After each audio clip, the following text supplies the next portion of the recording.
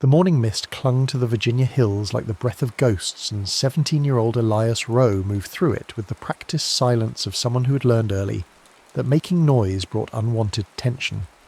His boots, worn thin at the soles and patched with scraps of leather, made barely a whisper against the dew-soaked earth as he slipped away from the ramshackle farmhouse, where his uncle Jeremiah still lay sleeping off another night's worth of corn whiskey.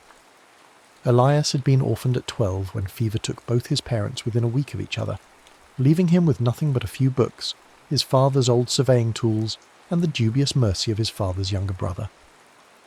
Jeremiah Rowe was a hard man, made harder by drink and failure, his small farm perpetually on the edge of ruin, his temper as unpredictable as summer storms. The boy had learned to make himself scarce during the worst of it, disappearing into the dense forest that surrounded their property with an ease that would have impressed even the Cherokee who had once called this land home. Today, like so many others, Elias sought refuge in exploration.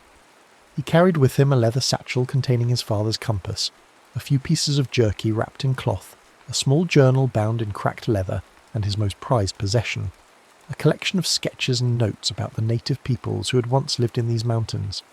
His father had been fascinated by their culture, their connection to the land, and had filled Elias's childhood with stories of their ceremonies, their wisdom, and their mysterious disappearance from the region. The forest called to him with promises of discovery.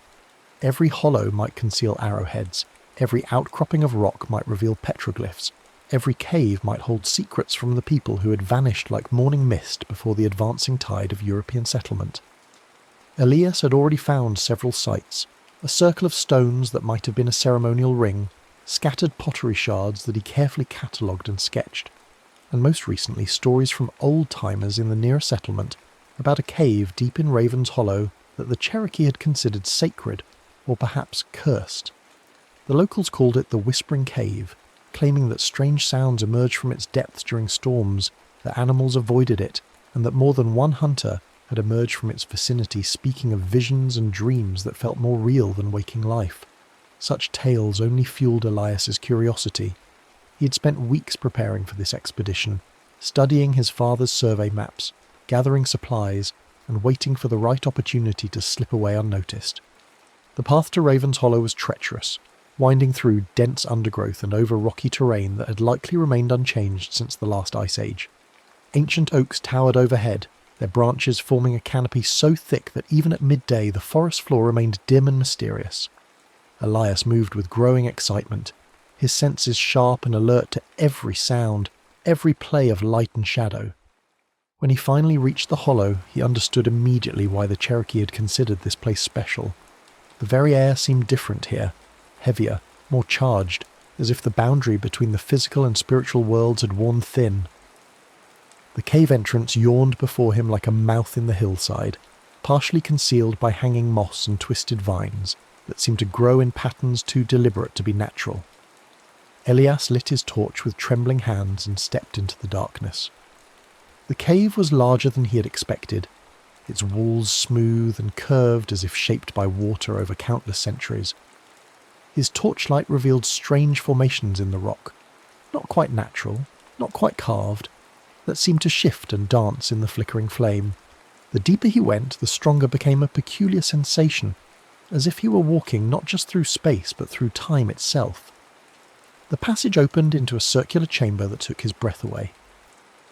The walls were covered in petroglyphs more elaborate and detailed than anything he had seen in his father's books or his own explorations. Spirals and symbols, human figures and animal forms, astronomical charts and what appeared to be maps of territories that no longer existed, all carved with a precision and artistry that spoke of deep spiritual significance. But it was the far wall that truly stunned him. Embedded in the living rock so perfectly integrated that it seemed to have grown there rather than been placed, was a mirror of polished obsidian unlike anything he had ever imagined. It was roughly circular, perhaps 3 feet in diameter, its surface so perfectly smooth that it seemed to drink in his torchlight rather than reflect it. Around its perimeter, carved into the stone itself, were symbols that seemed to pulse and writhe in the dancing flame. Elias approached slowly, his scientific mind warring with a growing sense of awe and unease. The obsidian was clearly ancient, yet it showed no signs of wear or damage. Its surface was flawless, like a pool of still water turned to stone. As he drew closer, he began to make out his reflection, but it seemed strange, distorted, as if he was seeing not just himself, but multiple versions of himself layered one upon another. Thunder rumbled overhead, and Elias realized with a start that storm clouds had been gathering while he explored. The sound echoed strangely in the chamber, seeming to come from all directions at once. Lightning illuminated the cave entrance briefly, and in that instant the obsidian mirror seemed to flicker with an inner light. Driven by curiosity and the reckless courage of youth, Elias reached out to touch the mirror's surface. The moment his fingertips made contact with the obsidian, the world exploded into chaos. Light, brilliant, searing, impossible light, erupted from the mirror's surface. The petroglyphs on the walls began to glow as if lit from within, their symbols writhing and dancing like living things. The thunder outside became a roar that seemed to come from the earth itself, and Elias felt a sensation like falling, though his feet remained firmly planted on the cave floor. The obsidian mirror rippled like water under his touch, and suddenly he was not touching a solid surface but reaching into something vast and liquid and alive.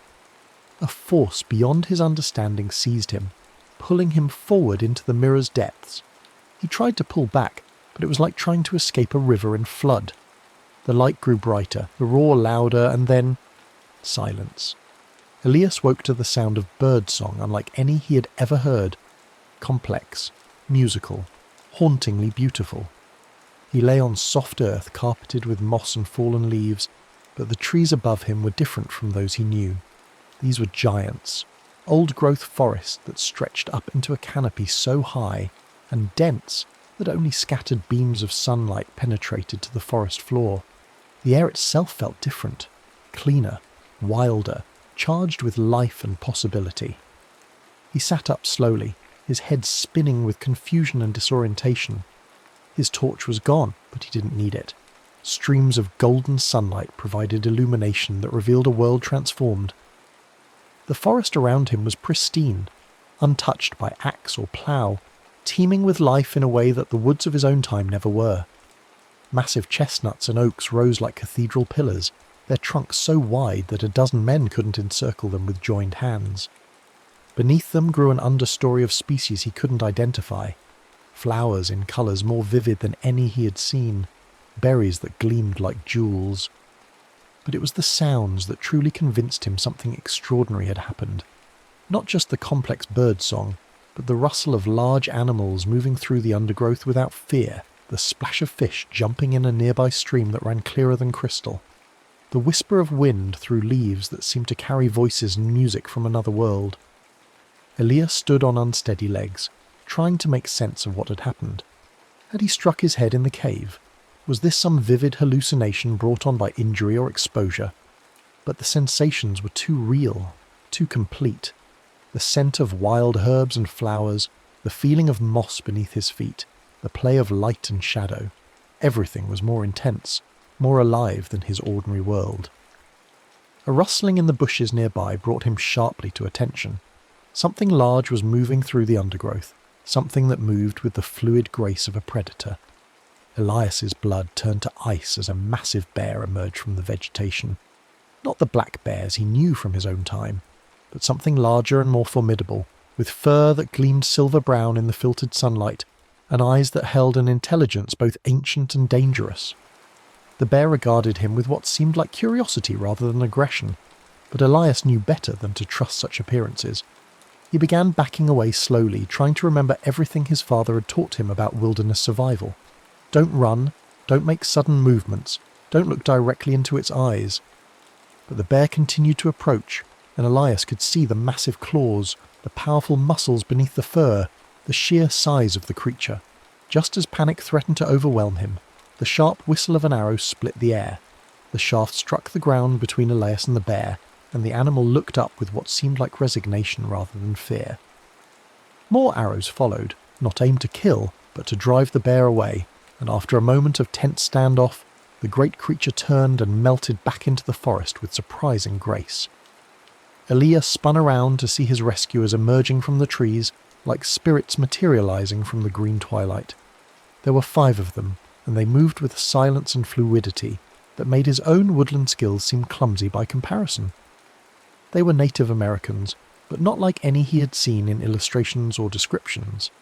These were people of the deep forest, their clothing made from finely worked hides and decorated with intricate beadwork and painted designs. Their faces were strong and weathered, marked with tattoos and paint that seemed to tell stories he couldn't read. The leader was a man of perhaps 40 years, his long black hair bound with feathers and carved bone ornaments. His eyes were dark and penetrating, missing nothing as they studied this strange pale boy who had appeared in their territory. Behind him stood 2 younger men who might have been his sons, their hands still resting on their bows, and 2 women, one middle-aged with the bearing of someone accustomed to authority, and one much younger, perhaps 16, whose gaze held a peculiar intensity as she stared at Elias. The leader spoke in a language that flowed like water over stones, musical and complex, full of nuances that Elias couldn't begin to understand. When he didn't respond, the man switched to what sounded like a different dialect, then another, his voice growing more impatient with each attempt. Finally he gestured sharply and the 2 younger men moved to flank Elias, their intentions clear. "Wait," Elias said, holding up his hands in what he hoped was a universal gesture of peace. "I mean no harm. I'm lost. I don't know how I got here." The words seemed to surprise them. The older woman stepped forward and spoke rapidly to the leader, her tone urgent. The younger woman, little more than a girl really, tilted her head as if listening to something only she could hear, then spoke in the same flowing language. Whatever she said caused the others to look at Elias with new interest, their hostility giving way to something that might have been wonder. The girl approached him slowly, her movements deliberate and graceful. She was beautiful in a way that seemed to belong to this wild place. Her skin bronzed by sun and wind, her hair black as a raven's wing and decorated with small carved ornaments that caught the light, her eyes the colour of deep forest pools. When she spoke, her voice was soft but filled with certainty. "You are the one from the sky stories," she said, in accented but clear English. "The one who walks between the times." Elias stared at her in shock. Not only could she speak his language, but her words suggested knowledge of his impossible situation. "You speak English? How do you... Where am I? When am I?" The girl smiled and it transformed her face entirely. "I am a Hyoka. I learned the tongue of the Eastern peoples from traders who came when I was small. But you are not from the East. You are from the time that has not come." Before Elias could respond, the leader barked something sharp and a Hyoka stepped back, her expression becoming more formal. The older woman gestured impatiently, and the group began to move deeper into the forest, clearly expecting Elias to follow. He looked around at the pristine wilderness, at the weapons and clothing that belonged to no European culture he knew, at the faces that regarded him with mixtures of suspicion and awe, and realized he had no choice but to trust these strangers. They travelled for hours through country that grew more beautiful and wild with each mile. Elias saw animals he had never imagined, flocks of birds with feathers like living jewels, deer so numerous they moved through the forest like flowing water, streams so clear he could count the pebbles on the bottom from 20 feet away. This was North America, as it had existed before European settlement, before the Great Dying, before the forests were cleared and the buffalo slaughtered and the native peoples driven from their ancestral lands. As they walked, a Hyoka fell into step beside him, ignoring the disapproving looks from the others. She pointed out plants and animals, teaching him their names in her language, telling him stories about their spiritual significance. Her English was limited but improving with use, and Elias found himself fascinated not just by her knowledge, but by the way she saw the world. Everything connected, everything alive, everything part of a great web of relationships that extended far beyond the merely physical. "My grandmother dreams of you," she said as they paused to rest beside a spring that bubbled up from moss-covered rocks. "She says the sky people told her of one who would come when the wheel of time turns crooked, one who carries the knowledge of what will be, but has forgotten the wisdom of what is." "Sky people?" Elias asked, accepting a drink from a water skin that tasted of herbs and something indefinably wild. A Hyoka gestured toward the canopy above, where the last light of day filtered through the leaves. "The ancestors who became stars. They watch over us, guide us, sometimes send us dreams and visions. They told my grandmother that the mirrors would wake again, that someone would come through the spirit paths to help prepare for the time of great change. Mirrors? The word sent a chill through Elias as he remembered the obsidian surface, the impossible light, the sensation of falling through dimensions. The sky mirrors, Ayoka said, her voice dropping to a whisper, made by the first people, before the great ice, before the world changed. They are doorways between the times, but they were sealed long ago because the spirit said it was dangerous to walk between then and now and will be. As night fell, they reached the village, and Elias understood immediately that he had stepped into a world beyond his wildest imagination. The settlement was not the collection of crude huts he might have expected from his limited knowledge of Native American life, but a sophisticated community of perhaps 300 people, their dwellings arranged in careful patterns that seemed to follow the natural contours of the land. The houses themselves were marvels of engineering and artistry, some built of wood and bark in styles that varied according to family and clan, others partially dug into hillsides and covered with earth, and growing plants that made them almost invisible from a distance. Garden plots were integrated seamlessly with the natural landscape, growing not just corn and beans and squash, but dozens of other crops in carefully planned combinations that seemed to mimic the diversity of the forest itself. But it was the people who truly amazed him. These were not the savages of European imagination, but a complex society with its own philosophers and artists, its own scientists and historians, its own intricate social structures and spiritual practices.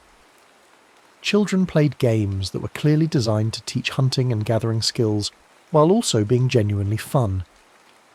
Adults worked with tools and techniques that showed generations of refinement and improvement.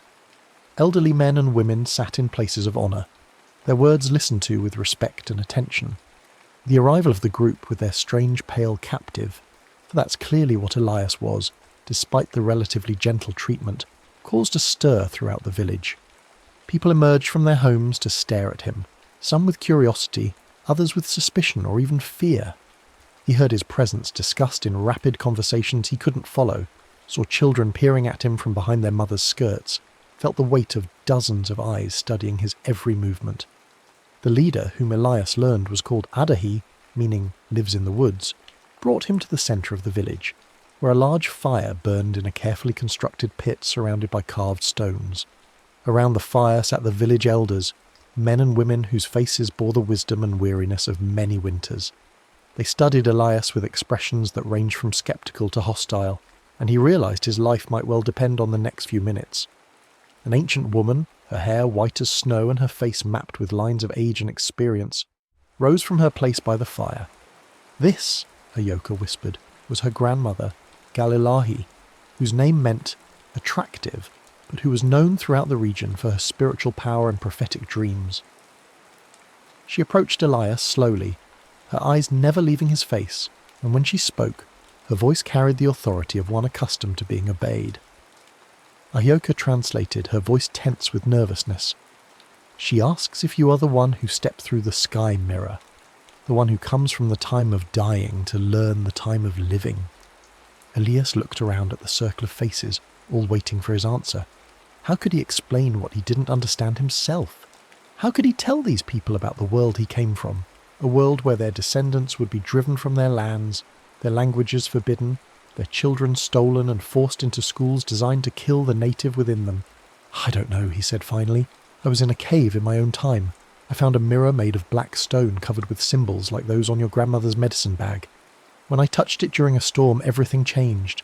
I woke up here, in your forest, in your time. As Ayoka translated, Galilahi's expression grew more intense. She asked another question, and this time Ayoka hesitated before translating. She wants to know what you have seen in your dreams since you arrived. She says the sky mirrors show truth to those who pass through them, but only in dreams and visions. Elias started to say he hadn't dreamed at all, then stopped. Now that he thought about it, he had been having strange dreams, fragments of images and sensations that felt more like memories than fantasies. Vast herds of animals stretching to the horizon, rivers that ran clean and cold from mountain to sea, forests that covered the continent from coast to coast. But also darker images, ships on the horizon, men with pale faces and strange clothes, the sound of gunfire and the smell of smoke. "I've seen your world as it was," he said slowly. "The great forests, the herds of buffalo, the rivers full of fish. But I've also seen darkness coming. Men from across the water, bringing sickness and war and changes that will transform everything." The translation of his words caused a stir among the elders. Some looked frightened, others angry, still others thoughtful. Galilahi asked another question, and Ahyoka's face paled as she listened. She asks if you have seen the time of the great dying, when 9 of every 10 people will walk the ghost trail, when the buffalo will disappear like smoke, when the forest will be cut and the rivers poisoned. Elias felt as if a cold hand had gripped his heart. These people couldn't know about the diseases that European contact would bring, the wars of conquest, the systematic destruction of their way of life. Yet somehow this old woman was describing exactly what he knew from his history books would happen. "Yes," he whispered, "I've seen that time." Galilahi nodded as if she had expected his answer, then spoke at length to the assembled elders. The discussion that followed was intense and sometimes heated, with voices raised in argument and hands gesturing emphatically. Finally, the old shaman raised her hand for silence and pronounced what sounded like a judgment. "You will stay with us," Ahyoka translated, relief evident in her voice. "You will learn our ways, share in our work, become one of the people. My grandmother says the Sky Spirit sent you to learn what must be preserved when the time of great change comes, but she also warns that your presence here may hasten that change, that by stepping through the sky mirror you may have weakened the barriers between the times." And so began the strangest period of Elias's life. The village accepted him with the cautious hospitality they might show to any refugee, but his obvious foreignness, his pale skin, his strange clothes, his complete ignorance of skills that every child learned, marked him as different in ways that couldn't be overcome by good intentions alone. Adahi, the man who had found him, took responsibility for his education with the grim determination of someone assigned an unpleasant but necessary task. Elias learned to make fire without flint and steel, using bow drill and tinder in ways that required patience and skill he'd never developed. He learned to track animals by reading signs so subtle they seemed like magic. A bent twig here, a partial footprint there, the way birds behaved when large game had passed through their territory. Hunting was even more challenging. These people didn't simply kill animals for food, they entered into a spiritual relationship with their prey, offering prayers and tobacco, taking only what was needed, using every part of what they killed. Elias struggled not just with the technical skills of using bow and arrow, but with the entire philosophy that surrounded the act of taking life to sustain life. But it was the language that proved most difficult. What Ahyoka called her tongue was actually a complex system of communication that went far beyond mere words. Tone, gesture, context, even the time of day and season could change the meaning of a simple phrase. Stories were told with layers of meaning that revealed themselves only after years of study, and the most important knowledge was often embedded in songs and ceremonies that were shared only with those who had proven their commitment to the people. Ahyoka became his primary teacher and gradually his closest friend. She had a gift for languages that amazed him. Not only did she speak several native dialects and enough English to communicate with traders, but she seemed to understand the underlying structures that made language possible. She could take concepts from his world and find ways to express them in hers, building bridges between ways of thinking that seemed completely incompatible. Through her, Elias began to understand that what he had always thought of as primitive life was actually incredibly sophisticated. The village existed in perfect harmony with its environment, not through ignorance or lack of ambition, but through generations of careful observation and experimentation. They knew which plants could be harvested sustainably and which needed to be left alone, how to encourage the growth of useful species without destroying the overall ecosystem, how to live as part of the natural world rather than in opposition to it. Their spiritual life was equally complex. What European observers might have dismissed as superstition was actually a sophisticated understanding of psychology, ecology, and what could only be called physics. They knew that everything in the universe was connected, that actions in one realm affected all others, that the past, present, and future existed simultaneously in what they called the Great Circle of Time. It was this understanding that made them uniquely capable of accepting Elias's impossible story. They didn't question whether time travel was possible. Their entire worldview assumed that linear time was an illusion, that the truly real existed outside the normal flow of days and seasons. What concerned them was not how he had come to be among them, but why, and what his presence might mean for the future of their people. As autumn gave way to winter, Elias began to experience what he could only describe as visions. They came during meditation, during ceremony, sometimes even during ordinary activities like gathering firewood or helping with food preparation. He would suddenly find himself seeing through other eyes, experiencing other times, understanding connections that spanned centuries. He saw the obsidian mirrors being created by a people even more ancient than the current inhabitants of the village. They were master craftsmen who understood the properties of volcanic glass, but also shamans who could work with spiritual forces that Elias barely comprehended. The mirrors were not just doorways through time, but instruments for maintaining balance in the universe, ways of preventing the timeline from becoming too rigid or too chaotic. But something had gone wrong. The vision stories told of mirrors that had been used carelessly, of people who travelled through time for personal gain rather than spiritual necessity, of changes in the past that created ripples extending far into the future. The ancient people had finally sealed most of the mirrors, hiding them in sacred places and surrounding them with warnings and protections. The mirror Elias had found was one of the last, hidden in the cave system that the Cherokee had avoided for generations. His accidental activation had torn open a pathway that was supposed to remain closed, and every day he remained in the past increased the danger of paradox and chaos. Winter brought new challenges, but also deeper integration into the life of the village. Elias learned to appreciate the long evenings when the community gathered around fires to share stories, to work on crafts that required patience and skill, to plan for the coming year. He discovered that he had a talent for the intricate beadwork that decorated clothing and ceremonial objects, his steady hands and attention to detail making him valuable, despite his other limitations. More importantly, he began to understand the stories. What had seemed like simple folk tales when Ahyoka first translated them, revealed themselves as complex repositories of scientific knowledge, historical information, and spiritual wisdom. Stories about animals contained detailed information about behaviour and ecology. Tales of heroes and spirits encoded practical instructions for everything from agriculture to astronomy. Accounts of the time before preserved memories of geological and climatological changes that stretched back thousands of years. And threaded through many of the stories were references to the sky mirrors and the people who had travelled between times. Elias realised that he was not the first person to fall through the temporal barriers. The oral traditions contained dozens of accounts of strangers who appeared mysteriously, lived among the people for a while, then disappeared just as suddenly. Some had been helpful, sharing knowledge that proved valuable. Others had been disruptive, bringing changes that upset the careful balance of tribal life. "My grandmother says you're different from the other Skywalkers," Ahyoka told him one evening, as they sat by the fire working on a winter robe decorated with astronomical symbols. "Most of them try to change things, to make our world more like theirs. But you try to change yourself, to become more like us." "Maybe that's because I don't have a world to go back to," Elias replied, surprised by the bitterness in his own voice. "My uncle doesn't care whether I live or die.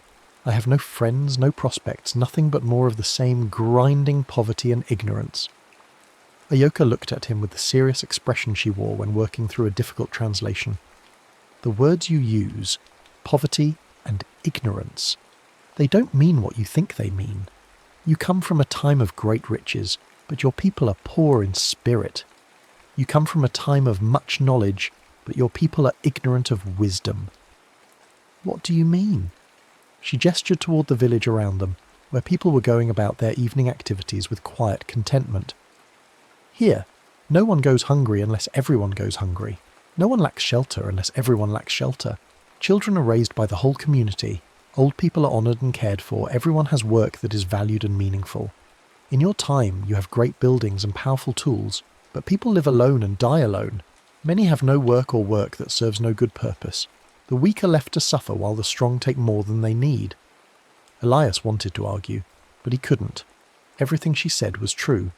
His own time, for all its technological advantages, was marked by inequality, loneliness, and spiritual emptiness that these primitive people had somehow avoided. As winter deepened, so did his connection to the community. He participated in ceremonies that revealed layers of meaning each time they were performed, learned songs that were also scientific treatises and historical chronicles, helped with the everyday work of maintaining life in harmony with the natural world. For the first time in his life, he felt as if he belonged somewhere, as if his existence had meaning and purpose. But the visions were growing stronger and more disturbing. He saw the mirrors cracking, reality bleeding through from multiple timelines, the careful balance that the ancient people had established beginning to collapse. Each night brought dreams of chaos and confusion, of a world where past and future existed simultaneously, where cause and effect became meaningless, where the very fabric of time began to unravel.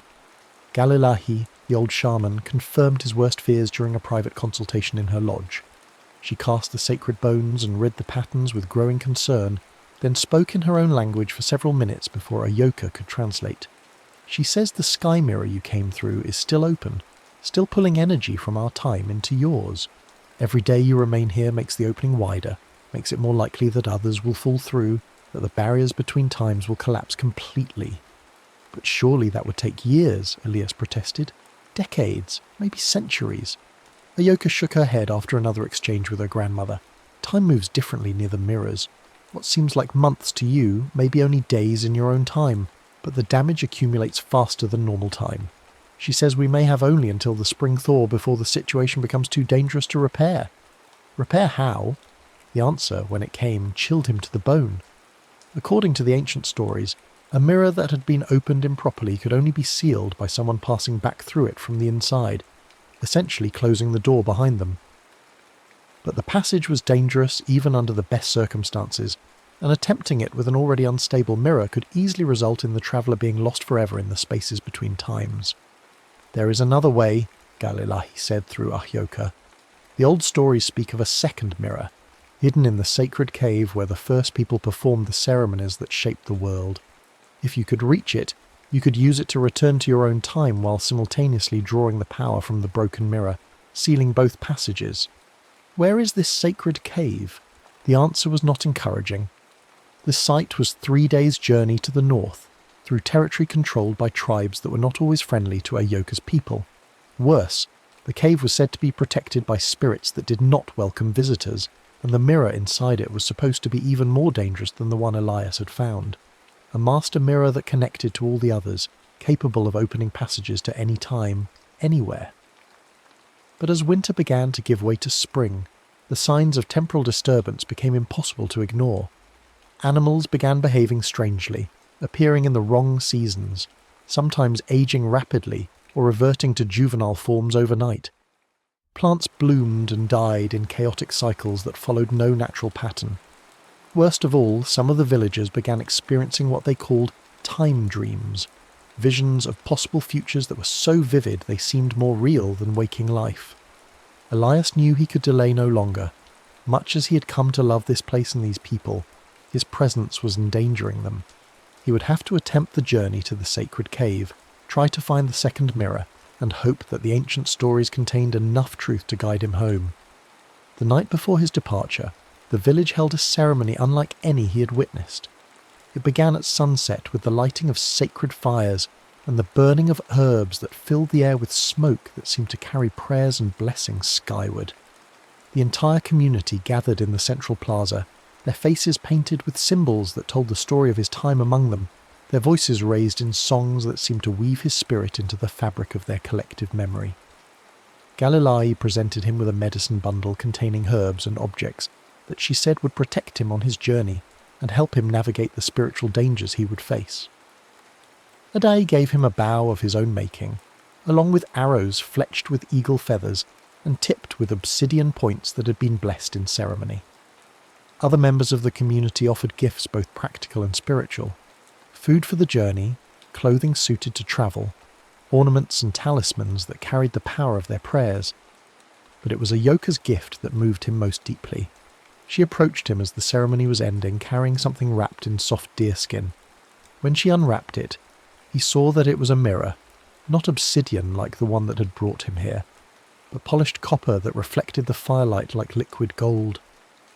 "It was my mother's," she said quietly, "and her mother's before her. It is said to show not what is, but what may be. Keep it with you." And when you return to your own time, look into it and remember us." "I don't want to leave," he said, the words torn from him despite his resolution. "This is the first place I've ever felt like I belonged. You're the first person who's ever understood me." Ayoka smiled, but he could see tears in her eyes. "The Sky Spirits sent you to us for a purpose, but not to stay. You must return and use what you have learned here to help prepare for the time of great change.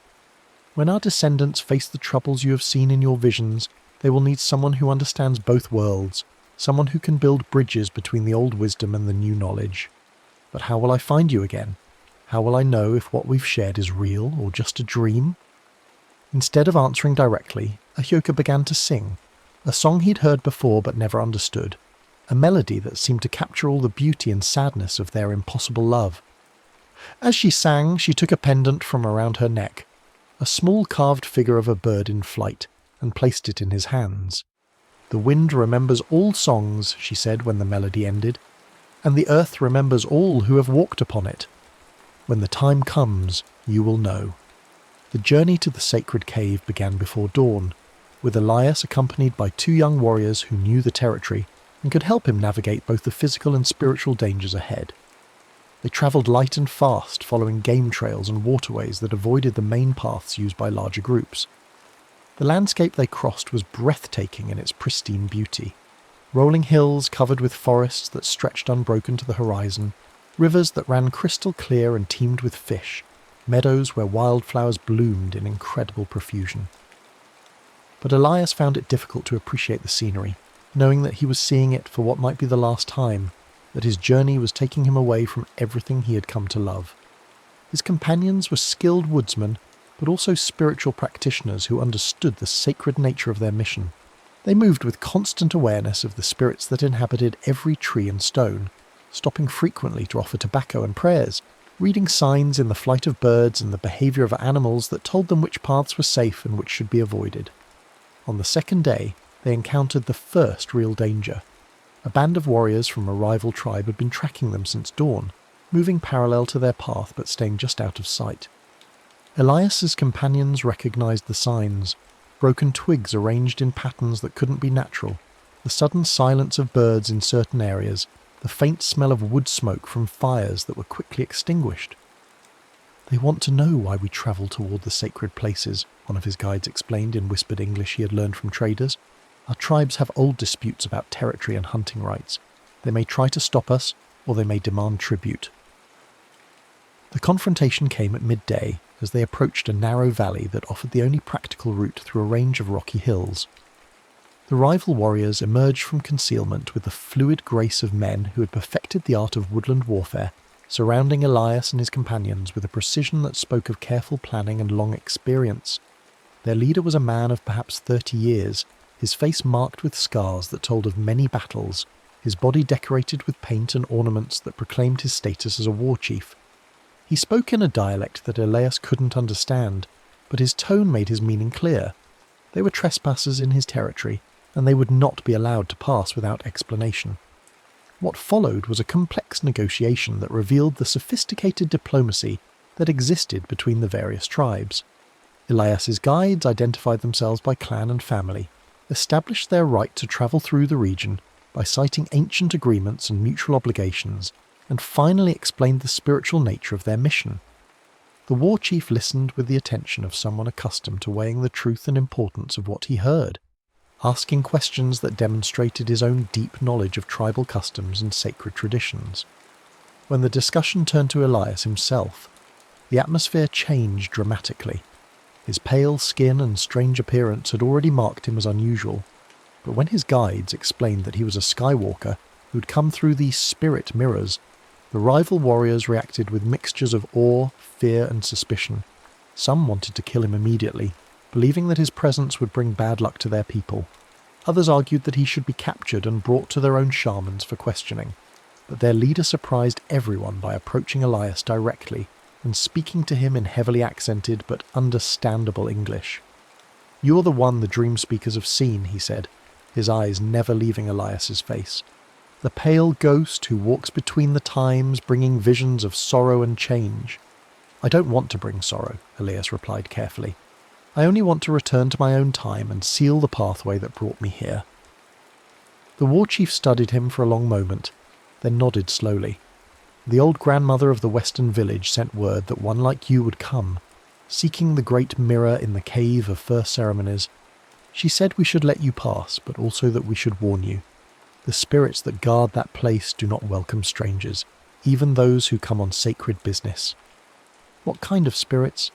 "The kind that remember the time before the world was shaped as it is now," the war chief replied. "The kind that see all times at once and judge whether those who approach them are worthy of the knowledge they seek. Many have entered that cave. Few have emerged unchanged. Some have not emerged at all."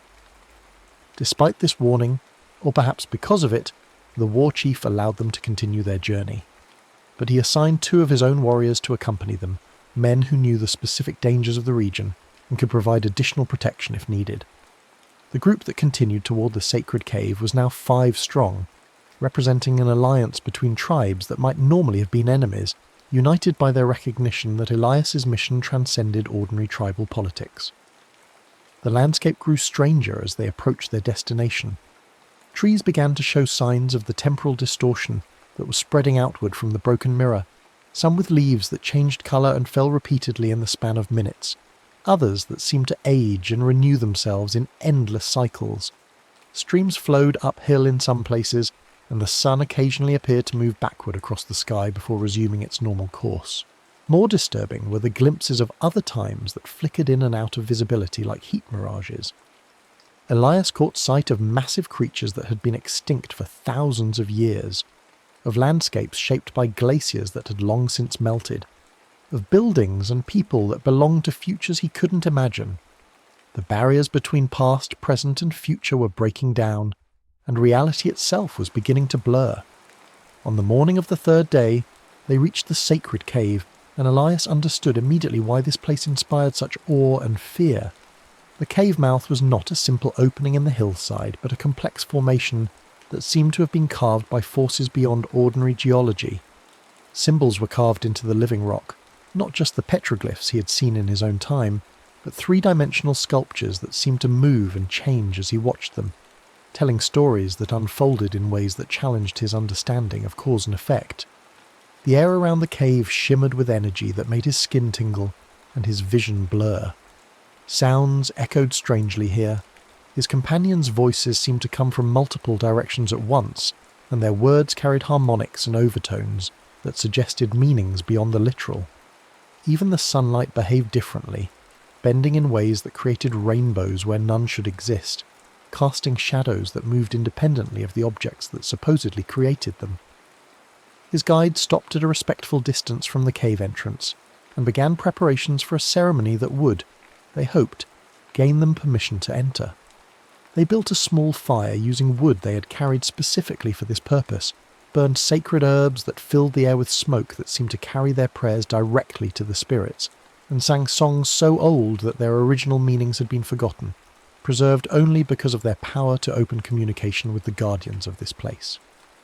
As the ceremony progressed, Elias began to hear other voices joining the songs. Not human voices, but sounds that seemed to come from the earth itself, from the air, from the space between moments.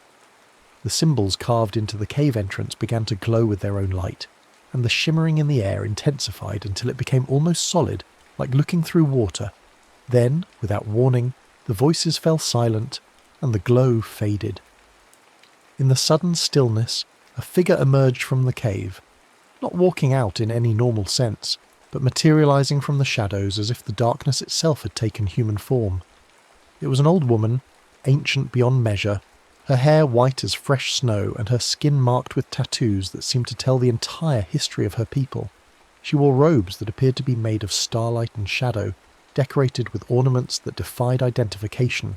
Some seemed to be made of crystallized time, others of solidified music, still others of materials that had no names in any language Elias knew. When she spoke, her voice carried the authority of mountains and the patience of geological ages. She addressed each member of their group in turn, speaking to them in their own languages, calling them by names that included not just what they were called by others, but what they called themselves in the deepest privacy of their hearts. To Elias, she spoke in English that was more perfect than any he had ever heard, as if she had learned the language from its own dreams rather than from human teachers.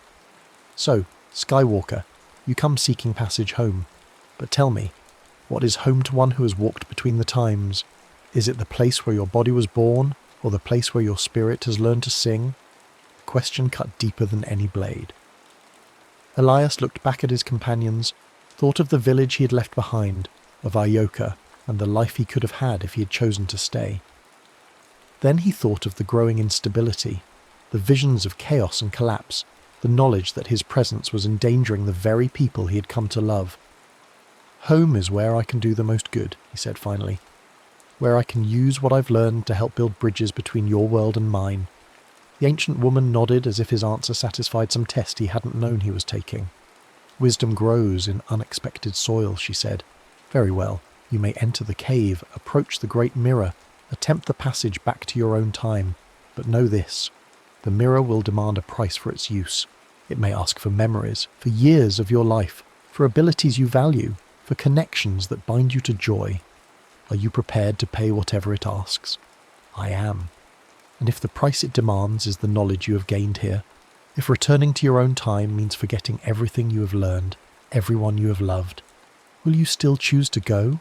The question struck him like a physical blow. To return to his own time but lose all memory of this experience, to forget Ioka and Galilahi and Adai and all the others who had become more family to him than his own blood relatives had ever been. It seemed a price too high to pay. But then he thought of the visions, of the time of great dying that was coming, of the need for someone who could stand between two worlds and help them understand each other. Even if he forgot the details, perhaps some deeper knowledge would remain, some instinctive understanding that would guide him when the time came. Yes, he said, though the word tore at his heart. I'll pay whatever price is asked. The ancient woman smiled, and for a moment she looked like a young girl filled with joy and mischief. That is why you will not have to, she said.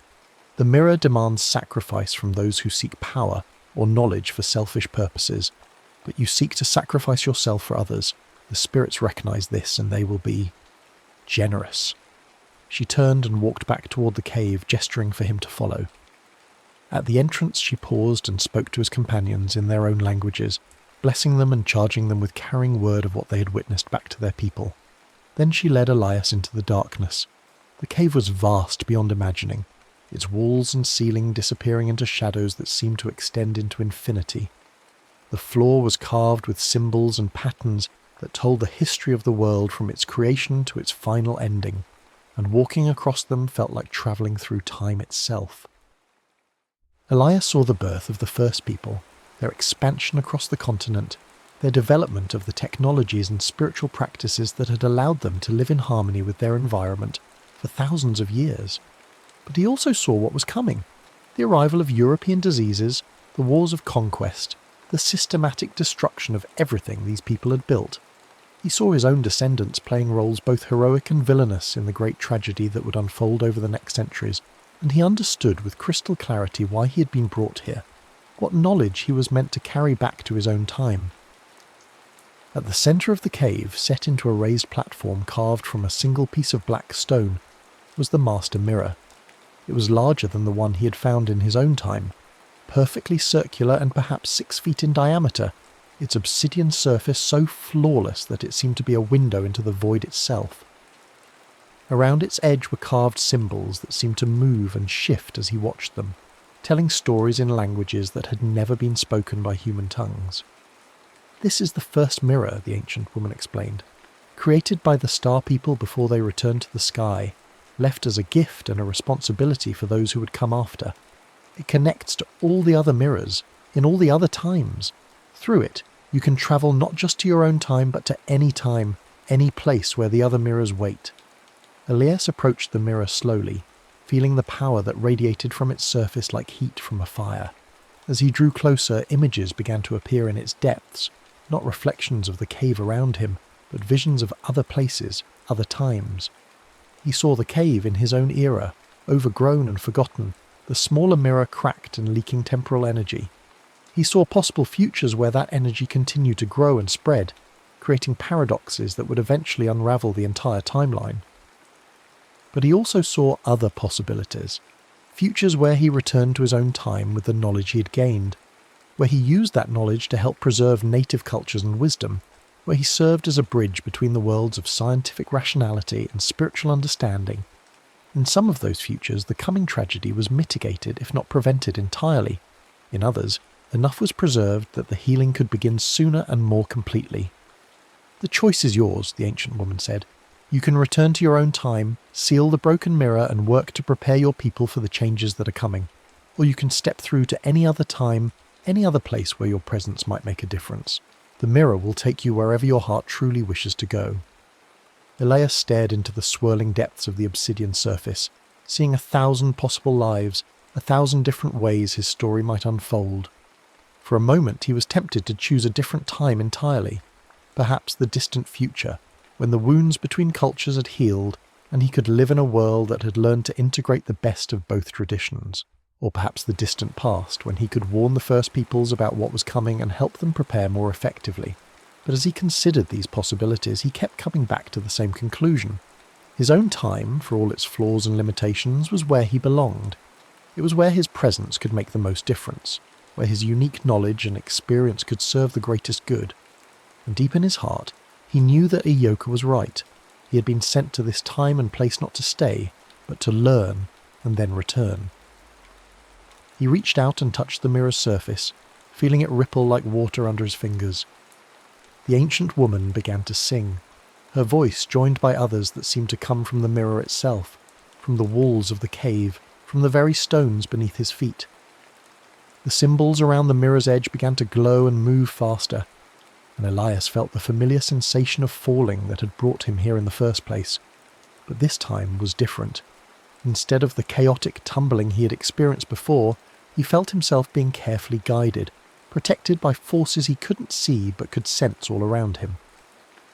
The ancient woman's song followed him as he fell through layers of time, and in her voice he heard promises that what he had learned would not be forgotten, that the love he had found would not be lost, that his sacrifice would bear fruit in ways he couldn't imagine.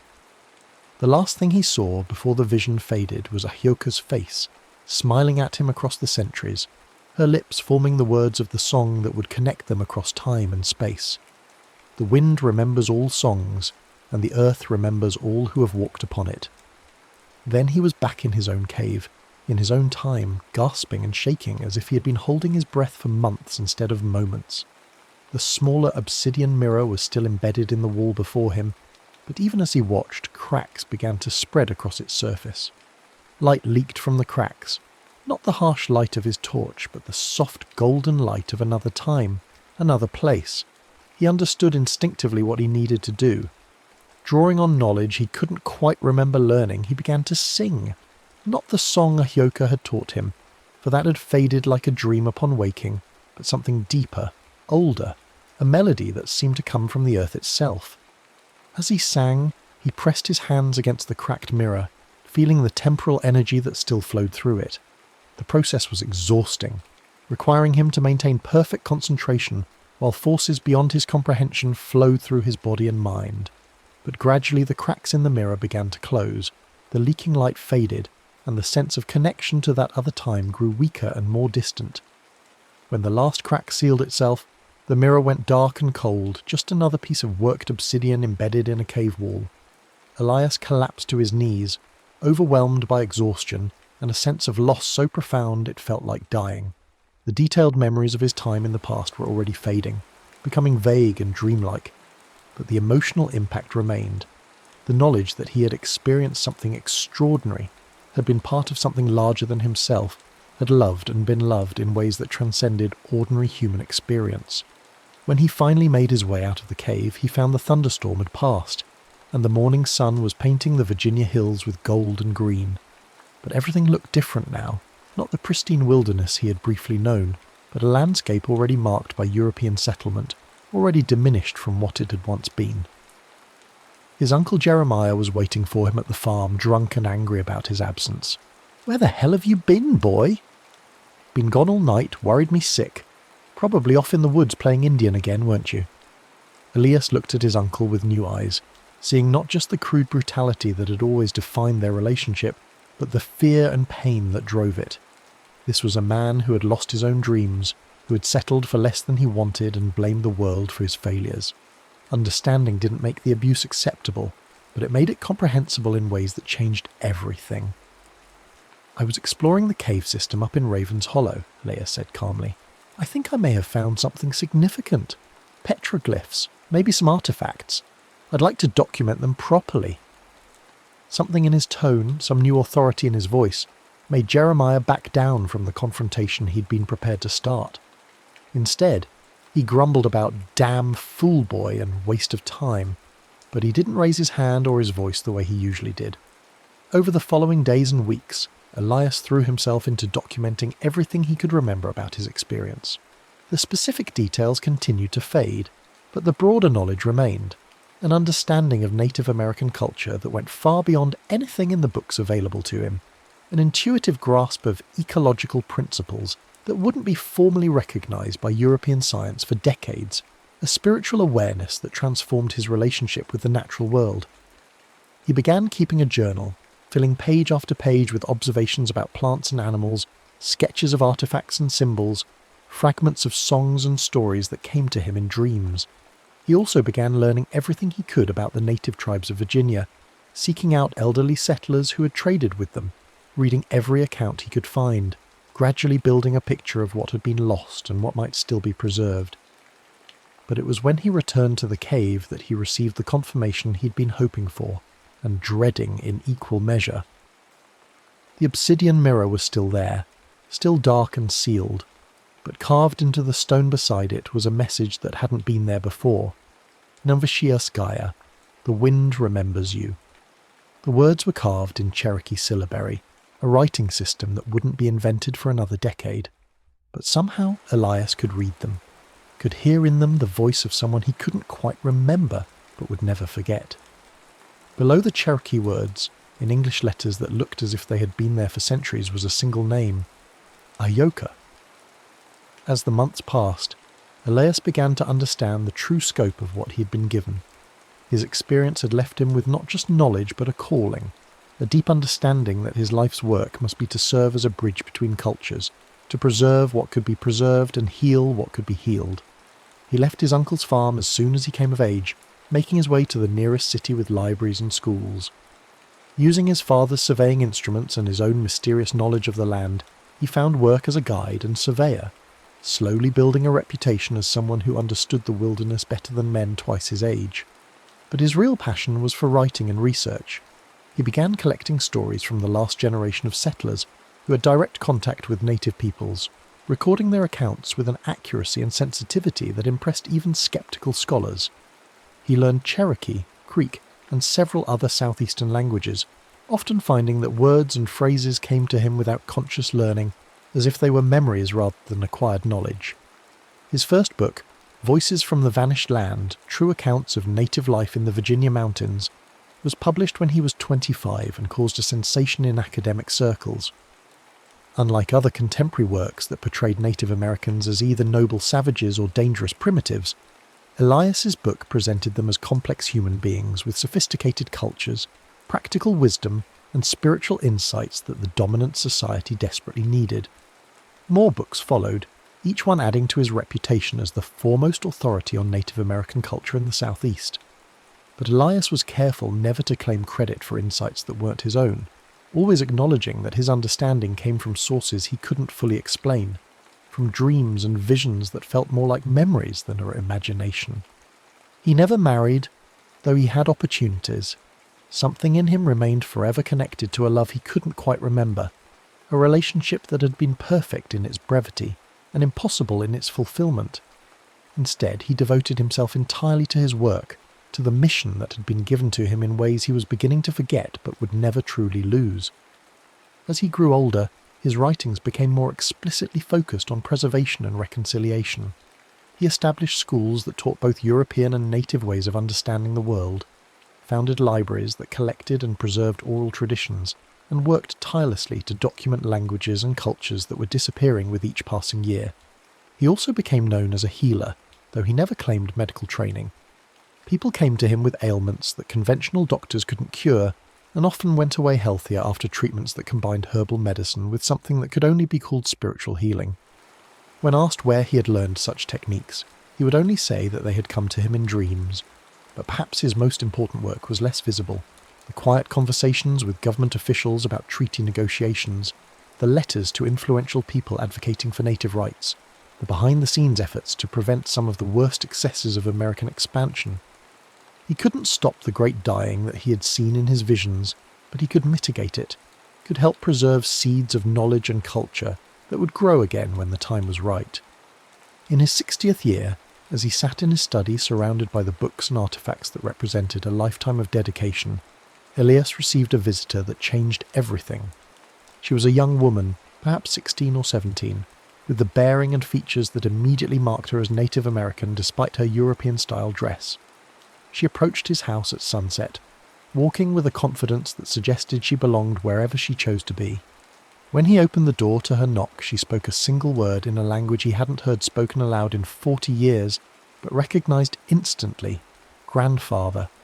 The word was Cherokee, but it carried layers of meaning that went beyond simple kinship. It was a term of respect for an elder, recognition of spiritual relationship, acknowledgement of someone who had earned the right to be called ancestor, even while still living. "I have been sent to find you," she continued in English that carried the same musical quality he remembered from another voice, in another time. "My grandmother's grandmother left stories about you, about the pale man who lived among the people in the time before the great changes, who learned our ways and then returned to his own people to plant seeds of understanding." Elias stared at her, his heart pounding with a mixture of hope and disbelief. "What was your grandmother's name?"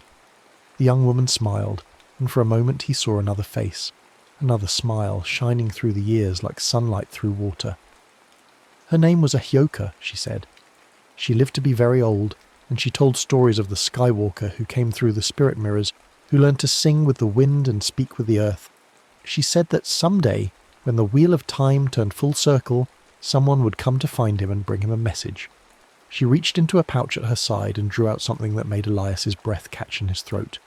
It was a pendant, a small carved bird in flight, worn smooth by age and handling, but unmistakably the same one that a Cherokee girl had placed in his hands beside a sacred fire in another century. "She said to tell you that the wind has remembered your song," the young woman continued, "that the earth has remembered your footsteps, that the seeds you planted have grown into trees that will shelter many people in the storms that are coming." Elias took the pendant with shaking hands, feeling the smooth stone warm against his palm as if it had been waiting all these years to return to him. As he held it, memories flooded back, not the detailed recollections he had lost upon his return, but something deeper and more permanent. The sound of Ahyoka's laughter, the feeling of belonging to something larger than himself, the knowledge that love could transcend time and space and death itself. She also said, the young woman continued, that when the time of great healing begins, you will remember everything, that the spirits have kept your memories safe, waiting for the moment when they would be needed again. That night Elias sat by his fire holding the pendant and feeling the years fall away like leaves in autumn. The young woman, who had given her name as Atsila, meaning fire, had stayed for dinner and told him stories that filled in gaps in his understanding, that connected dots he hadn't even realized were scattered across his life. Ahyoka had lived to be 93, dying peacefully in her sleep in a cabin deep in the Tennessee mountains, where her people had taken refuge after the Cherokee removal. She had never married, dedicating her life to preserving the old ways and preparing for the time when they would be needed again. She had become a renowned medicine woman and storyteller, and her tales of the Skywalker had become part of the oral tradition of several southeastern tribes. "She said you would know her again," Atsila told him as she prepared to leave the next morning. "She said that souls who find each other across time and space are never truly separated, that the spirits weave them together in ways that transcend single lifetimes." "Will I see her again?" Elias asked, though he wasn't sure he wanted to know the answer. Atsila smiled. "She said to tell you that the great circle is completing itself, that the time of ending is also the time of beginning. She said you would understand when the moment comes." After she left, Elias found that his dreams had changed. Instead of the vague, emotional impressions that had haunted his sleep for decades, he began to have vivid, detailed visions of the life he'd lived in that other time. He remembered the village with perfect clarity, could recall conversations word for word, could feel again the sense of belonging and purpose that had defined those magical months. But more than memories were returning. The spiritual abilities he had begun to develop during his time with Aryoka's people were reasserting themselves, stronger now and refined by decades of unconscious practice.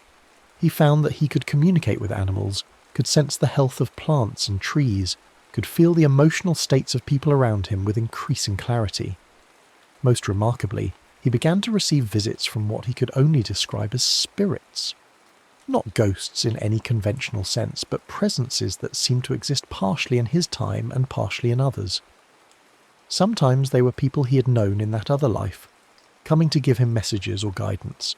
Sometimes they were strangers who sought his help in matters that spanned multiple generations, and sometimes, just sometimes, he caught glimpses of Ayoka herself, not as the girl he had known, but as the elder she had become, still beautiful but marked by age and wisdom and the sorrows she had witnessed. She never spoke during these visitations, but her presence filled him with a peace and joy that sustained him through the increasingly difficult work of his final years. For the world was changing rapidly, and not always in directions that gave him hope. The Civil War came and went, leaving scars that would take generations to heal.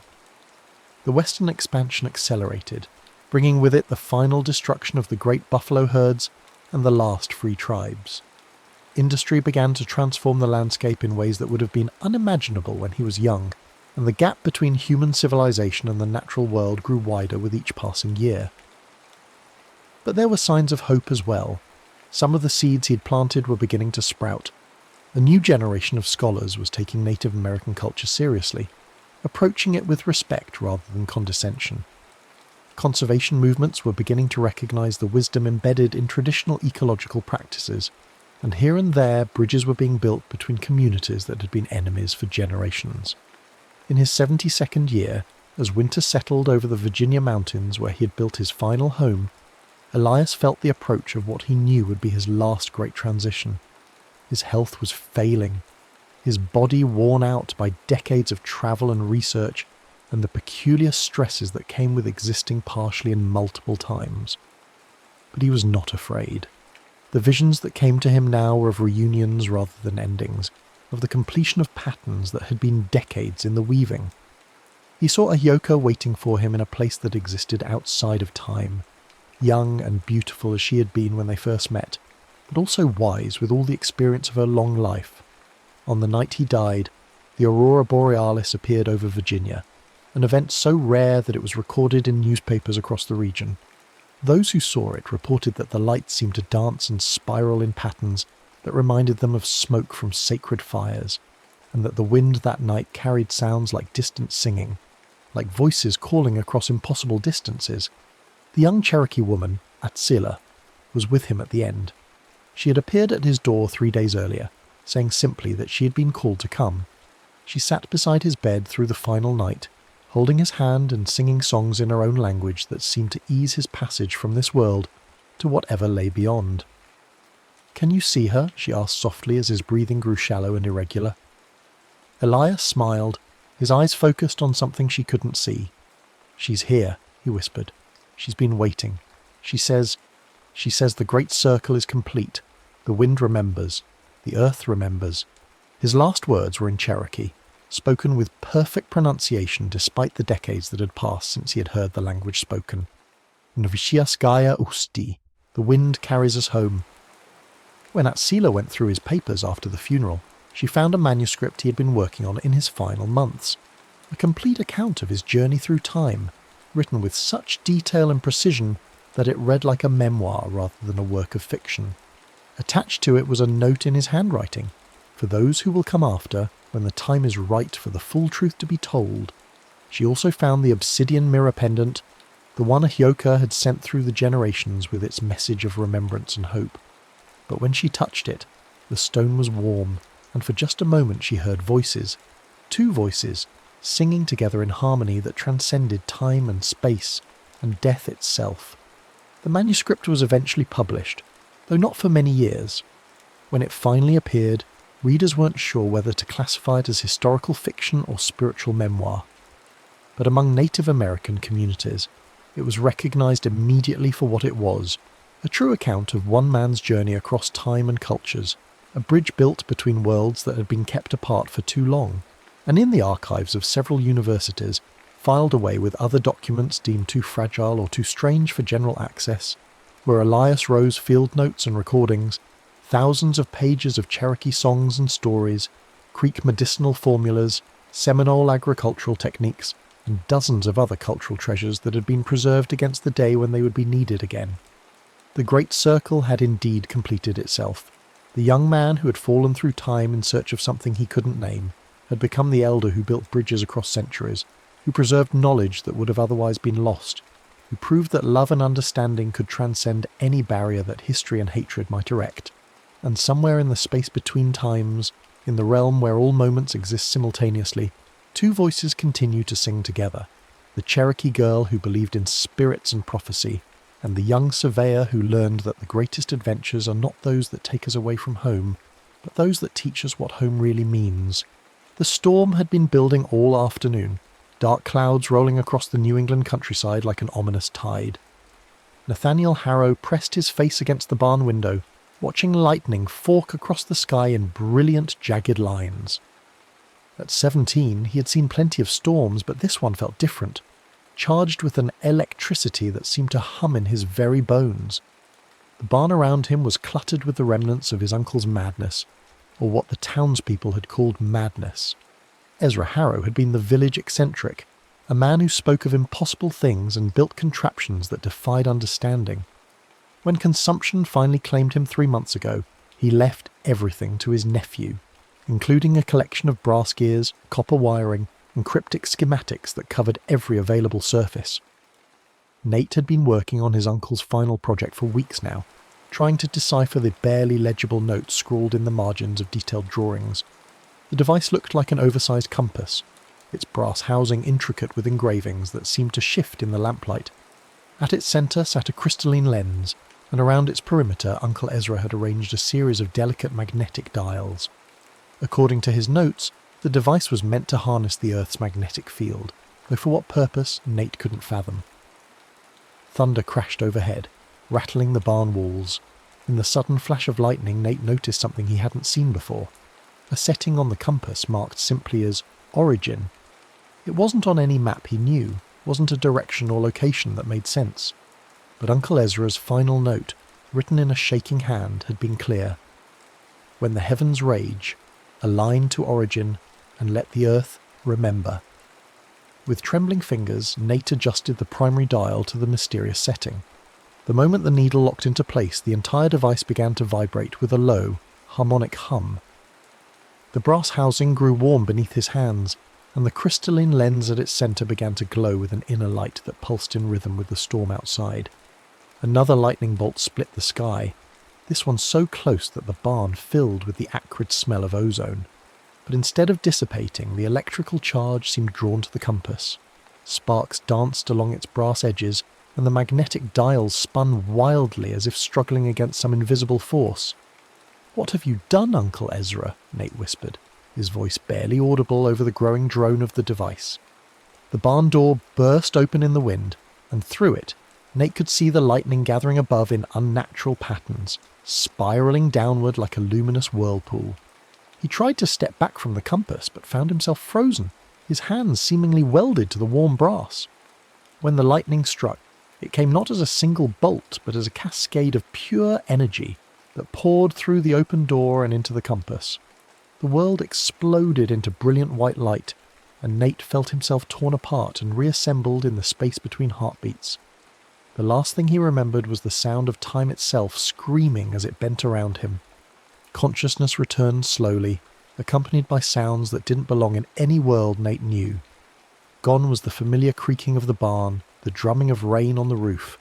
Instead, he heard the distant trumpeting of massive creatures, the rustle of unfamiliar foliage, and the splash of water over stones. Nate opened his eyes to find himself lying on soft grass beside a river that ran clearer than any he had ever seen.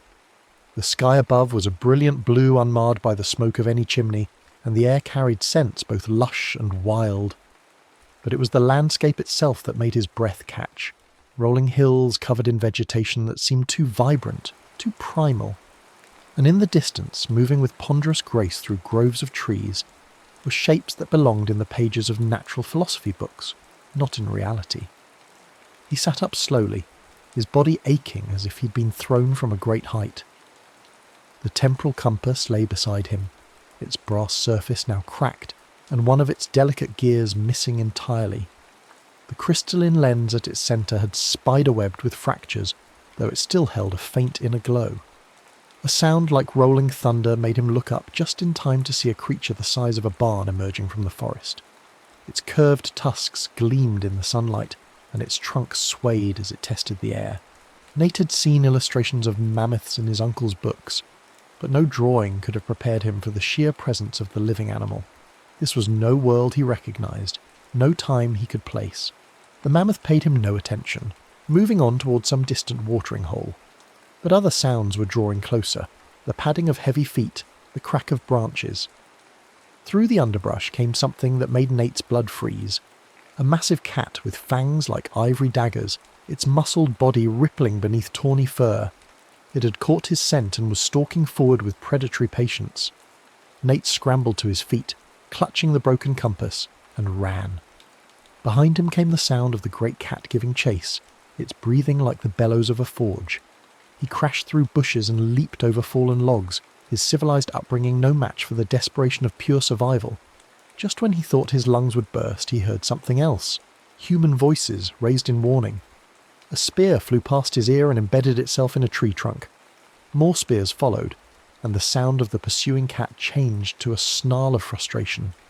When Nate finally stopped running and looked back, he saw a group of beings that were unmistakably human, yet unlike any people he had ever encountered. They were shorter than the men of his time, broader of shoulder and thicker of limb. Their hair was wild and their skin weathered by constant exposure to the elements. They wore simple garments of hide and sinew, and their eyes held an intelligence that was both sharp and wary. The one who seemed to be their leader, a woman with prematurely grey hair and scars that spoke of countless battles, stepped forward and spoke in a language that was all clicking, consonants, and flowing vowels. Nate raised his hands to show he meant no harm, though he doubted they would understand the gesture. The woman, clearly the matriarch of this group, circled him slowly, taking in his strange clothes and pale skin. She reached out and touched the fabric of his shirt, her expression puzzled. When her fingers found the temporal compass, she jerked back as if stung. One of the men, a giant with arms like tree trunks and a face marked by ritual scars, growled something that needed no translation. He wanted to kill the stranger and be done with it. But the woman held up a hand and the giant reluctantly lowered his stone-tipped spear. What followed was a halting process of communication through gestures and simple demonstrations. Nate learned that the woman was called Kala and the scarred giant was Drog. Their tribe, the Urukar, lived in a series of caves along the river. They had been hunting when they heard the commotion and came to investigate. As they led him back to their settlement, Nate tried to process what had happened to him. The landscape, the creatures, the people themselves. Everything pointed to an impossible conclusion. He had travelled not just through space, but through time itself. The compass had somehow hurled him back thousands upon thousands of years, to an age when humanity was still finding its place in a world of giants. The caves of the Urukar were larger than Nate had expected, their walls blackened by generations of fires. Cave paintings covered every available surface, depicting hunts and rituals and astronomical observations that spoke of minds capable of abstract thought. The tribe gathered around him, chattering in their flowing language while Kala tried to decide what to do with this strange visitor. That first night, Nate proved his worth in the most basic way possible. The tribe's fire had died down to embers, and the younger members were struggling to restart it with their primitive fire-starting tools. Nate still carried his flint and steel from 1805, and when he struck sparks into a handful of dry tinder, the resulting flame seemed like magic to the watching Urukar. But it was what came next that truly earned their respect. Using principles of leverage that wouldn't be formally described for millennia, Nate showed them how to construct a simple pulley system that made moving heavy stones effortless. When they went hunting the next day, he demonstrated improvements to their spear-throwing technique based on his understanding of physics and trajectory. Slowly, painfully, Nate learned to survive in this ancient world. His soft hands grew calloused from napping flint and working hide. His pale skin darkened under the prehistoric sun. He learned to read the signs that warned of approaching predators and to find water in seemingly barren landscapes. The Uruk began to accept him not as a curiosity, but as one of their own. Among them, one stood out to Nate more than the others. Ina was perhaps 18, with dark hair that caught the firelight and eyes that seemed to hold depth of curiosity, unusual even among her intelligent people. She alone seemed to understand that his knowledge came from somewhere else, some impossible elsewhere that existed beyond the boundaries of their world. When Nate began sketching the phases of the moon on cave walls, using charcoal to create detailed astronomical charts, Ina watched with fascination. She helped him map the movement of stars, and together they calculated the turning of seasons with an accuracy that amazed even Kala. In return, Ina showed Nate things about their world that no outsider had ever been permitted to see. It was Ina who led him to the sacred burial cave, a place where the Uruk honoured their ancestors and sought communion with the spirits of the earth. The cave walls were covered with paintings more ancient than any in the main settlement, depicting hunts and ceremonies that stretched back through uncounted generations. But it was what lay at the cave's heart that made Nate's blood run cold. Partially embedded in what appeared to be fossilised bone was an artefact that had no business existing in this time. It was made of the same brass as his temporal compass, carved with similar symbols and still bearing traces of that same inner glow. But this device was broken, its pieces scattered among the ancient remains as if it had exploded with tremendous force. "How long has this been here?" Nate asked Ina in the mixture of gestures and simple words they had developed to communicate. Her answer chilled him. According to the oldest songs of her people, the metal thing that fell from stars had been in the sacred cave since the time of the first mothers, since the very beginning of memory. Someone else had travelled through time, someone else had possessed a device like his own. And something had gone catastrophically wrong. That night, as the tribe gathered around their fires, the elders spoke of ancient legends. Through Ina's translation, Nate learned of the fire-toothed beast, a creature that had haunted their people's nightmares for generations beyond counting. It was said to be a great cat with fangs like spears and eyes that burned with stolen fire. According to the stories, it guarded something precious, the fire from the stars that had fallen in the time of the first mothers. As the elders' words washed over him, Nate studied the ancient cave paintings more carefully. One image in particular caught his attention, a great cat with something circular and glowing embedded in one eye. The shape was unmistakable. It looked exactly like his temporal compass. When he examined his own device more carefully the next morning, he confirmed what he had begun to suspect. One of the critical gears was indeed missing, torn away during his violent journey through time.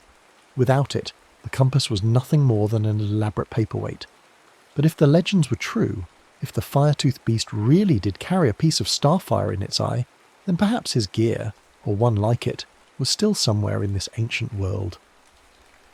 Nate began planning in secret, studying the beast's territory and learning everything he could about its habits. The Uruk spoke of it in whispers, describing a creature that had grown far beyond the natural size of its kind, fed by the strange energies of the starfire it carried. It laired in the volcanic canyons to the north, where sulphurous vapours rose from fissures in the earth, and the very ground was hot to the touch. Ina discovered his preparations before he could stop her. She found him crafting a spear with an obsidian point he had knapped to surgical sharpness, bound to a shaft of hardwood with sinews that had been treated to maximise strength and flexibility. His shield was a masterwork of prehistoric engineering, layers of hide stretched over a frame designed to distribute impact across its entire surface. When she confronted him, her eyes blazing with fury and fear, Nate tried to explain. Through gestures and the few words they shared, he told her about the compass, about his need to return to his own time, about the gear that might make it possible. But Ina understood more than he had given her credit for. She knew he was planning to leave, to abandon her and their people for a world she could never comprehend. Their argument continued through the night, but by dawn, Ina had made her decision. If Nate was determined to face the fire-toothed beast, she would help him do it properly. Together, they slipped away from the main settlement before the rest of the tribe awakened. The journey to the volcanic canyons took 3 days of hard travel through increasingly hostile terrain. The very air grew thick and sulphurous as they approached the beast's territory, and the ground beneath their feet radiated heat like a forge.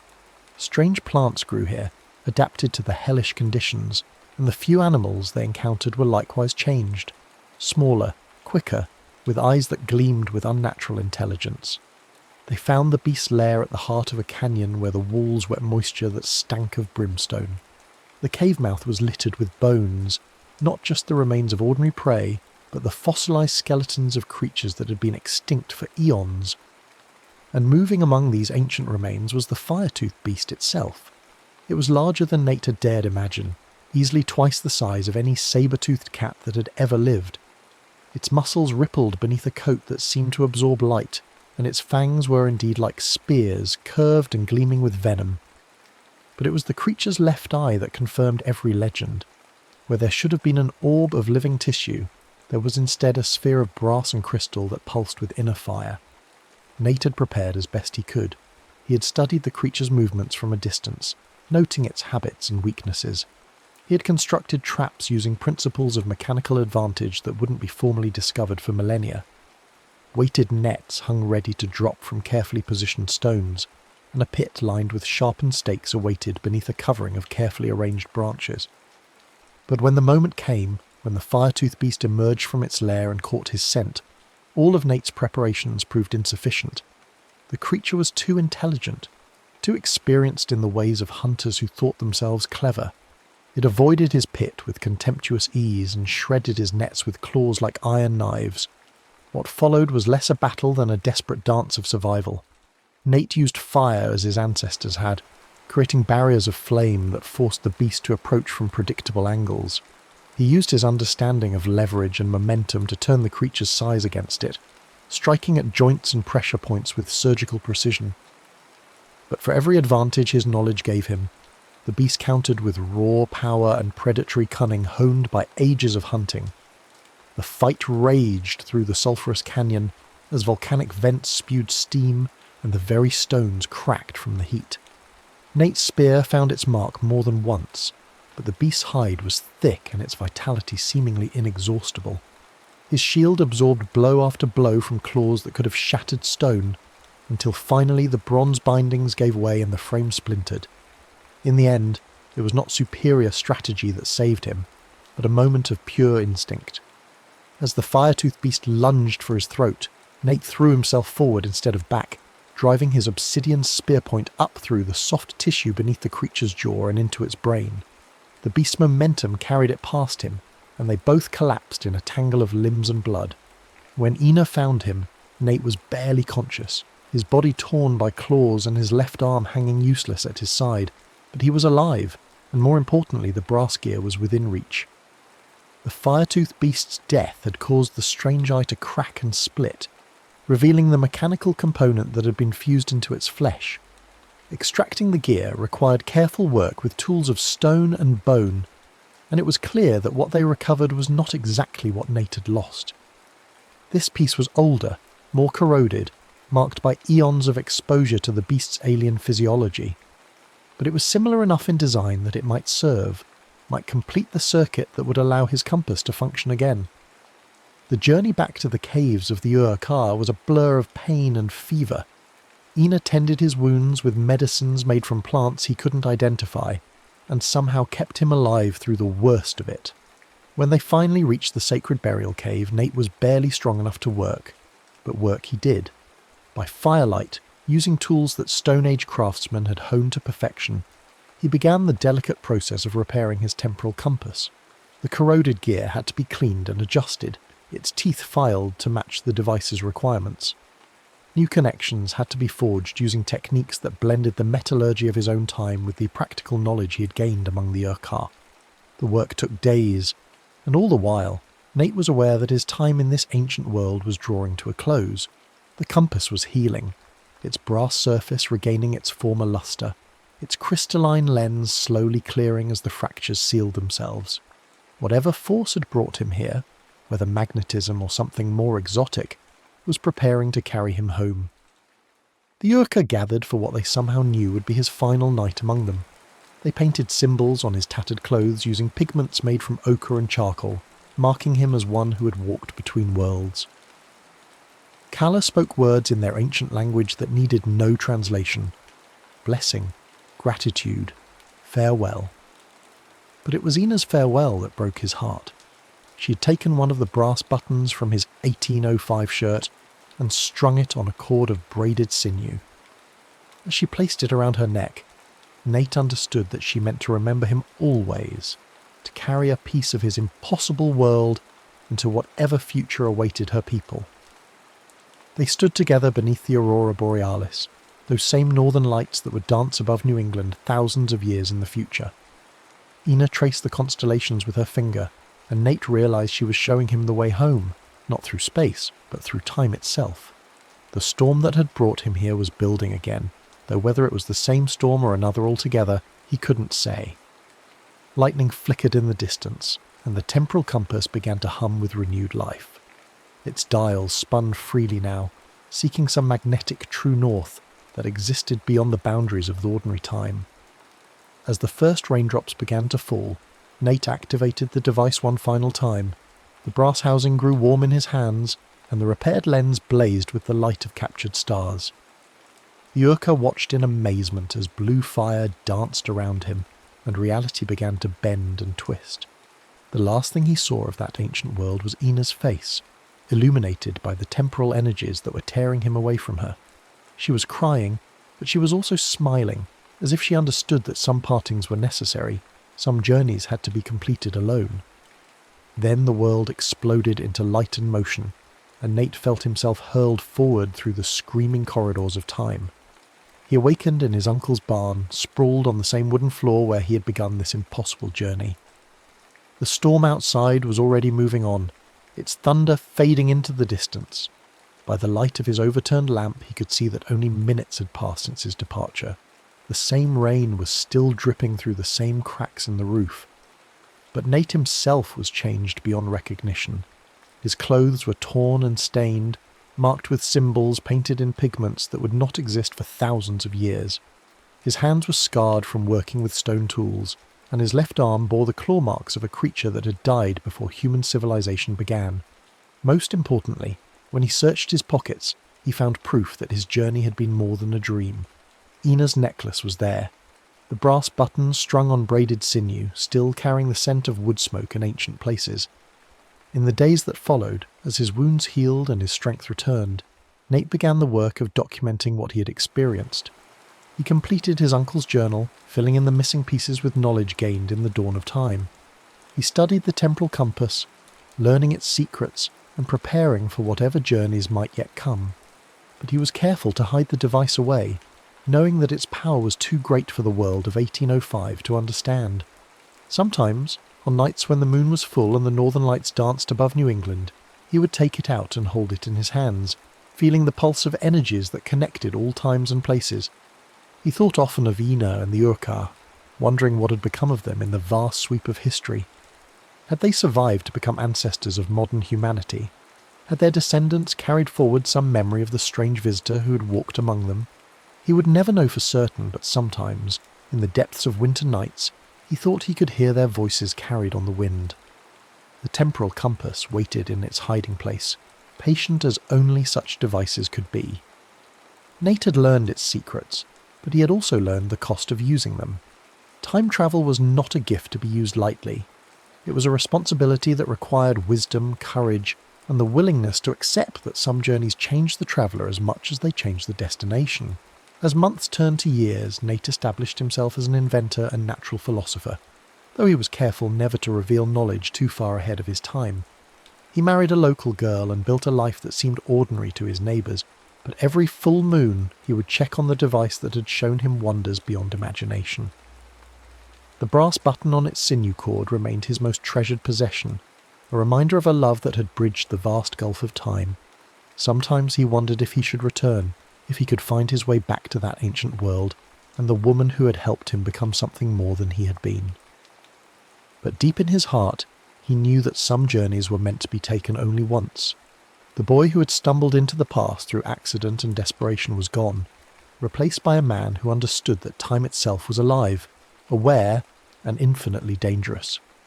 The temporal compass would remain hidden, its secrets guarded, until someone worthy enough and brave enough came along to claim them. And on nights when the aurora borealis painted the sky in shades of green and gold, Nathaniel Harrow would stand at his window and remember a cave girl who had shown him that love could exist in any time, in any place, in any form. The button around her neck had been his gift to the past, but her courage and wisdom were her gifts to his future. The storm outside his window began to build again, and for just a moment Nate's hand moved toward the hiding place, where the compass waited. But then he smiled and turned away, content to let the lightning flash and the thunder roll without intervention. Some storms were meant to be weathered, not travelled through. Time would call to him again some day, he was certain of that. But until it did, he would live in the present, carrying the past in his heart and the future in his dreams, a guardian of secrets that spanned the ages. Years passed like pages turning in a book written by invisible hands.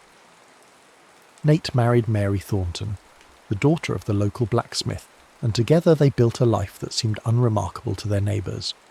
Their farmhouse sat on a hill overlooking the Connecticut River, and their fields produced wheat and corn that fed half the county. To the people of Millbrook, Nathaniel Harrow was simply a successful farmer, with an unusual talent for mechanical contraptions and an uncanny ability to predict the weather.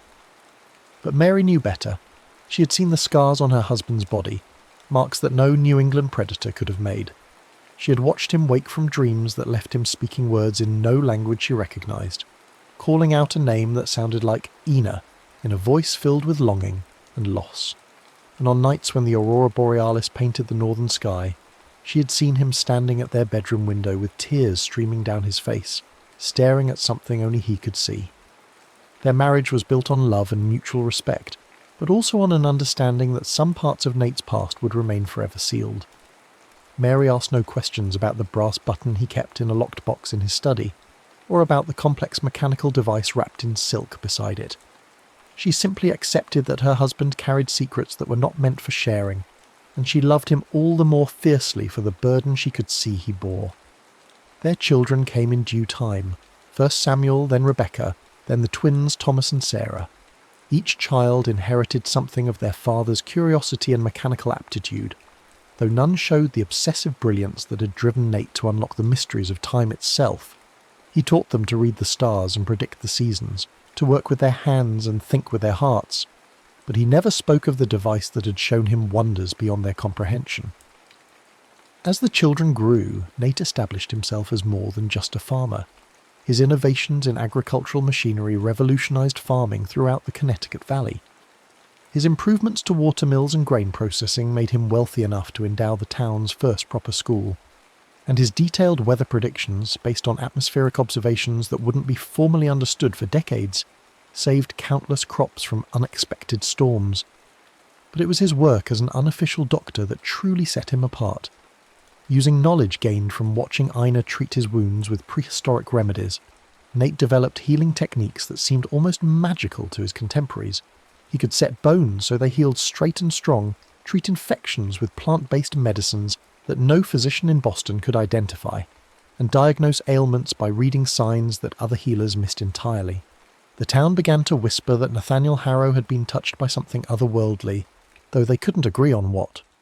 Some said he had made a pact with forest spirits during a vision quest in the mountains. Others claimed he had studied with Indian medicine men who had taught him secrets passed down from the time before memory.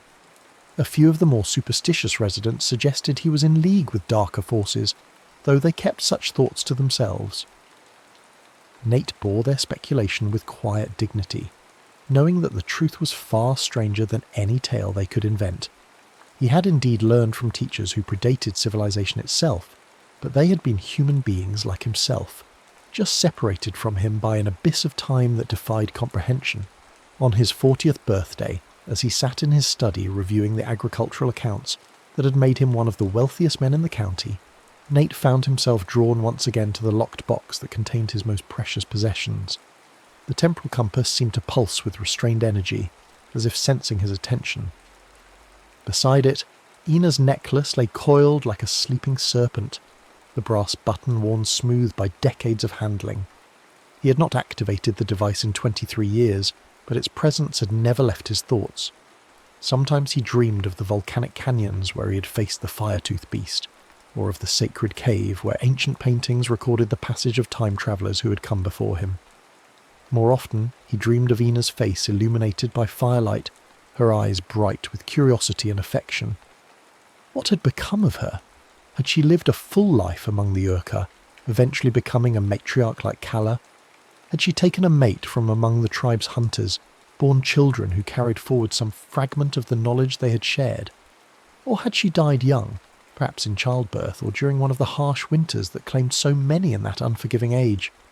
The not knowing was perhaps the cruelest aspect of his exile from that ancient world.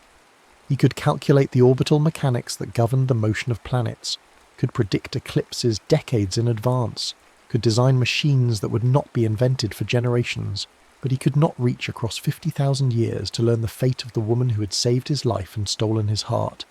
As if summoned by his thoughts, a knock came at the study door.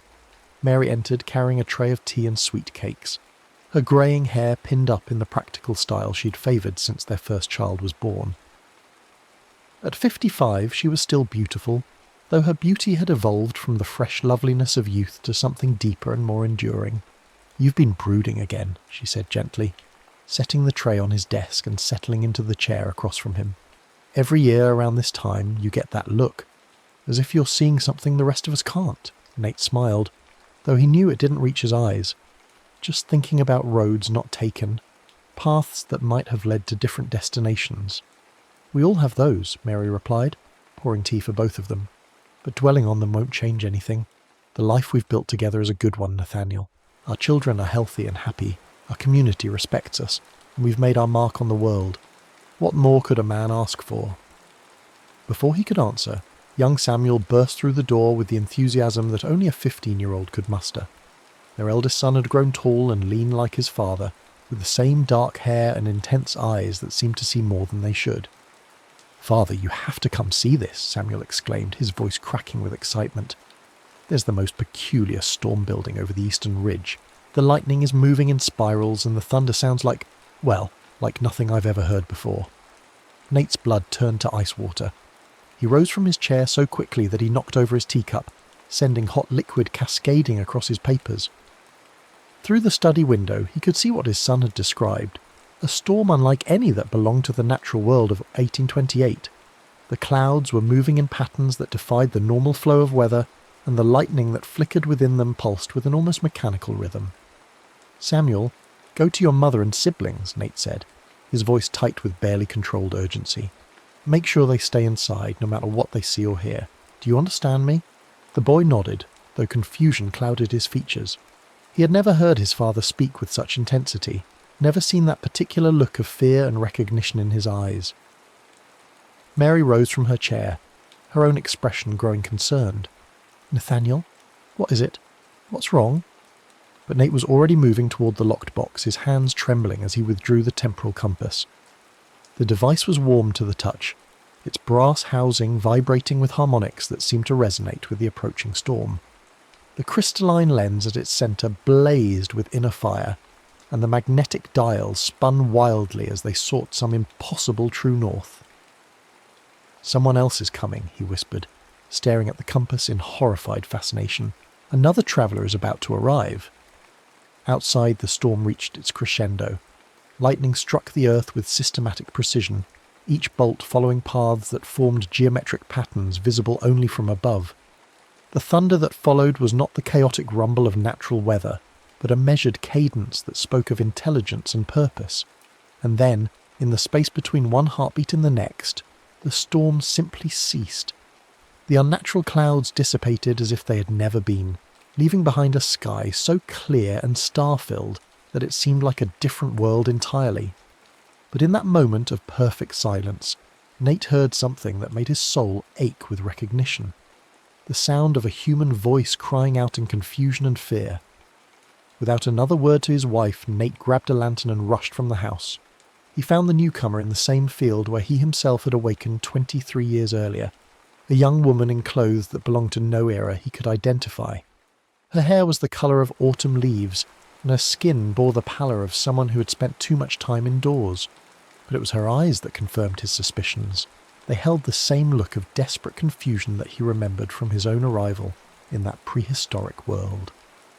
The woman clutched a device that was unmistakably another temporal compass, though this one was crafted from silver rather than brass, and bore engravings in a script that seemed to shift and change when viewed directly. Like his own device, it was damaged, its crystalline core cracked, several of its delicate mechanisms scattered across the grass. "Where am I?" she gasped, struggling to sit up. "When am I?" The calculations were perfect. The magnetic alignment was exact. But something went wrong during the transition.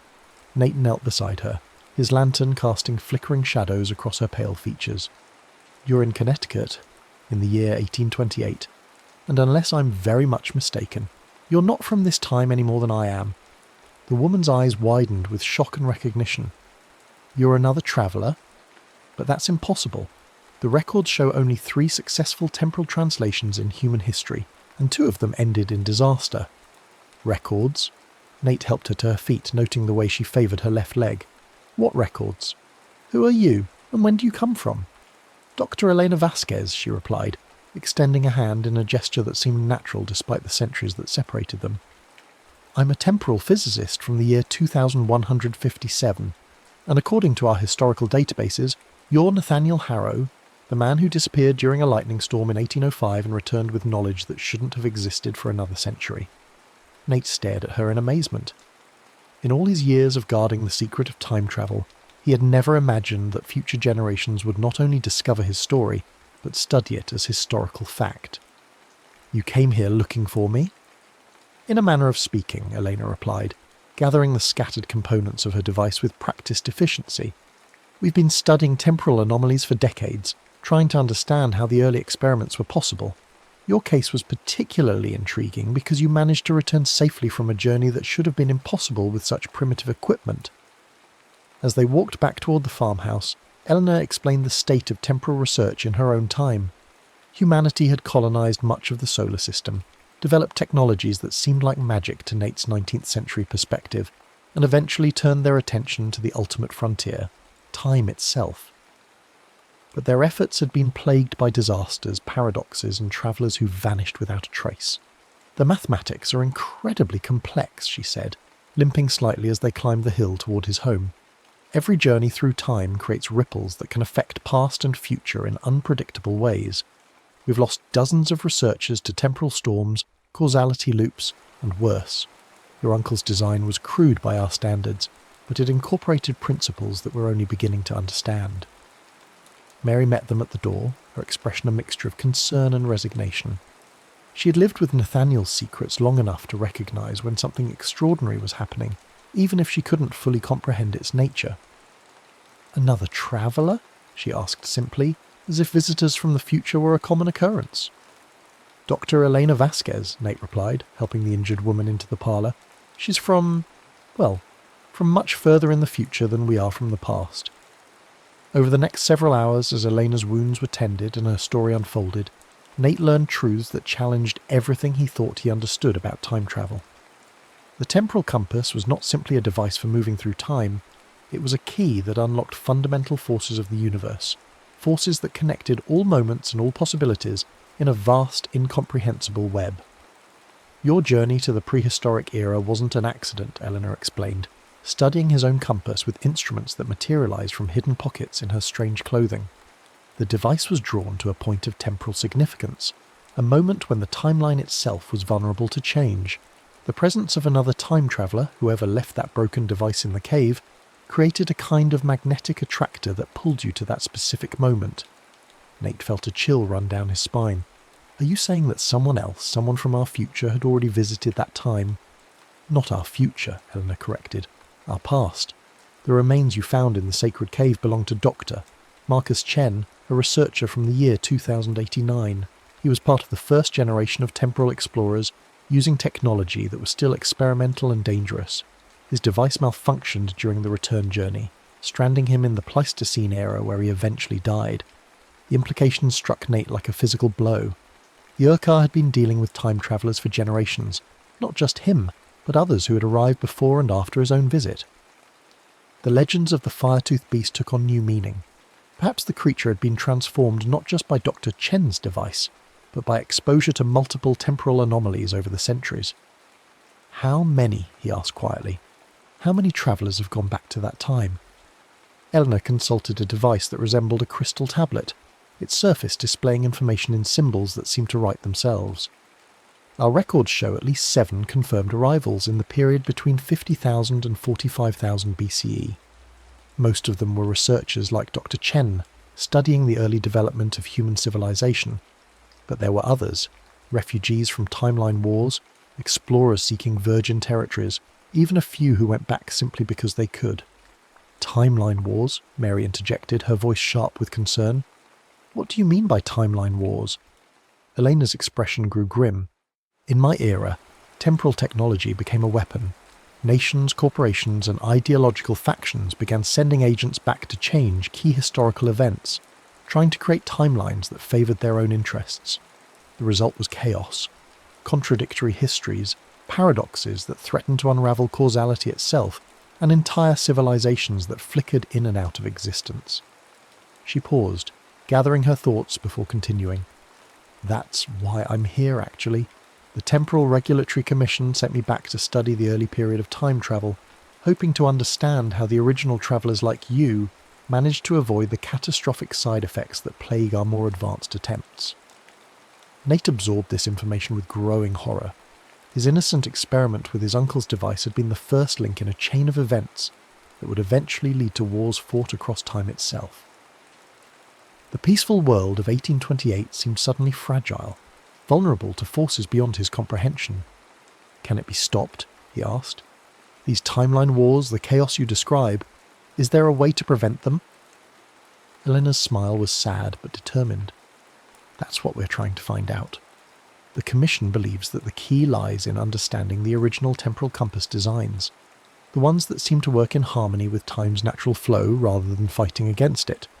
Your uncle's device, and others like it, may represent a fundamentally different approach to temporal manipulation. As dawn approached, Elena worked to repair her damaged compass using tools and knowledge from an era centuries beyond Nate's comprehension. But the principles she employed were remarkably similar to those he had learned in that prehistoric cave, suggesting that some truths transcended time and technology. There's something else, she said, as she calibrated the device's magnetic resonance chambers. Something the Commission needs you to know. The woman you knew as Ina, she's not lost to history. Her bloodline survived, and her descendants carried forward genetic markers that we can still trace in the modern era. Nate's hands trembled as he set down his coffee cup. You mean she lived? She had children? More than that, Elena replied, her eyes bright with excitement. Her descendants became some of the most successful and influential people in human history. Scientists, explorers, leaders who shaped the course of civilization. It's as if your presence in that ancient time somehow accelerated human development, giving our species advantages that allowed us to achieve things we might never have accomplished otherwise. The revelation left Nate speechless. His brief time among the Urquhart had not been simply a personal adventure, it had been a pivotal moment in human history, one that echoed forward through the millennia in ways he could never have imagined. As Elena prepared to return to her own time, she made Nate an offer that would haunt him for years to come. The Commission would like you to consider joining our research effort.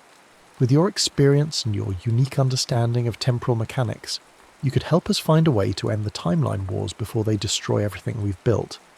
But Nate looked at his wife, his children sleeping peacefully upstairs, the life he had built in this quiet corner of 19th century America, and he knew what his answer had to be.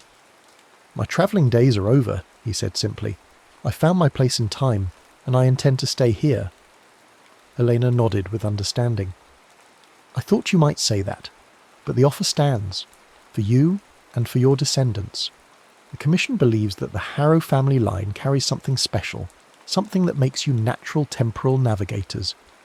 With a flash of silver light and a sound like distant thunder, Dr. Elena Vasquez vanished back to her own time, leaving behind only a faint scent of ozone and the knowledge that time itself was far more complex and dangerous than Nate had ever imagined. In the days that followed, Nate found himself looking at his children with new eyes. Samuel in particular seemed to have inherited something of his father's sensitivity to temporal fluctuations, often commenting on weather patterns that had not yet begun to form or predicting events with uncanny accuracy. When the boy asked about the strange lightning that had brought their mysterious visitor, Nate simply told him that some storms were unlike any others, and that wisdom lay in knowing when to seek shelter and when to stand and face the wind. The temporal compass remained in its hiding place, but Nate no longer felt the same urge to use it. His journey to the past had been necessary, perhaps even destined, but it had also been complete. The future, with its timeline wars and temporal refugees, would have to find its own path forward. But on clear nights when the aurora borealis danced across the northern sky, Nate would sometimes take out Ina's necklace and hold it up to the light, imagining he could see through it to that ancient world where a cave girl had taught him that love could transcend any barrier time could create, and he would whisper a prayer of gratitude for the journey that had brought him home, and for the wisdom to know that some destinations were meant to be reached only once. The gears of Rome. The fog pressed against the grimy windows of Alaric Grayson's workshop like the breath of London itself, thick and yellow with coal smoke and the exhalations of 2 million souls. Inside, surrounded by the skeletal remains of a dozen timepieces, Alaric hunched over his workbench, adjusting the delicate springs of a grandfather clock whose owner would never return to claim it. The man had been found floating in the Thames 3 days prior, his pockets empty save for a ticket stub to the underground auction house on Drury Lane. Such were the hazards of collecting antiquities in Victorian London, where the line between scholarship and grave robbing blurred like watercolours in rain. Alaric had learned this lesson well over his 35 years, first as an apprentice clockmaker, then as a dealer in mechanical curiosities, and finally as something resembling a philosopher, though he would never claim such a lofty title. He preferred to think of himself as a student of time itself, fascinated by humanity's eternal struggle to measure, contain, and ultimately master the one force that mastered them all. The brass pendulum caught the gaslight as it swung, casting hypnotic shadows across the cluttered workshop. Gears of every size and description littered the shelves, some pristine and new from the Birmingham manufactories, others green with age and mystery.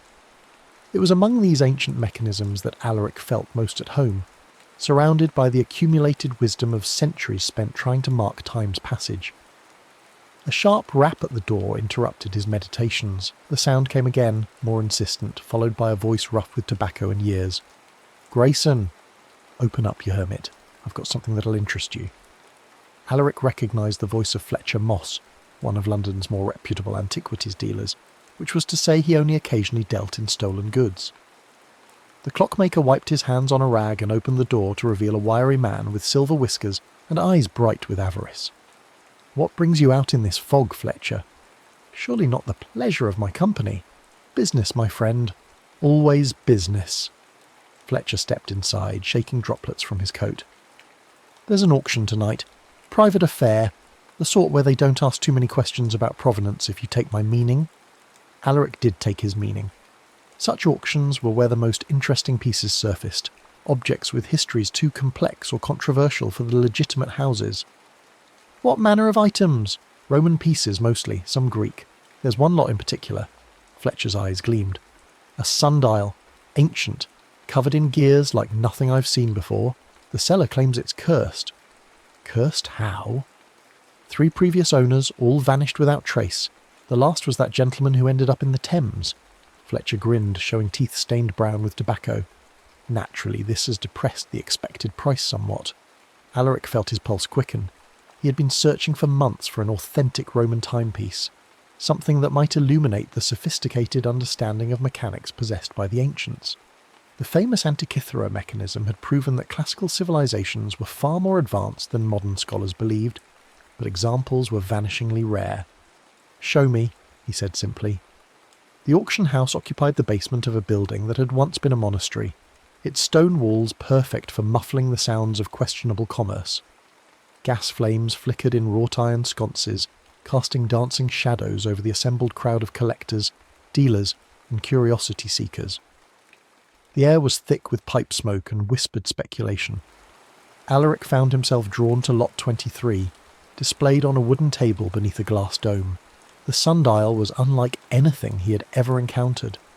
Bronze and brass components were integrated into what appeared to be marble base, carved with Latin inscriptions he could partially read: Tempus fuit, tempus manet, time flees, time remains. But there were other symbols too, geometric patterns and astronomical diagrams that seemed to shift in the flickering gaslight. The gearwork was extraordinary. Tiny bronze wheels and escapements were visible through gaps in the marble housing, suggesting a mechanism of incredible complexity. This was no simple timepiece, but something approaching a mechanical computer, designed to track the movements of celestial bodies with precision that wouldn't be matched until the Renaissance. Lot 23, called the auctioneer, a thin man with the pallor of someone who conducted business exclusively in basements. Roman sundial, provenance uncertain, condition as seen, bidding starts at £5. The crowd was smaller than usual, and their enthusiasm notably subdued. Superstition ran deep among antiquities dealers, and the sundial's reputation preceded it. Alaric found himself bidding against only 2 other collectors, and within minutes had secured the piece for the surprisingly modest sum of £18. As he arranged for delivery, Fletcher appeared at his elbow. "You've got stones, I'll give you that. Most wouldn't touch that thing for twice the price." "Superstition is the enemy of knowledge," Alaric replied, though he couldn't entirely suppress a shiver as he looked at his purchase. There was something about the device that seemed to watch him back, as if the geometric patterns carved into its surface were eyes rather than mere decoration. The sundial arrived at his workshop the following evening, delivered by 2 men who seemed eager to complete their business and depart. Alaric spent the next several days examining it under magnification, marvelling at the precision of its construction. The gears were cut with mathematical exactness, and the astronomical calculations encoded in its structure revealed an understanding of celestial mechanics that shouldn't have existed for another 1,000 years. But it was the inscriptions that truly captured his imagination. Alongside the Latin were symbols he couldn't identify, resembling no alphabet he knew. Some appeared to be numerical, others geometric, but their meaning remained tantalizingly out of reach. He consulted every reference book in his extensive library, wrote letters to scholars at Oxford and Cambridge, even visited the British Museum to examine their collection of Roman artefacts. Nothing matched the mysterious symbols on his sundial. As December progressed and the winter solstice approached, Alaric became increasingly obsessed with the device. He worked late into the night, oil lamps burning low as he traced the intricate gear patterns and attempted to decode the cryptic inscriptions. Sleep became elusive, haunted by dreams of bronze wheels turning in darkness and voices speaking in tongues he almost but not quite understood. It was on the night before the solstice that inspiration struck. Alaric had been studying the sundial's shadow-casting gnomon when he noticed something peculiar about its angle. Rather than being fixed in the traditional manner, it appeared to be adjustable, connected to the internal mechanism by a series of nearly invisible gear teeth. Moreover, the marble base contained what looked like mounting points for additional components, mirrors perhaps, or prisms. The realization hit him like a physical blow. This wasn't simply a sundial, but something far more complex, a machine designed to manipulate light itself. The gears weren't merely tracking the sun's position, but calculating something else entirely, something that required artificial illumination to function properly. Working with feverish intensity, Alaric began constructing a support apparatus from parts in his workshop. He mounted mirrors on adjustable arms, positioned prisms to split and redirect light, and connected the entire assembly to a gear table powered by a combination of steam pressure and magnetic force. The theory was audacious. If he could recreate the conditions of natural sunlight at the precise moment of solstice, the sundial might reveal its true purpose. The work consumed him completely. He forgot to eat, sleeping only when exhaustion forced him to collapse over his workbench.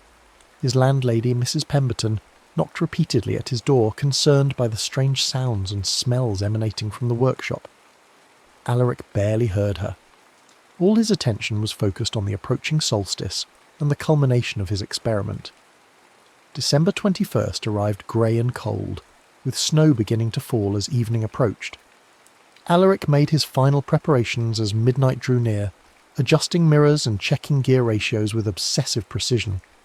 The sundial sat at the centre of his elaborate apparatus, its bronze surfaces gleaming in the lamplight, waiting. At 5 minutes to midnight, he ignited the gas jets that would power his artificial sun. Light blazed forth, reflected and refracted through the network of mirrors and prisms, casting geometric shadows that danced across the sundial's surface like living things.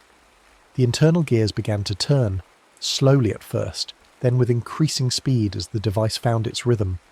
The sound was unlike anything Alaric had ever heard.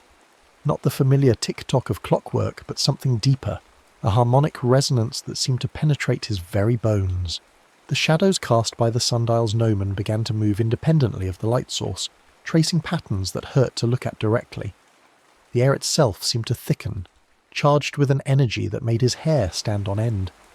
As the church bells of London began to toll midnight, marking the exact moment of winter solstice, the sundial reached a crescendo of activity. Gears spun with impossible speed, shadows writhed like serpents, and the harmonic resonance grew so intense that the windows of the workshop began to crack. Alaric reached out to shut down the apparatus, suddenly afraid of what he had unleashed, but it was too late. The world folded in on itself. There was no explosion, no flash of light or crash of thunder. Instead, silence descended like a curtain, followed by pressure that seemed to compress his very soul.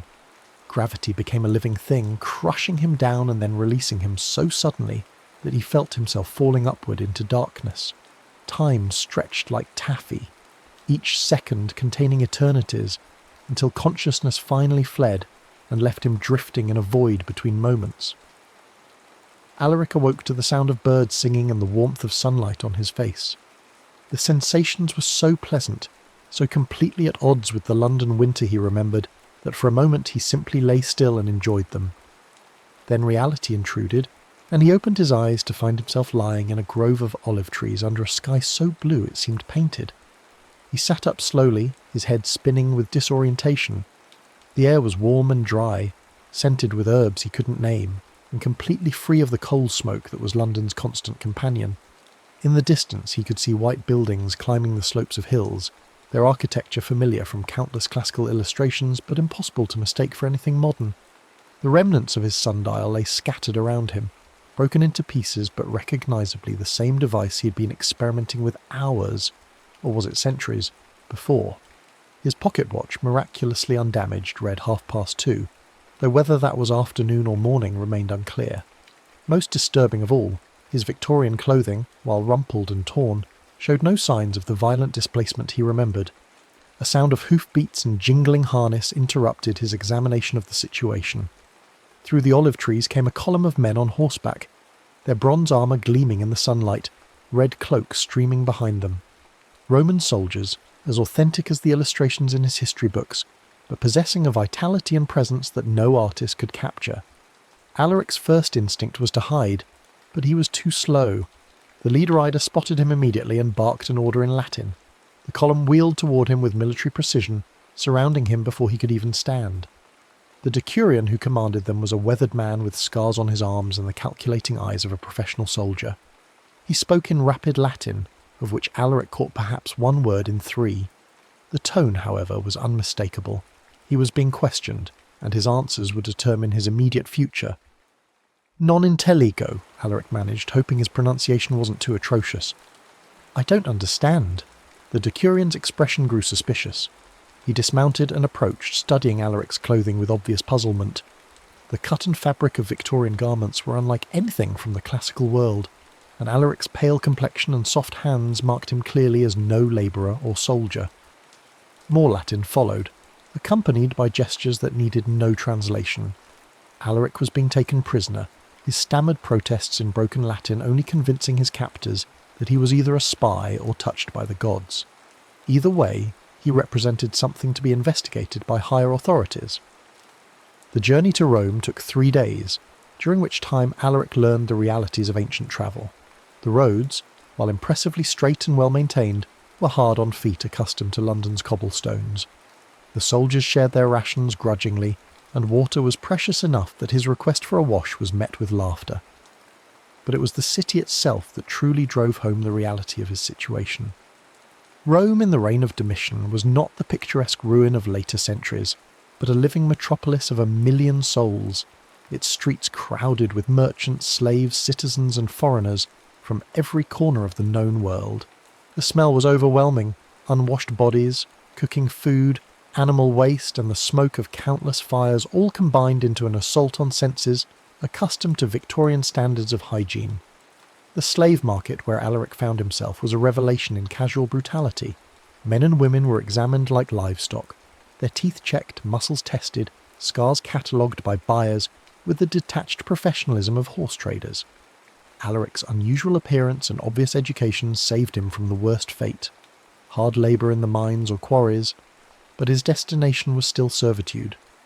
Lucius Varro proved to be a senator of middle rank, wealthy enough to maintain a substantial household, but not so elevated as to attract dangerous attention from the emperor. He was a man in his 50s with the soft physique of comfortable living and the calculating gaze of someone who had survived decades of Roman politics. His examination of Alaric was thorough and uncomfortably intelligent. "You're no Gaul or German," he said in accented but perfectly understandable Greek, evidently having concluded that Alaric might be from the eastern provinces. "Your hands are too soft for manual labour, but you lack the bearing of nobility. A scribe, perhaps? A tutor?" Alaric nodded eagerly, seizing on the suggestion.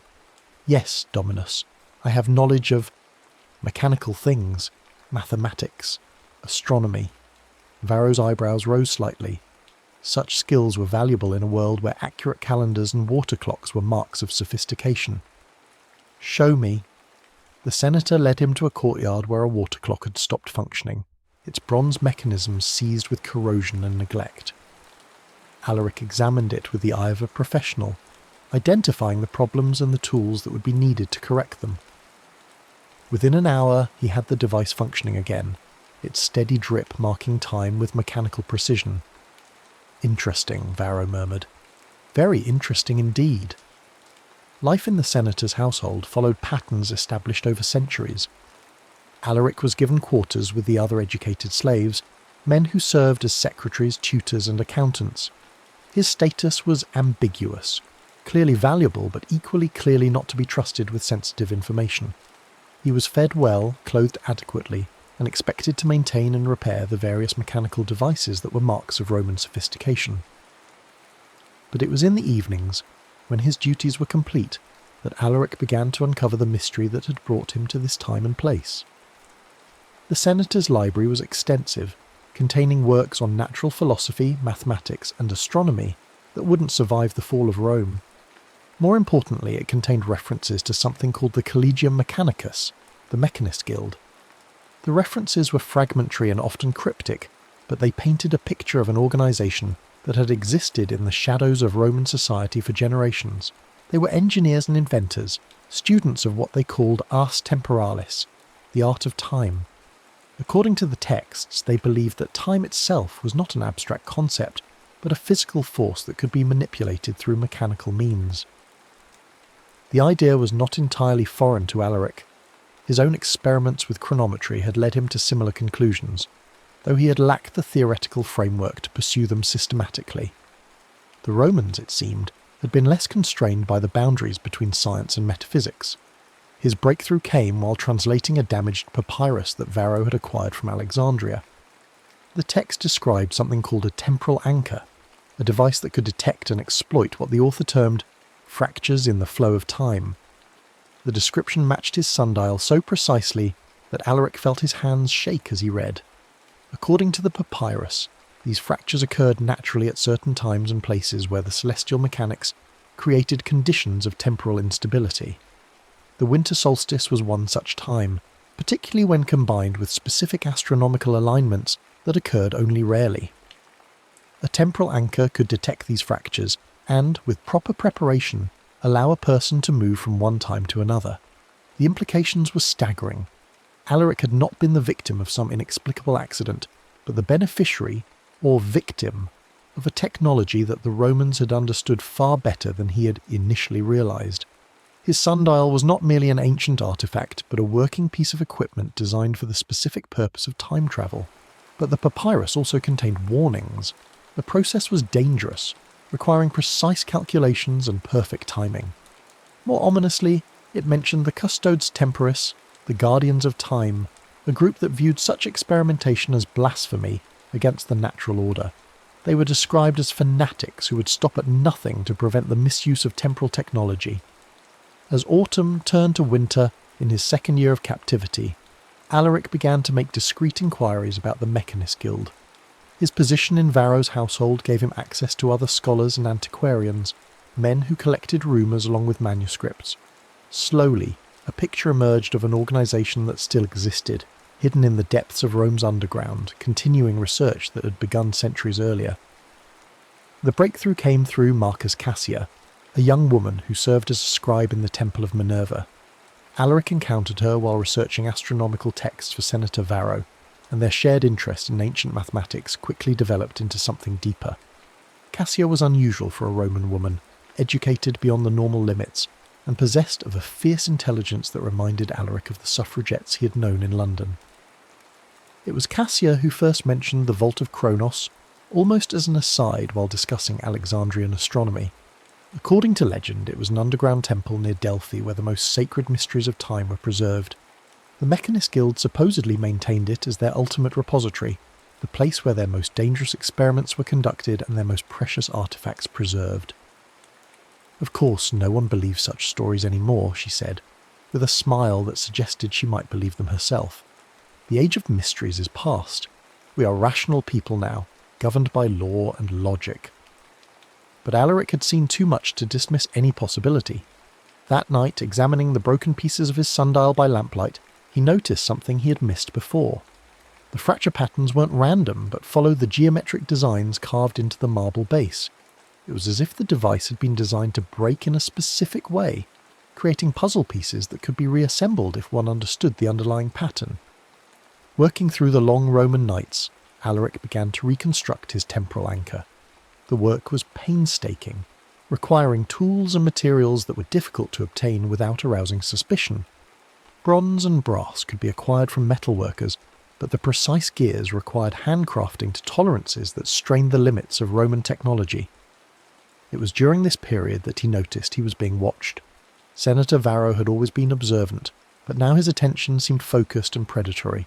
Conversations that had once been casual became interrogations, and Alaric's movements around the household were increasingly monitored. The confrontation came on a winter evening when Alaric was working late in the senator's library. Varro entered silently, his footsteps muffled by expensive carpets, and stood watching for several minutes before speaking. "You're not what you pretend to be," the senator said quietly. "I've known this for months, but I've been patient, waiting to understand what you truly represent." Alaric's hand moved instinctively toward the concealed components of his sundial, but Varro was faster. Roman politics bred quick reflexes, and the senator had a dagger at Alaric's throat before he could react. "I know about the guild," Varro continued conversationally. "I know about their obsession with time and their belief that the past can be changed to serve the present. What I don't know is whether you're one of their agents or something else entirely." The blade was sharp enough that Alaric could feel it parting the skin of his neck. Any movement would open his throat, but lying still meant accepting whatever fate the senator had planned for him. "I'm not their agent," he said carefully. "I'm something they never anticipated. I'm from the future, Senator, from a time 1700 years beyond this moment." Varro's laugh was genuinely amused. "An interesting claim. Can you prove it?" Alaric reached slowly into his toga, moving with deliberate care to avoid startling the armed man. He withdrew his pocket watch, its Victorian craftsmanship immediately apparent to anyone with knowledge of mechanical devices. The precision of its gears, the quality of its springs, the sophistication of its escapement, all were centuries beyond anything the Romans could produce. The senator examined the watch with growing amazement, his political instincts warring with the evidence of his senses. The craftsmanship was undeniable, but the implications were staggering. "If this is true," he said finally, "then you represent an opportunity beyond anything I dared imagine. The knowledge you possess, the technologies of your time, they could transform Rome, make us truly eternal." It was then that Alaric understood the true danger of his situation. Varro didn't want to expose him or turn him over to authorities. The senator wanted to use him, to extract the secrets of the future and apply them to his own advancement. In the ruthless calculus of Roman politics, Alaric had become the ultimate resource. "I can't give you what you want," Alaric said. "The principles that govern such technologies require centuries of development, foundations that don't exist in your time. Then we'll have to settle for what you can provide." The dagger hadn't moved from his throat. "Your knowledge of coming events, for instance. Wars, succession crises, natural disasters. Such information would be invaluable to someone with the wisdom to use it properly." The conversation was interrupted by shouting from the courtyard, followed by the clash of steel on steel. Varro cursed and moved toward the window, momentarily distracted. Alaric seized the opportunity, grabbing the senator's wrist and twisting until the dagger fell.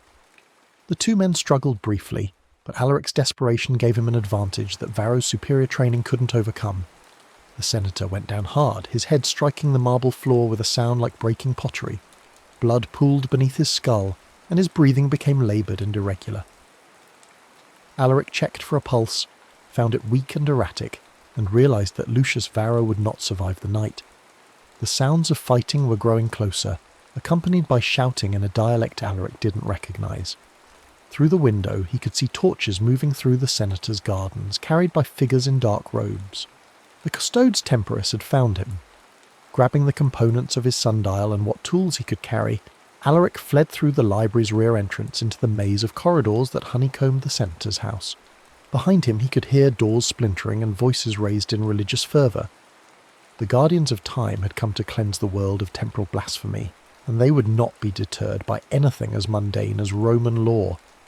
The escape route led through the household slave quarters, where terrified servants cowered in their cells as armed fanatics swept through the building. Alaric's unusual status gave him knowledge of the house's layout that proved invaluable. He knew which passages led to dead ends and which connected to the city's underground drainage system. Rome's sewers were an engineering marvel, but they were also a refuge for those who couldn't afford to live above ground. Alaric found himself in a world beneath the world, where escaped slaves, deserters, and criminals had created a shadow society that mirrored the one above. Here, in the stinking darkness beneath the eternal city, he encountered others who had reason to fear the Guardians of Time. They called themselves the remnants of the Mechanist Guild, though their numbers were few and their resources limited. Their leader was a man named Gaius Mechanicus, almost certainly not his birth name, who had spent decades studying the temporal sciences in hiding. He was ancient by Roman standards, perhaps 70 years old, but his mind remained sharp and his dedication absolute. "We have waited for someone like you," he told Alaric during their first meeting in a chamber carved from the living rock beneath the Palatine Hill. The prophecies spoke of a walker between times who would come from the future to complete the great work. Alaric was sceptical of prophecies, but he couldn't deny the accuracy of their descriptions. The texts the guild had preserved matched his experience too closely to be coincidental. They spoke of a man who would arrive with knowledge of sciences yet to be born, bearing a temporal anchor that could unlock the deepest mysteries of time itself. "What is this great work you speak of?" he asked. Gaius smiled with the satisfaction of someone who had waited decades to answer that question. The mastery of time itself, the ability to move freely through the centuries, to correct the errors of the past and shape the future according to wisdom rather than chance. It was an intoxicating vision, but Alaric had learned to be suspicious of grand ambitions. And the cost? There's always a cost to such power. "The cost is what we're paying now," Gaius replied. "Hiding in sewers, hunted by fanatics, watching Rome decline while we possess the knowledge to save it. The Guardians of Time believe that temporal manipulation is blasphemy, but they're wrong. Time is a tool, like fire or the wheel. It can be used for good or ill, but it cannot be ignored." Over the following weeks, Alaric learned the full scope of the guild's research. They had been studying temporal mechanics for generations, building on fragments of knowledge that suggested an even older tradition. The techniques they had developed were crude compared to what Alaric remembered from his own experiments, but they were based on sound principles and had yielded genuine results. The Vault of Kronos was real, they assured him, though reaching it would be extraordinarily dangerous. It lay beneath a temple complex near Delphi, in chambers that had been carved from the bedrock before the Greeks arrived. The guild maintained it as their ultimate repository, but access required passing through defences both technological and mystical. The ancients who built it understood truths that we're only beginning to rediscover, Gaius explained. They knew that time is not uniform. It flows differently in different places, pools in some locations and rushes like a torrent in others. The vault sits at the centre of such a pool, a place where past, present and future intersect. Preparations for the journey took months.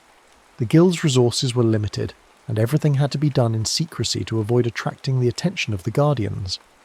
Maps had to be studied, supplies gathered, and routes planned that would avoid both Roman patrols and the fanatics who hunted them.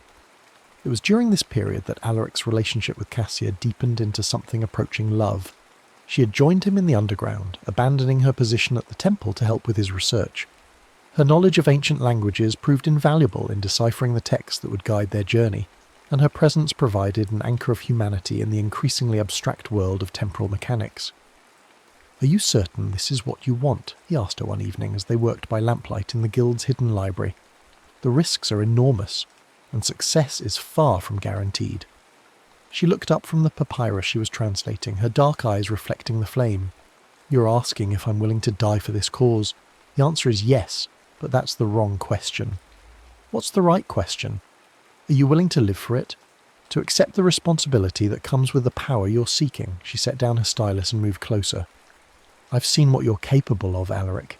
You have knowledge that could reshape the world. The question is whether you have the wisdom to use it properly."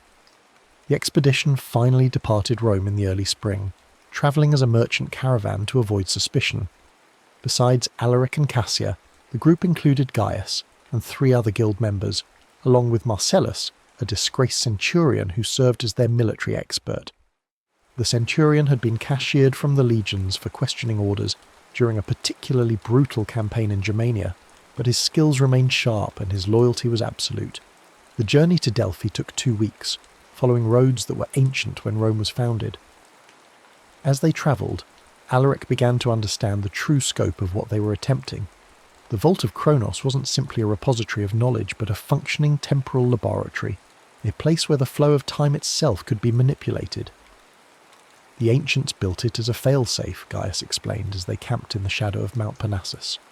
They knew that their civilization would not last forever, so they created a place where their most important knowledge could be preserved, and past Alaric found himself drawing on knowledge he hadn't known he possessed. Insights that seemed to come from some deeper source than his Victorian education. The symbols that had been mysterious when he first encountered them on his sundial now made perfect sense, revealing themselves as a sophisticated notation system for temporal mathematics. The first major obstacle was a massive bronze door covered in rotating discs, each inscribed with astronomical symbols. The solution required calculating the exact celestial positions for the night of the winter solstice in the year the vault was built, a date that had to be deduced from the astronomical data encoded in the mechanism itself. Working by torchlight, with the constant fear of pursuit by the Guardians of Time, Alaric and Cassia spent hours working through the calculations. The mathematics were elegant but fiendishly complex, requiring an understanding of precession, orbital mechanics, and temporal distortion that pushed the limits of their knowledge. "There," Cassia said finally, her voice hoarse with exhaustion. "If I'm right, the configuration should be Jupiter, in conjunction with Mars, with Venus rising at the moment of solstice." Alaric carefully adjusted the bronze discs, feeling the ancient mechanism respond to his touch. There was a moment of perfect silence, then a deep rumbling as counterweights shifted and gears engaged. The massive door swung open, revealing a corridor that stretched into darkness beyond the reach of their torches. The passage beyond was a marvel of engineering, its walls lined with bronze mirrors polished to perfection. As they advanced, Alaric realized that the mirrors were more than decoration. They were part of an optical computer, designed to perform calculations using reflected light. The patterns of reflection changed as they moved, creating displays of astronomical data that tracked their progress through the complex. The second obstacle was more subtle but equally challenging. The corridor split into multiple branches, each identical in appearance but leading to different destinations. There were no obvious clues to guide their choice, but Alaric gradually realized that the solution lay in understanding the nature of time itself. "It's not a maze," he said suddenly. "It's a demonstration." Each path represents a different understanding of temporal mechanics, and only one leads to truth. The correct path, he realised, was the one that acknowledged the paradoxical nature of time travel itself. By choosing the route that seemed to double back on itself, they found themselves approaching the heart of the vault, along a trajectory that satisfied the requirements of temporal consistency. The final chamber took Alaric's breath away. It was vast, carved from the living rock, and lit by some source that seemed to emanate from the stone itself. At its centre stood an orrery of impossible complexity, its bronze and gold spheres tracking the movements of celestial bodies with precision that wouldn't be matched for centuries. Around the walls, mechanical devices of every description hummed with quiet activity. Clocks, calculators, and machines whose purpose defied immediate understanding. But it was the central altar that drew Alaric's attention. Upon it sat a temporal anchor, identical to his own sundial, but complete and undamaged. The device pulsed with a faint luminescence, and the air around it seemed to shimmer with temporal distortion.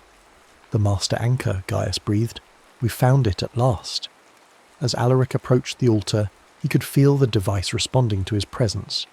The broken components of his own sundial grew warm in the bag where he carried them, resonating with their perfect counterpart.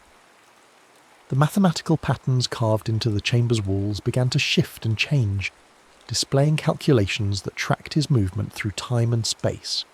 "It's been waiting for you," Cassia whispered. "All these centuries it's been waiting for someone who could complete the work." Alaric reached out to touch the master anchor, and the moment his fingers made contact with its bronze surface, the world exploded into possibility. Visions flooded his consciousness, glimpses of potential futures, alternate histories, the vast web of causality that connected every moment to every other. He saw Rome triumphant, its legions marching through time itself to build an empire that spanned the centuries. He saw the fall of civilization, the long night of ignorance and superstition that would follow. He saw himself, older and wiser, using the power of the anchors to guide humanity toward wisdom rather than destruction. But with the visions came understanding of the true cost. The master anchor was not simply a tool but a burden, requiring constant vigilance to prevent its misuse. Those who wielded temporal power became responsible for all of history, their every decision rippling forward and backward through the centuries. "I can't," he said, pulling his hand back from the device. "The responsibility is too great. No one person should have such power." "Then you truly understand," said a voice from the shadows behind them. They turned to see a figure emerge from the darkness, an elderly man in robes that seemed to shift between the garb of a Roman philosopher and something far more ancient. His face was ageless in the way that suggested not youth, but a transcendence of temporal limitations entirely. "Who are you?" Alaric demanded, though something deep within him already knew the answer. "I am the guardian of this place, not one of those fanatics who hunt you, but the true guardian, appointed by those who built the vault to ensure that its power is used wisely." The figure approached the altar, and Alaric noticed that his feet cast no shadow on the luminescent floor. "I have waited through the centuries for someone to arrive who possessed both the knowledge to activate the master anchor and the wisdom to refuse its ultimate power." "Then the test was never about solving the puzzles," Cassia said with sudden understanding. "It was about what we would do when we reached the end." The Guardian nodded approvingly. "The ancients learned, through bitter experience, that temporal power corrupts absolutely. They built this place not as a repository of weapons, but as a school teaching each generation the same lesson, that true mastery lies not in the ability to change the past, but in the wisdom to accept it." Alaric felt the broken pieces of his sundial growing warmer in their bag. "But my anchor brought me here. Surely that was meant to serve some purpose." "It was. Your arrival has completed a cycle that began when the first temporal anchor was created. The knowledge you've gained, the understanding you've achieved, these were always the true treasures of the vault. The power to travel through time is nothing compared to the wisdom to know when such travel should be attempted." The Guardian moved to a section of wall covered in inscriptions that Alaric now realised were not decorative but functional, a vast database of temporal knowledge encoded in bronze and stone. "Your anchor can be repaired, but it will require a sacrifice.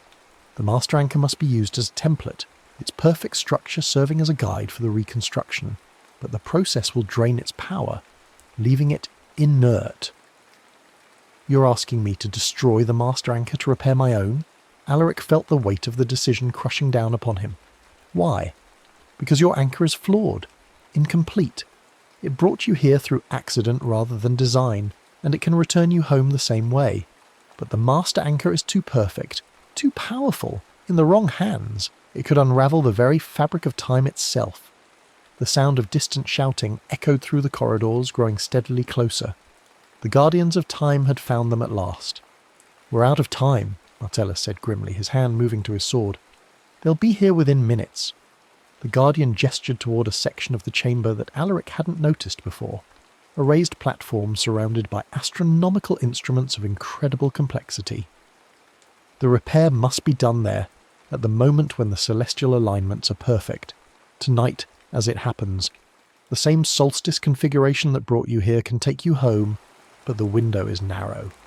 Alaric looked at his companions, seeing in their faces the same mixture of fear and determination that he felt. Gaius appeared strangely at peace, as if he had always known this moment would come. Cassia's expression was harder to read, but there was something in her eyes that made his heart clench with sudden dread.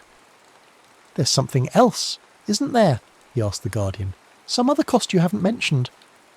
The repair process requires a perfect understanding of temporal mathematics, an understanding that no single mind can contain. The knowledge must be distributed, shared among multiple consciousness, and then unified at the crucial moment. The guardian's ancient eyes were filled with sorrow. Someone must remain behind to anchor the process from this end. Someone must sacrifice their own temporal existence to ensure yours. The shouting was closer now, accompanied by the ring of steel on stone as the fanatics fought their way through the vault's automated defences. Time was running out in more ways than one. "I'll do it," Gaius said without hesitation. "I'm old, and I've devoted my life to this moment. Let my sacrifice have meaning." "No," Cassia said firmly. "The calculations require someone younger, someone whose mind can handle the strain. I've studied the mathematics longer than anyone except Gaius himself." "Neither of you understands," the Guardian interrupted. "The sacrifice isn't death, it's worse. The person who anchors the process becomes temporally dispersed, their consciousness scattered across multiple timelines simultaneously. They become aware of every possible version of history, every choice that was made and every choice that could have been made. It's a form of existence, but one that no human mind was designed to endure." Alaric felt the weight of responsibility settling on his shoulders like a physical burden. He had started this chain of events with his experiments in a London workshop, and the consequences had rippled outward to touch the lives of everyone around him. The rational thing would be to accept the sacrifice of one of his companions and return to his own time, but he found that he couldn't make that choice. "There has to be another way," he said desperately. "Some alternative that doesn't require anyone to be destroyed." "There is," the Guardian said quietly. "You could remain here in this time and abandon your attempt to return home. The knowledge you've gained could be used to help Rome, to guide this civilization toward wisdom rather than destruction. But the cost would be accepting exile from your own era forever." The sound of approaching footsteps grew louder, punctuated by the crash of doors being forced open. The fanatics were almost upon them.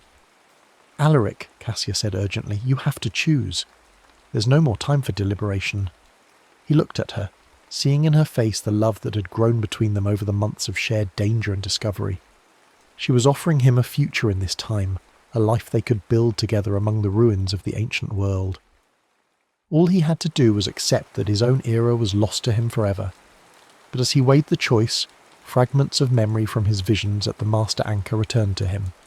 He had seen the long night of ignorance that would follow Rome's fall, the centuries of darkness that his Victorian era was only beginning to emerge from.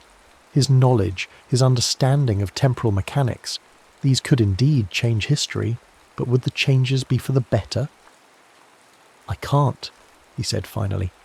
"The temptation to interfere, to use my knowledge to change things, it would be too great. I would become exactly the kind of temporal tyrant that the ancients feared." The Guardian nodded approvingly, but before he could respond, the chamber's entrance exploded inward. Armed figures in dark robes poured through the opening, their faces hidden behind masks that bore the symbol of an hourglass with broken glass. The Custodes Temporis had found them at last. "Blasphemers!" their leader shouted, raising a bronze sword that gleamed with religious fervour. You have violated the sacred order of time itself.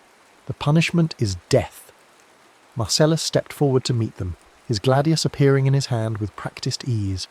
The sound of steel on steel rang through the chamber as he engaged the first wave of attackers, but there were too many of them, and his position was hopeless. "The platform!" the Guardian shouted over the din of battle. "Begin the repair now, while there's still time!" Alaric grabbed the components of his broken sundial and ran toward the astronomical platform, Cassia close behind him. The instruments there were unlike anything he had ever encountered, their bronze surfaces covered with symbols that seemed to shift and change as he watched. But somehow he understood their purpose. His consciousness expanded by contact with the master anchor to encompass knowledge he had never formally learned. Working with desperate haste, he began to align the broken pieces of his temporal anchor according to the patterns displayed on the ancient instruments. The mathematics were staggering in their complexity. Calculations that tracked the movement of every celestial body, accounted for the subtle distortions of space-time, and predicted the exact moment when the conditions for temporal transit would be perfect. Cassia worked beside him, her understanding of the ancient texts allowing her to interpret symbols that remained mysterious to him. Together, they began to reconstruct not just the physical device, but the mathematical framework that governed its operation. The battle raged around them as Gaius and the other guild members joined Marcellus in holding back the fanatics. But it was a losing fight. The Custodes Temporis were driven by religious fervour and outnumbered their opponents 3-1. Bodies began to fall, their blood staining the luminescent floor of the ancient chamber. "Almost there," Alaric muttered, adjusting the final gear into position. The sundial was taking shape again, its bronze components fitting together with the precision of master craftsmanship. But something was still missing, the final element that would complete the device and allow it to function. He felt in his pockets, searching for anything that might serve, and his fingers closed around his Victorian pocket watch. The timepiece that had survived his journey through the centuries, that had marked the hours of his captivity and exile, it contained components that were precisely what his temporal anchor needed. Without hesitation, he began to disassemble the watch, removing its springs and gears with the delicate touch of a master craftsman. The pieces fitted into the sundial's mechanism as if they had been designed for that purpose, completing circuits that had remained open for 2 millennia. The moment the final component clicked into place, the temporal anchor began to glow with the same luminescence that suffused the chamber. The astronomical instruments around the platform responded, their bronze surfaces displaying calculations that tracked the approaching moment of temporal opportunity. "Now," the Guardian shouted, "the alignment is perfect, but remember, someone must anchor the process from this end." Alaric looked around the chamber, seeing the desperate situation of his companions. Marcellus was down, his sword broken, blood streaming from a wound in his side. Gaius fought with the fury of desperation, but he was old and tiring rapidly. Only Cassia remained unengaged in the battle, standing beside the platform with her eyes fixed on the glowing sundial.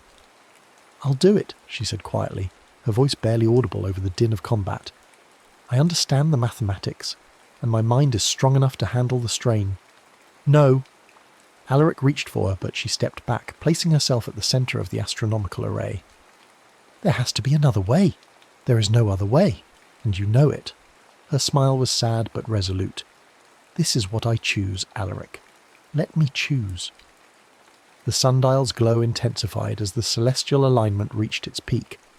Around the chamber, the bronze mirrors began to focus their reflected light onto the platform, creating a network of energy that made the air itself shimmer with potential. The moment of transition was approaching rapidly. Cassia began to speak in a language that Alaric didn't recognize, her words following mathematical patterns that seemed to resonate with the fabric of space-time itself. As she spoke, her form began to blur, becoming translucent as her consciousness dispersed across multiple temporal dimensions. "Remember me?"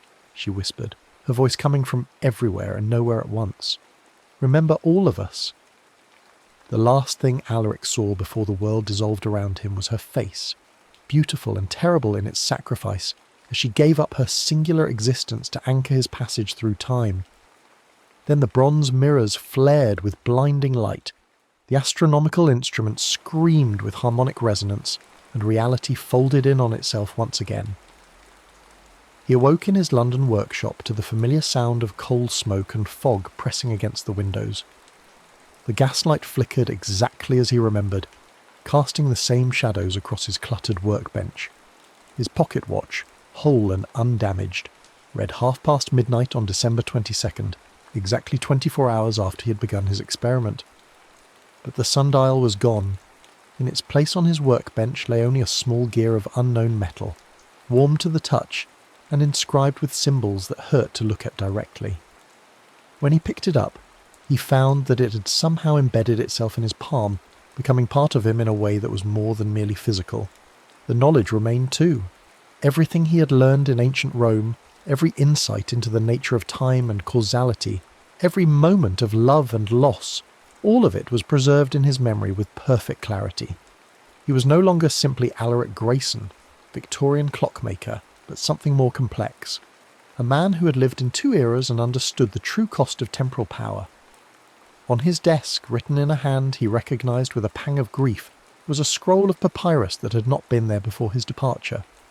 Cassia's final gift to him, the story of her life after his departure, written in the scattered moments of consciousness that remained to her across the multiple timelines she now inhabited. She had lived, the scroll told him, though not in any way that could be called normal. Her sacrifice had dispersed her consciousness across every possible version of history, allowing her to witness the rise and fall of civilizations, the birth and death of stars, the endless dance of cause and effect that governed the universe. She had become something between human and goddess, a guardian of temporal continuity who ensured that the most dangerous paradoxes were prevented. The scroll ended with words that brought tears to his eyes. "I have seen every possible future, my love, and in all of them, our sacrifice had meaning. The knowledge you carry back to your time will guide humanity toward wisdom, though the path will be long and difficult. Remember us not with sorrow but with joy, for we achieved something that no others in history have managed. We touched the very heart of time itself and found it good." The next morning brought Fletcher Moss to his door again, bearing word of another auction, another collection of mysterious artefacts from the ancient world. But this time, Alaric was ready. The gear embedded in his palm pulsed with warmth as he examined the dealer's offerings, revealing which items were authentic temporal devices and which were merely curious relics. "This one," he said, pointing to a bronze armillary sphere that looked unremarkable but sang with harmonic resonance to his enhanced senses. "And that, a Roman abacus that contained computational principles centuries ahead of its apparent age." "You've developed quite an eye," Fletcher observed with professional admiration. "Most collectors take years to develop such discrimination." Alaric smiled, thinking of Cassia and her patient instruction in the mathematical principles that governed temporal mechanics. "I've had good teachers." As the weeks passed, Alaric began to understand the true scope of his mission. The knowledge he had gained in ancient Rome was not meant to be hoarded but shared, disseminated carefully among those who could use it responsibly. He began to write, crafting papers on advanced mathematics and mechanical engineering that pushed the boundaries of Victorian science without revealing their true source. The Royal Society received his treatise on harmonic resonance and precision timekeeping with considerable interest. The principles he outlined, while theoretically sound, seemed to spring from nowhere, mathematical insights that had no clear precedent in existing literature. When pressed for the source of his inspiration, Alaric claimed to have discovered them in fragmentary Roman texts, a story that was plausible if unlikely. More papers followed.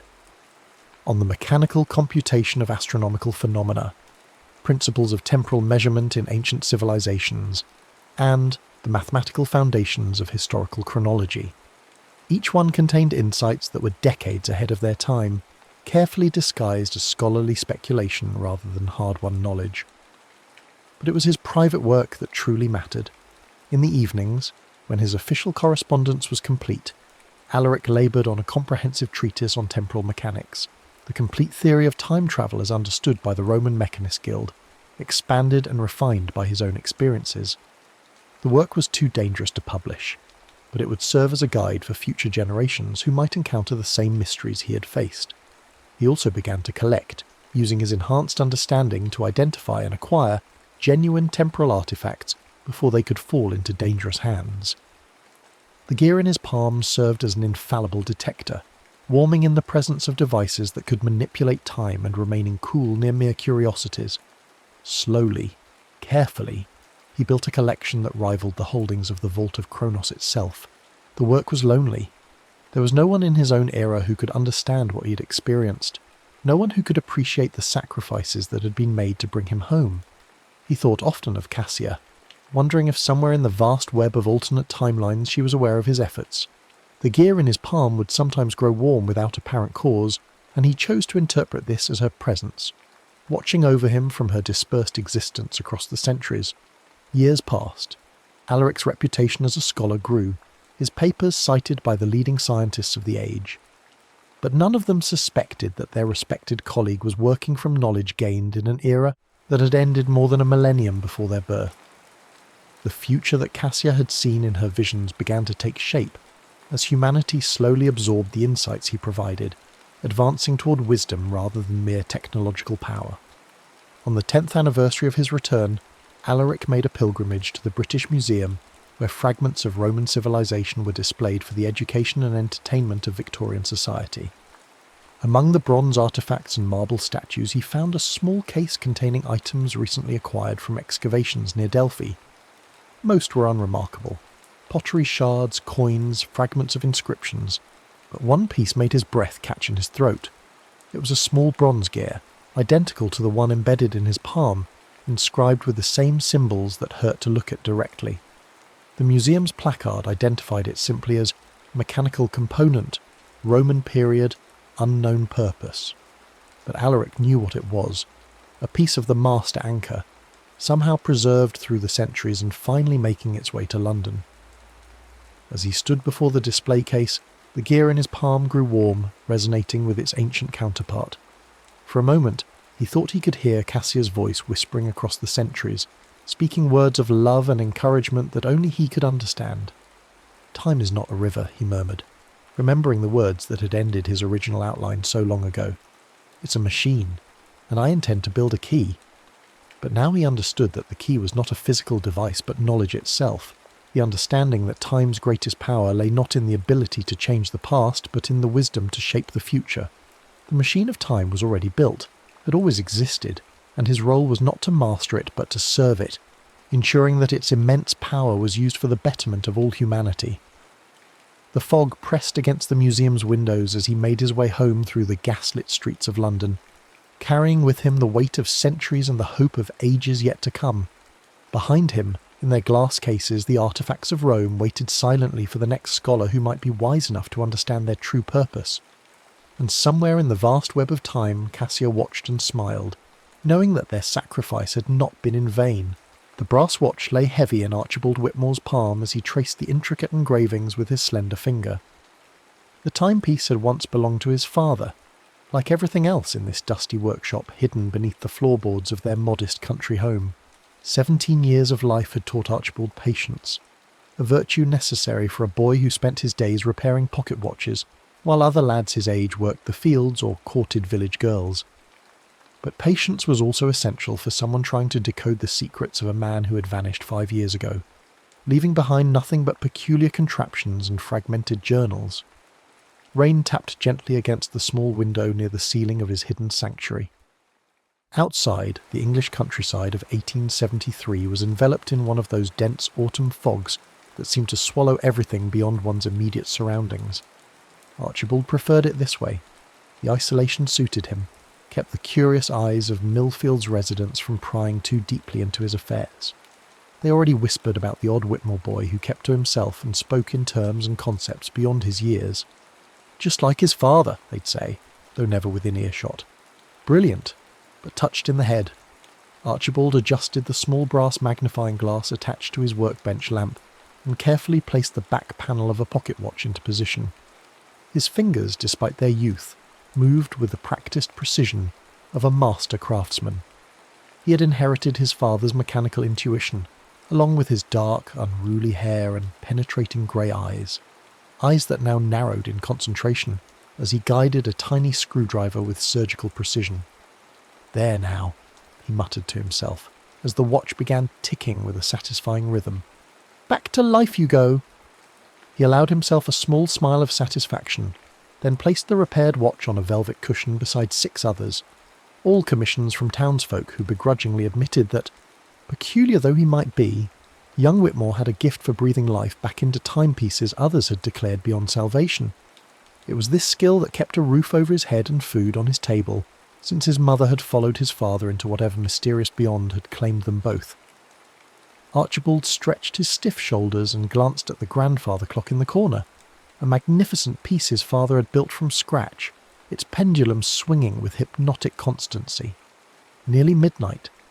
He should retire, but sleep rarely came easily to him, and tonight something else nagged at his consciousness, a feeling he couldn't quite identify, like the subtle off-rhythm tick of a watch with a hairspring just beginning to fail. His gaze drifted to the far corner of the workshop, to a locked cabinet he seldom opened. Inside lay the stranger pieces of his father's legacy, mechanisms and devices that served no obvious purpose, contraptions that seemed to defy the very laws of mechanics as they were understood. Most mysterious of all was the rusted, gear-laden device Archibald had discovered hidden in a lead-lined box beneath a loose floorboard, wrapped in oilcloth and accompanied by a note in his father's handwriting bearing only 3 words, "Never fully assemble." Perhaps it was the melancholy brought by the anniversary of his father's disappearance, or simply the restlessness of a mind too active for slumber.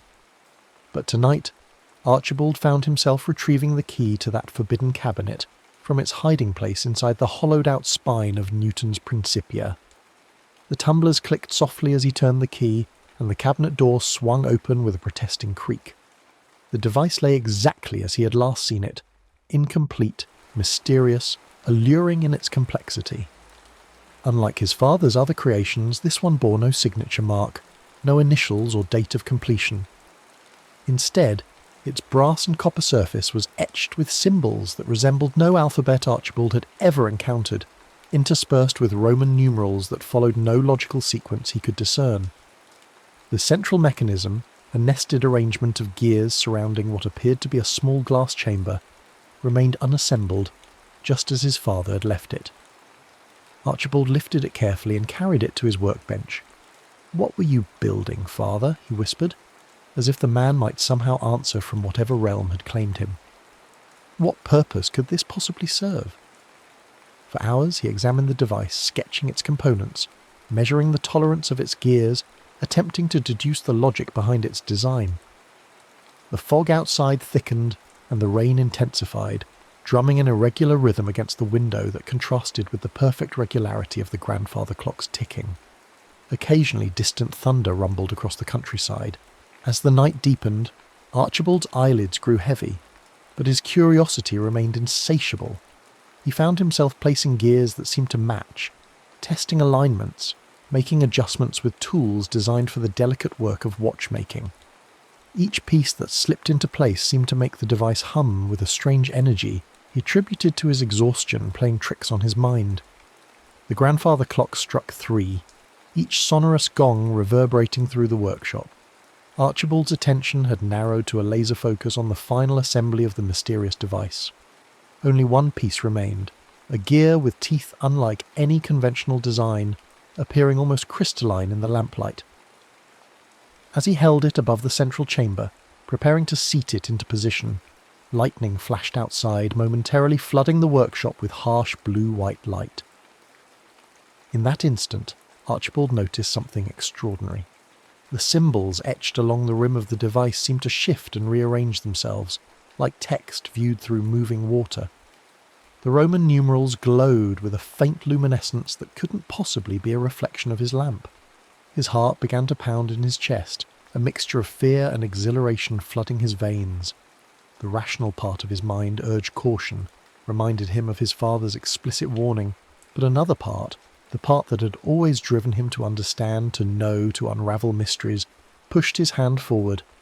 The final gear slipped into place with a sound like a key turning in a lock. For a moment nothing happened. Then the central glass chamber began to fill with what appeared to be liquid moonlight, a silvery, mercury-like substance that rose from nowhere. The gears began to turn of their own accord, slowly at first, then with increasing speed.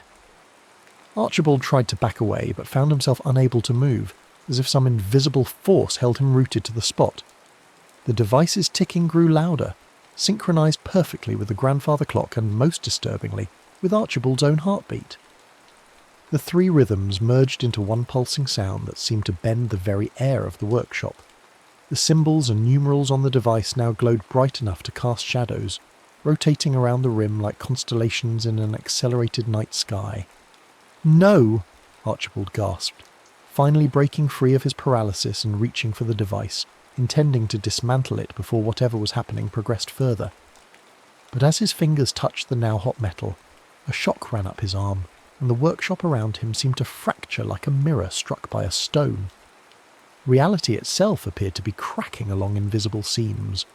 The last thing Archibald Whitmore saw before consciousness left him was the device floating inches above his workbench, surrounded by a corona of impossible light. The last thing he felt was his body stretching, tearing, reconstituting, as if every atom were being pulled apart and reassembled incorrectly. The last thing he heard was the synchronized ticking suddenly stopping, replaced by a silence so profound it seemed to swallow the universe itself. And then, nothing. Pain came first, sharp, insistent, pulling Archibald from the void.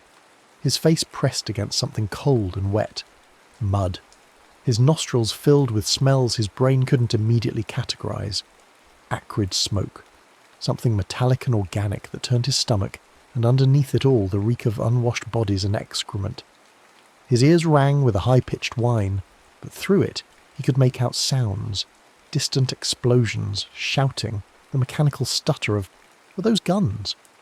Forcing his eyes open, Archibald tried to process what he was seeing. Grey sky. Brown earth churned into a nightmare landscape. Barbed wire stretched across a wasteland of craters and splintered tree trunks. None of it made sense. Had he hit his head? Was he dreaming? He tried to push himself up and realised his clothing felt wrong, heavier, rougher. Looking down at himself, he saw not his familiar waistcoat and trousers, but a mud-caked uniform of unfamiliar design. Parts of it seemed fused with his own clothing, as if two sets of garments had melded together during some impossible process. On his chest, partly embedded in the fabric as if it had materialised there, was his father's watch, the one he kept in his waistcoat pocket, not the mysterious device. Before he could further examine his situation, the ground beneath him shook violently. A deafening explosion sent dirt and debris raining down around him. Instinctively, he covered his head with his arms and tried to make himself smaller. "Get down, you bloody fool!" The voice came from somewhere to his left, followed by a rough hand grabbing his collar and yanking him sideways. Archibald tumbled into a deep trench, landing hard against its muddy wall. Looking up, he found himself staring into the dirt-streaked face of a man perhaps 10 years his senior, wearing a uniform similar to the one now mysteriously adorning Archibald's own body. "Are you trying to get your head blown off?" the man demanded, his accent marking him as a Londoner. "Fritz is shelling the whole sector. Everyone back to the dugouts." Archibald opened his mouth, but no words came. His mind raced, trying to assemble the pieces of this impossible puzzle. The landscape, the uniforms, the weapons, they were unlike anything he had ever seen, yet somehow familiar from books, or perhaps his father's more esoteric journals. Where am I?" he finally managed, his voice sounding strange to his own ears. The soldier gave him a look that mingled irritation with concern. "Took some shrapnel to the head, did you? You're on the Western Front, mate. Somme offensive. Now move your ass before we both end up in pieces." Western Front? Somme? The terms meant nothing to Archibald, yet the urgency in the man's voice compelled him to scramble to his feet and follow as another explosion rocked the earth nearby. They moved along the trench, a deep, zigzagging channel reinforced with wooden planks and sandbags, passing other men in similar uniforms who crouched against the walls or huddled in small recesses. The scene was something from a fever dream, or one of the more vivid descriptions of hell from Milton's Paradise Lost. Men caked in mud, many sporting bandages stained with blood and worse. The air thick with smoke and the smell of cordite. Constant, thunder-like booming in the distance, punctuated by sharper cracks and the occasional scream. Archibald was guided, half pushed really, into a wider section of the trench system where wooden supports created something resembling a room dug into the earth.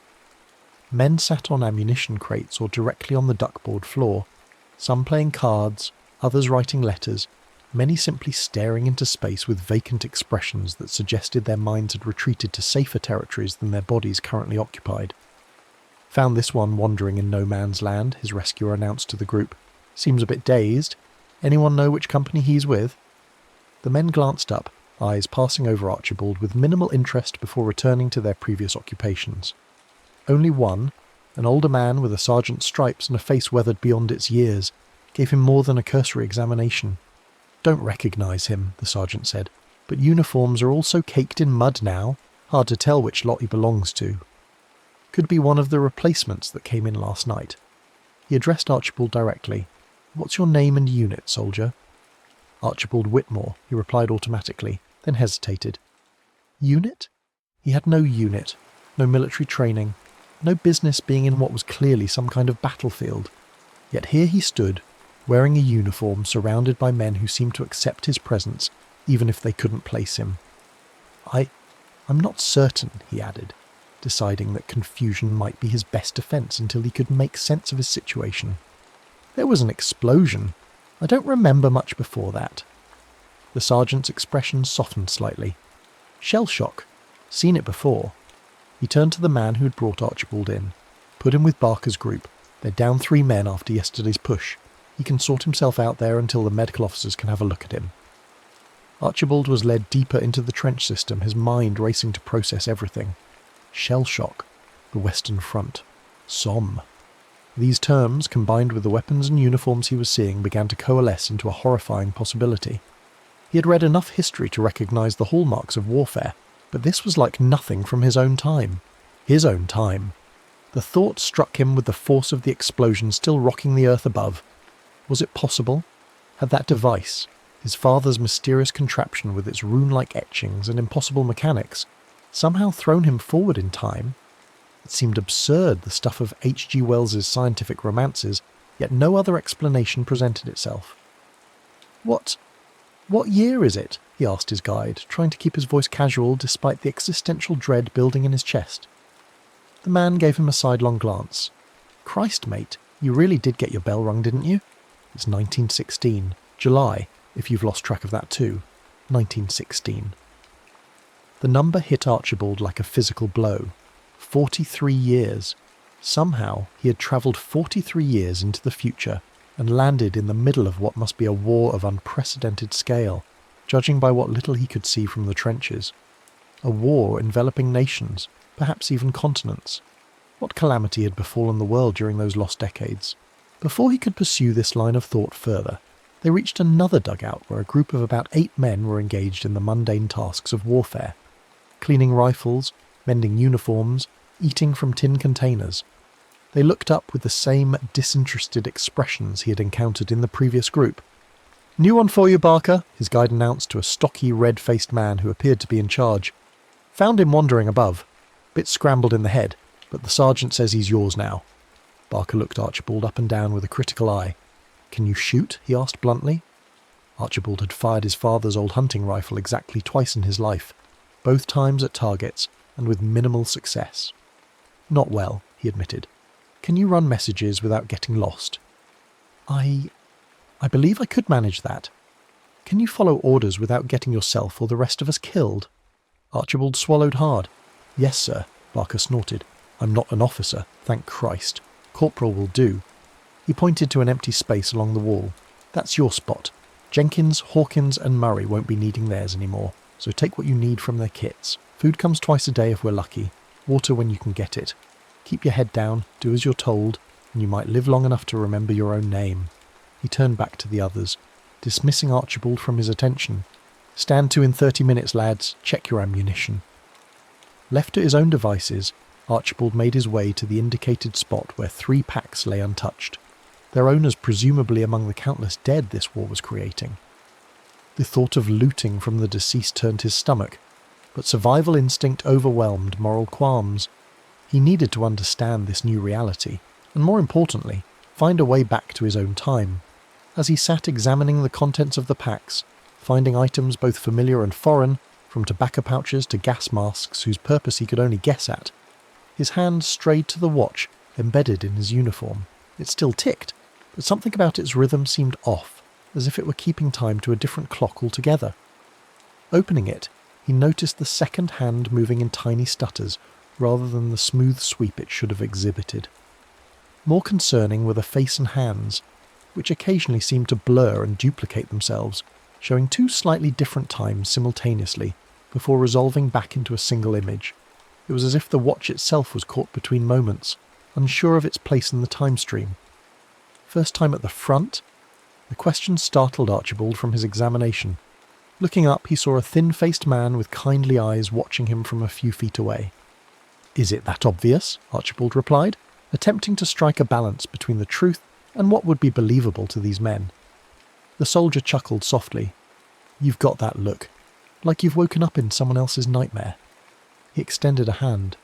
"Private Thomas Cooper, formerly a carpenter from Bristol, currently expendable infantry in His Majesty's forces."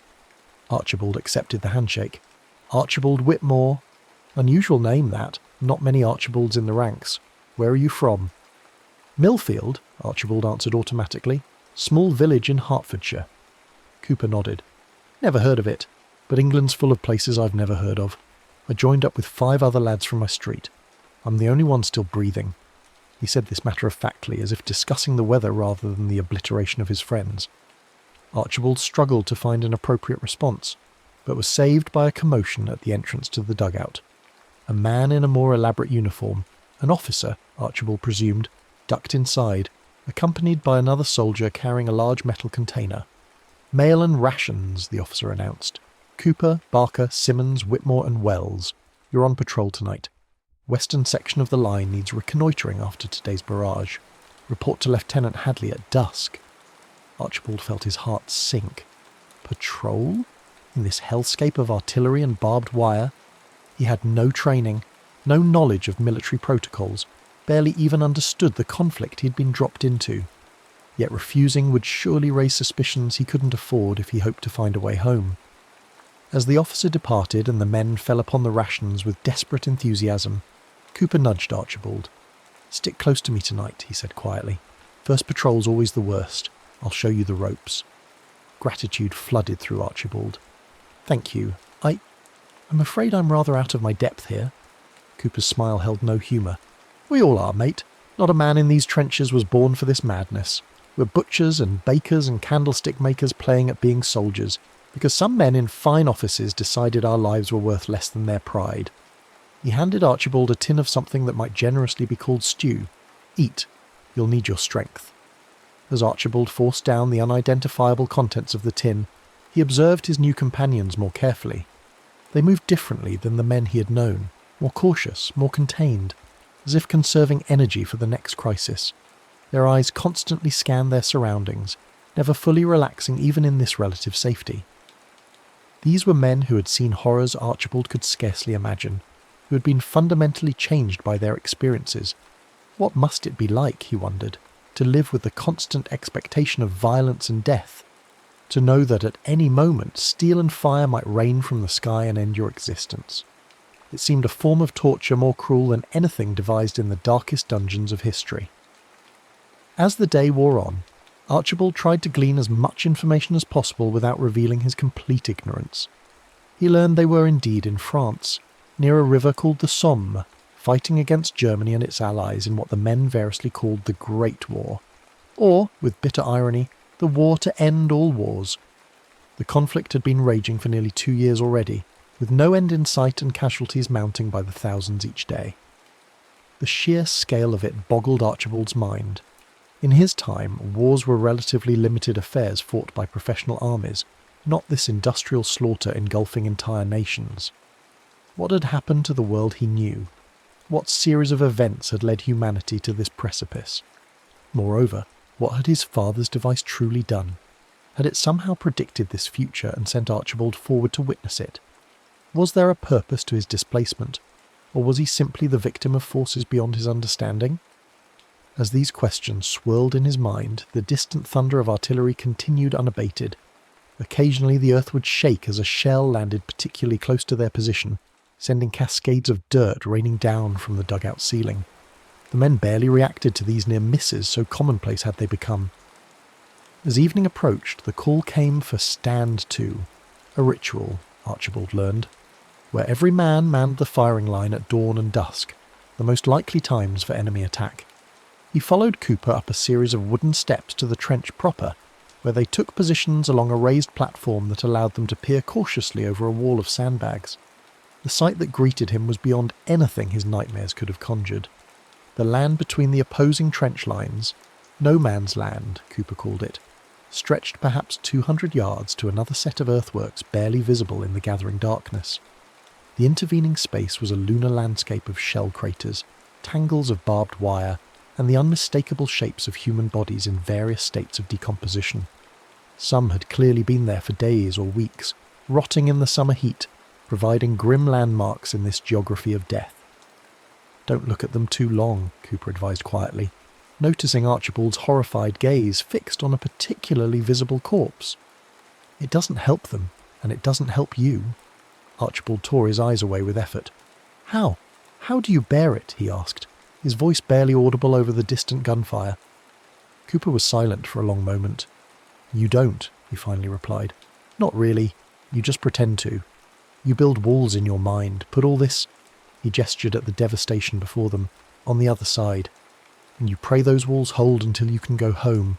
He paused, then added, "If home still exists when this is over." They stood their watch in silence after that, each lost in his own thoughts. When the order came to stand down, they returned to the dugout to prepare for the night patrol.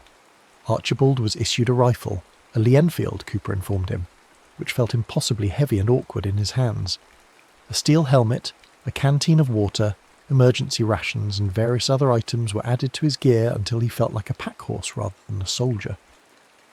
As they waited for the appointed hour, Archibald found himself studying his pocket watch again. The anomalies he'd noticed earlier seemed to be intensifying. Now the face occasionally displayed impossible configurations, hours that didn't exist, minute hands moving backward, second hands that split and followed different paths simultaneously. More disturbing still, when these glitches occurred, Archibald experienced brief but intense disorientation, as if his consciousness itself were stuttering like the watch's mechanism. During one such episode, the dugout around him seemed to freeze entirely. Men caught in mid-motion, smoke from cigarettes hanging motionless in the air, even dust motes suspended as if embedded in glass. For what felt like several seconds but could have been less, Archibald alone moved in a world turned to a tableau. Then reality snapped back with a sensation like a rubber band breaking, leaving him gasping and dizzy. None of the others appeared to have noticed anything amiss, continuing their preparations without pause. "Are you all right?" Cooper asked, concern evident in his voice. "You've gone white as a sheet." "Just nerves," Archibald managed, unwilling to voice what he had experienced. Either he was losing his mind, a distinct possibility given the circumstances, or something far stranger was occurring. Either way, now was not the time to explore it further. At precisely 2200 hours, their patrol assembled near a communication trench that would lead them to their designated sector. Lieutenant Hadley, a gaunt man with tired eyes who couldn't have been much older than 25, briefed them quickly and efficiently. "We need to assess damage to the wire in sectors 4 through 6, and determine if Fritz has moved his forward positions during the confusion of today's barrage," he explained, pointing to locations on a mud-smeared map. "No heroics, no unnecessary engagements. We observe, we report back. Questions." There were none. The 5 men checked their weapons one final time, blackened any exposed skin with burnt cork to reduce visibility, and followed Hadley into the darkness. Moving through the trenches at night was a disorienting experience.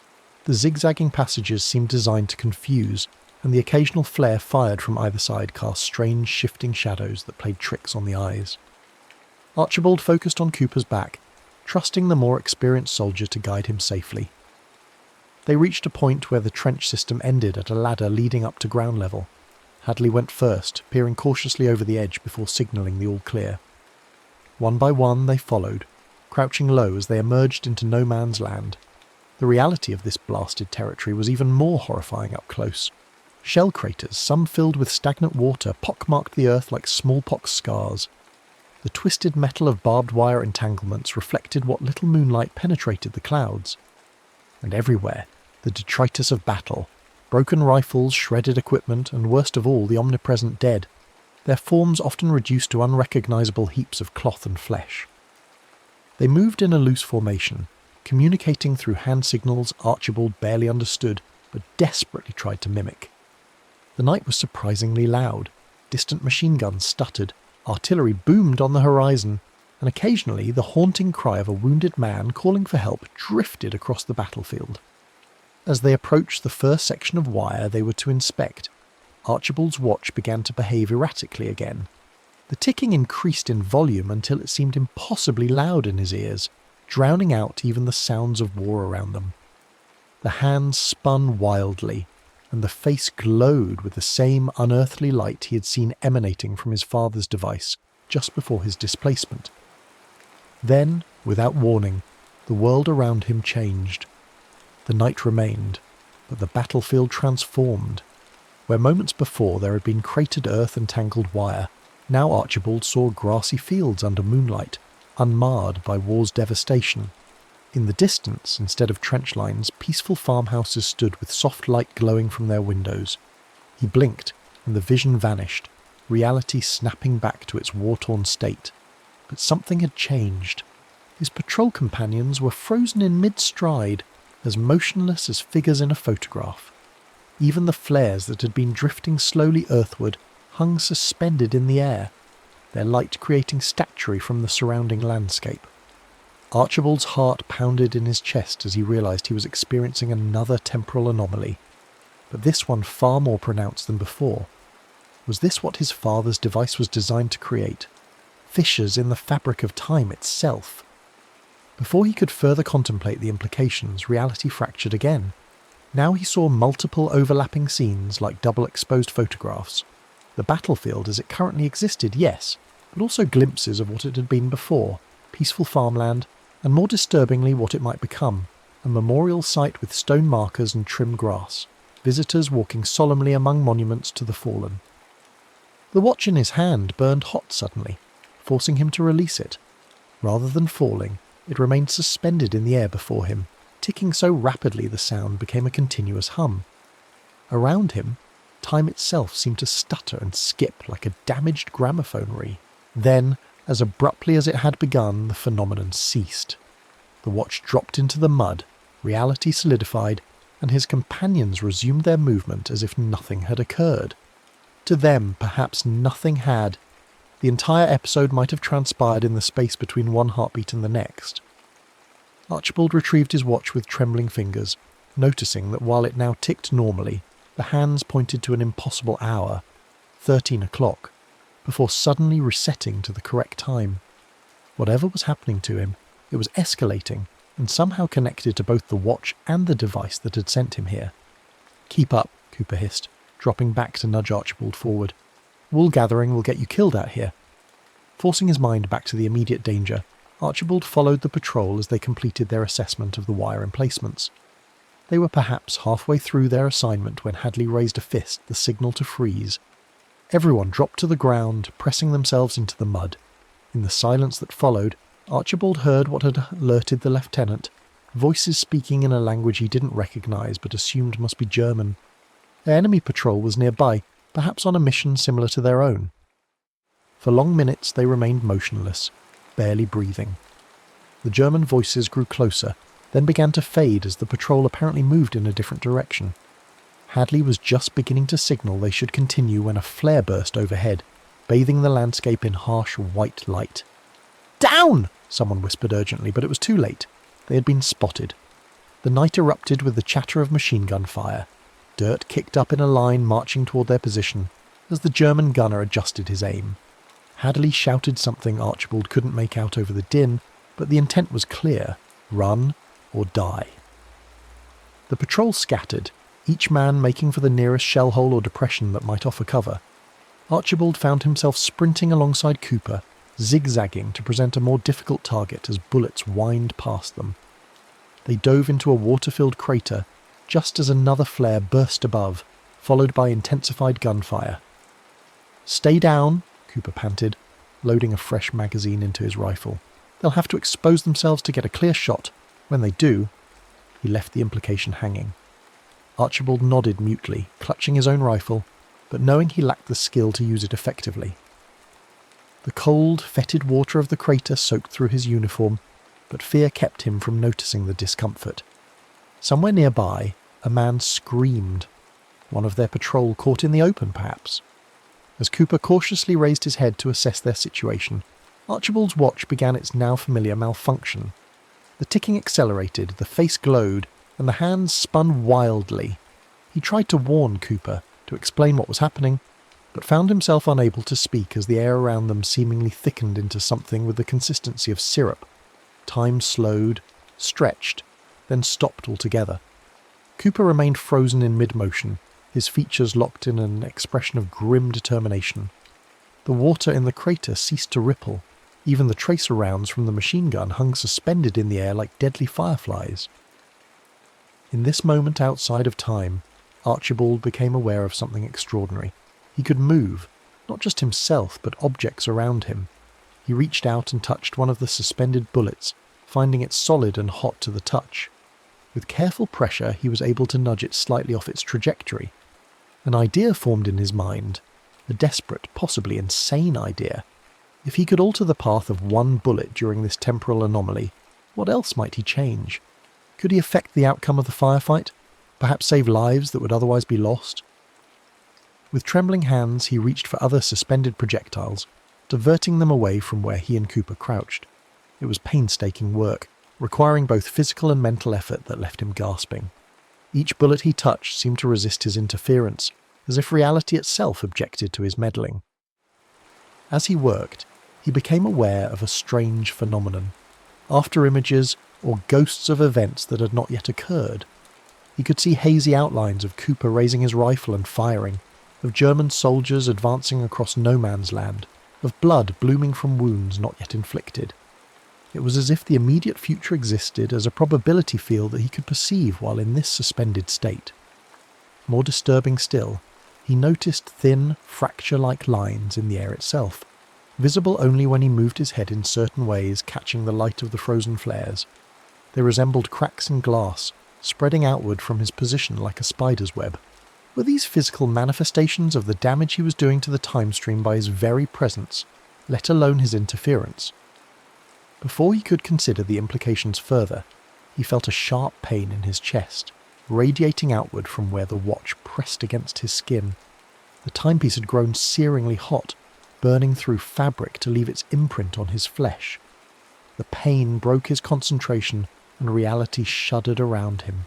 Time resumed its normal flow with a sensation like a physical blow. The redirected bullets flew off in their new trajectories, missing their targets. Cooper fired his rifle without seeming to notice anything amiss. The German machine gun fell silent, its operators perhaps confused by their sudden inability to hit what should have been easy targets. "Now!" Cooper shouted, grabbing Archibald's arm. "Back to our lines while they're regrouping." They scrambled from the crater and ran in a crouch toward where they believed their trenches lay. In the darkness and confusion, Archibald quickly became disoriented, but trusted Cooper's instincts. Behind them, German voices shouted in alarm, followed by renewed gunfire that seemed to lack the precision of earlier volleys. They reached a stretch of barbed wire that marked the approach to the British lines. Cooper called out a password that Archibald couldn't quite catch, and answering voices guided them to a gap in the defences. Hands reached out to pull them into the relative safety of the forward trench. "Where are the others?" an officer demanded as they collapsed against the mud wall, gasping for breath. Cooper shook his head grimly. "Scattered when the machine gun opened up. Simmons took a hit, I think. Didn't see the lieutenant or the rest after that." The officer cursed under his breath. "Stay here until the all clear. We'll send out a recovery party at dawn if they haven't made it back by then." As the adrenaline of their escape began to fade, Archibald became aware of how thoroughly exhausted he was. Every muscle ached, and his lungs burned from exertion, and the acrid smoke that hung perpetually in the air. More concerning, though, was the throbbing pain where the watch had burned him, a perfect circular imprint now branded into his chest. Cooper noticed his discomfort. "You hit?" "No," Archibald replied, not sure how to explain what had actually happened. "Just winded." Cooper nodded, accepting the explanation without further question. First time under fire is always the worst. Gets easier. He paused, then amended, not better, just easier. They made their way back to their dugout, where the remaining members of Barker's group greeted their return with minimal acknowledgement, relief tempered by the knowledge that survival today meant nothing for tomorrow. Archibald collapsed onto his designated space, too exhausted even to remove his mud-caked boots. Sleep, when it came, brought no respite. His dreams were a kaleidoscope of temporal fragments, visions of his workshop in 1873, glimpses of the battlefield in various states of destruction and reconstruction, and most disturbingly, flashes of what seemed to be other wars, other conflicts stretching both backward and forward in time. In each, the same pattern repeated, men killing and dying for causes that would be forgotten before the blood dried on the ground. He awoke with a start to the sound of the morning artillery barrage, the daily hate, as Cooper called it when he handed Archibald a tin cup of something approximating tea. Weak sunlight filtered through the entrance to the dugout, suggesting it was perhaps 7 or 8 in the morning. "Barker wants you on messenger duty today," Cooper informed him. "Probably figures you're not ready for the firing line after last night. Report to the command post after stand to." Archibald nodded gratefully, still struggling to fully wake. As he sipped the tepid tea, he surreptitiously examined his watch. It appeared normal now, ticking with reassuring regularity, though the face seemed subtly altered. The numerals more deeply etched, the hands slightly more ornate. He wondered if these changes were physical manifestations of whatever temporal disturbances the device was experiencing, or merely tricks his exhausted mind was playing on him. The burn on his chest throbbed in time with the watch's ticking, creating an unsettling connection between his flesh and the timepiece. When he touched the wound through his shirt, he felt an echo of the strange sensations he had experienced during the temporal anomaly in No Man's Land. A stretching of perception, a blurring of moments into one another. After the morning stand to, Archibald made his way through the trench network to the command post, a slightly more substantial dugout reinforced with corrugated iron and containing actual furniture in the form of a map table and several chairs. There, a harried lieutenant handed him a sealed envelope and terse instructions to deliver it to a Captain Blackwood at a forward observation post half a mile down the line. The journey through the communication trenches was physically demanding, ducking under low-hanging support beams, navigating around work parties, repairing collapsed sections, occasionally pressing himself against the wall to allow stretcher-bearers carrying the wounded to pass. The entire network of trenches formed a grotesque parody of a city's streets, complete with intersections marked by crude signposts bearing names like Piccadilly and Oxford Street. Bleak humour from men desperate to impose some familiarity on this alien landscape.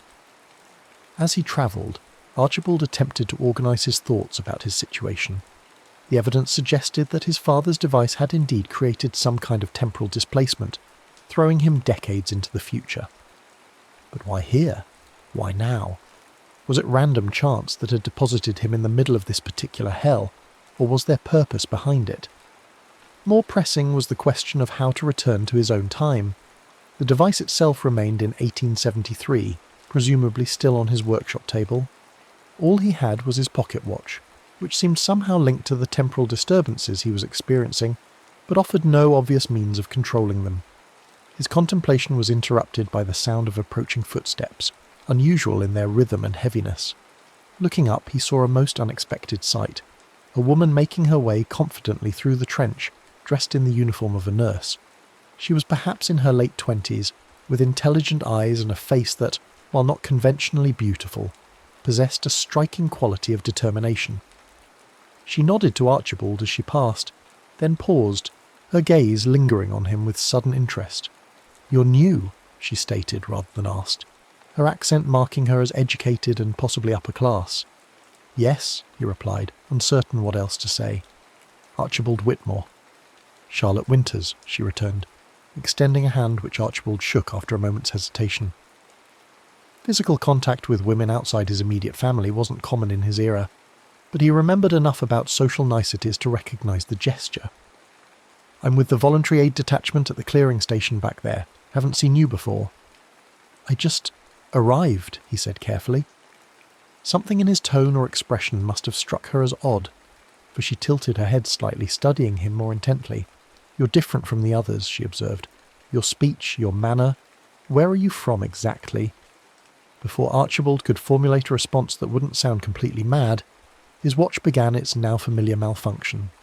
The ticking grew louder, the face glowed, and the hands spun erratically. Simultaneously, the world around them slowed, colours bleeding out until everything took on a sepia tone like an old photograph. This time, however, the temporal anomaly didn't affect Charlotte. She remained animated, her eyes widening as she observed the phenomenon. "What on earth?" she breathed, looking around at the frozen soldiers in the trench, then back at Archibald. "What's happening?" "What is that device?" Archibald stared at her in astonishment. "You can see this? You're not affected like the others?" She shook her head slowly, wonder and confusion warring in her expression. "Everything stopped except us. And your watch, it's glowing." Before Archibald could respond, reality fractured again. This time, instead of freezing, the environment around them began to shift, images overlapping and merging like a photographic plate exposed multiple times. They saw the trench as it was, but also as it had been days or weeks earlier when freshly dug, and simultaneously as it would be years later, overgrown with grass and wildflowers, a scar slowly healing in the landscape. Charlotte grabbed Archibald's arm, her fingers digging in painfully. "Make it stop," she urged, her voice tight with fear. "Whatever you're doing, stop it." "I don't know how," he admitted, equally frightened. "It happens on its own. I think—" He broke off as a new vision intruded, the trench dissolving around them, replaced momentarily by a modern roadway with strange horseless carriages moving at impossible speeds, metal beasts that roared and belched smoke. Then that too vanished, replaced by the original trench, now frozen in time once more. The watch grew hot in Archibald's hand, not burning this time but pulsing with energy.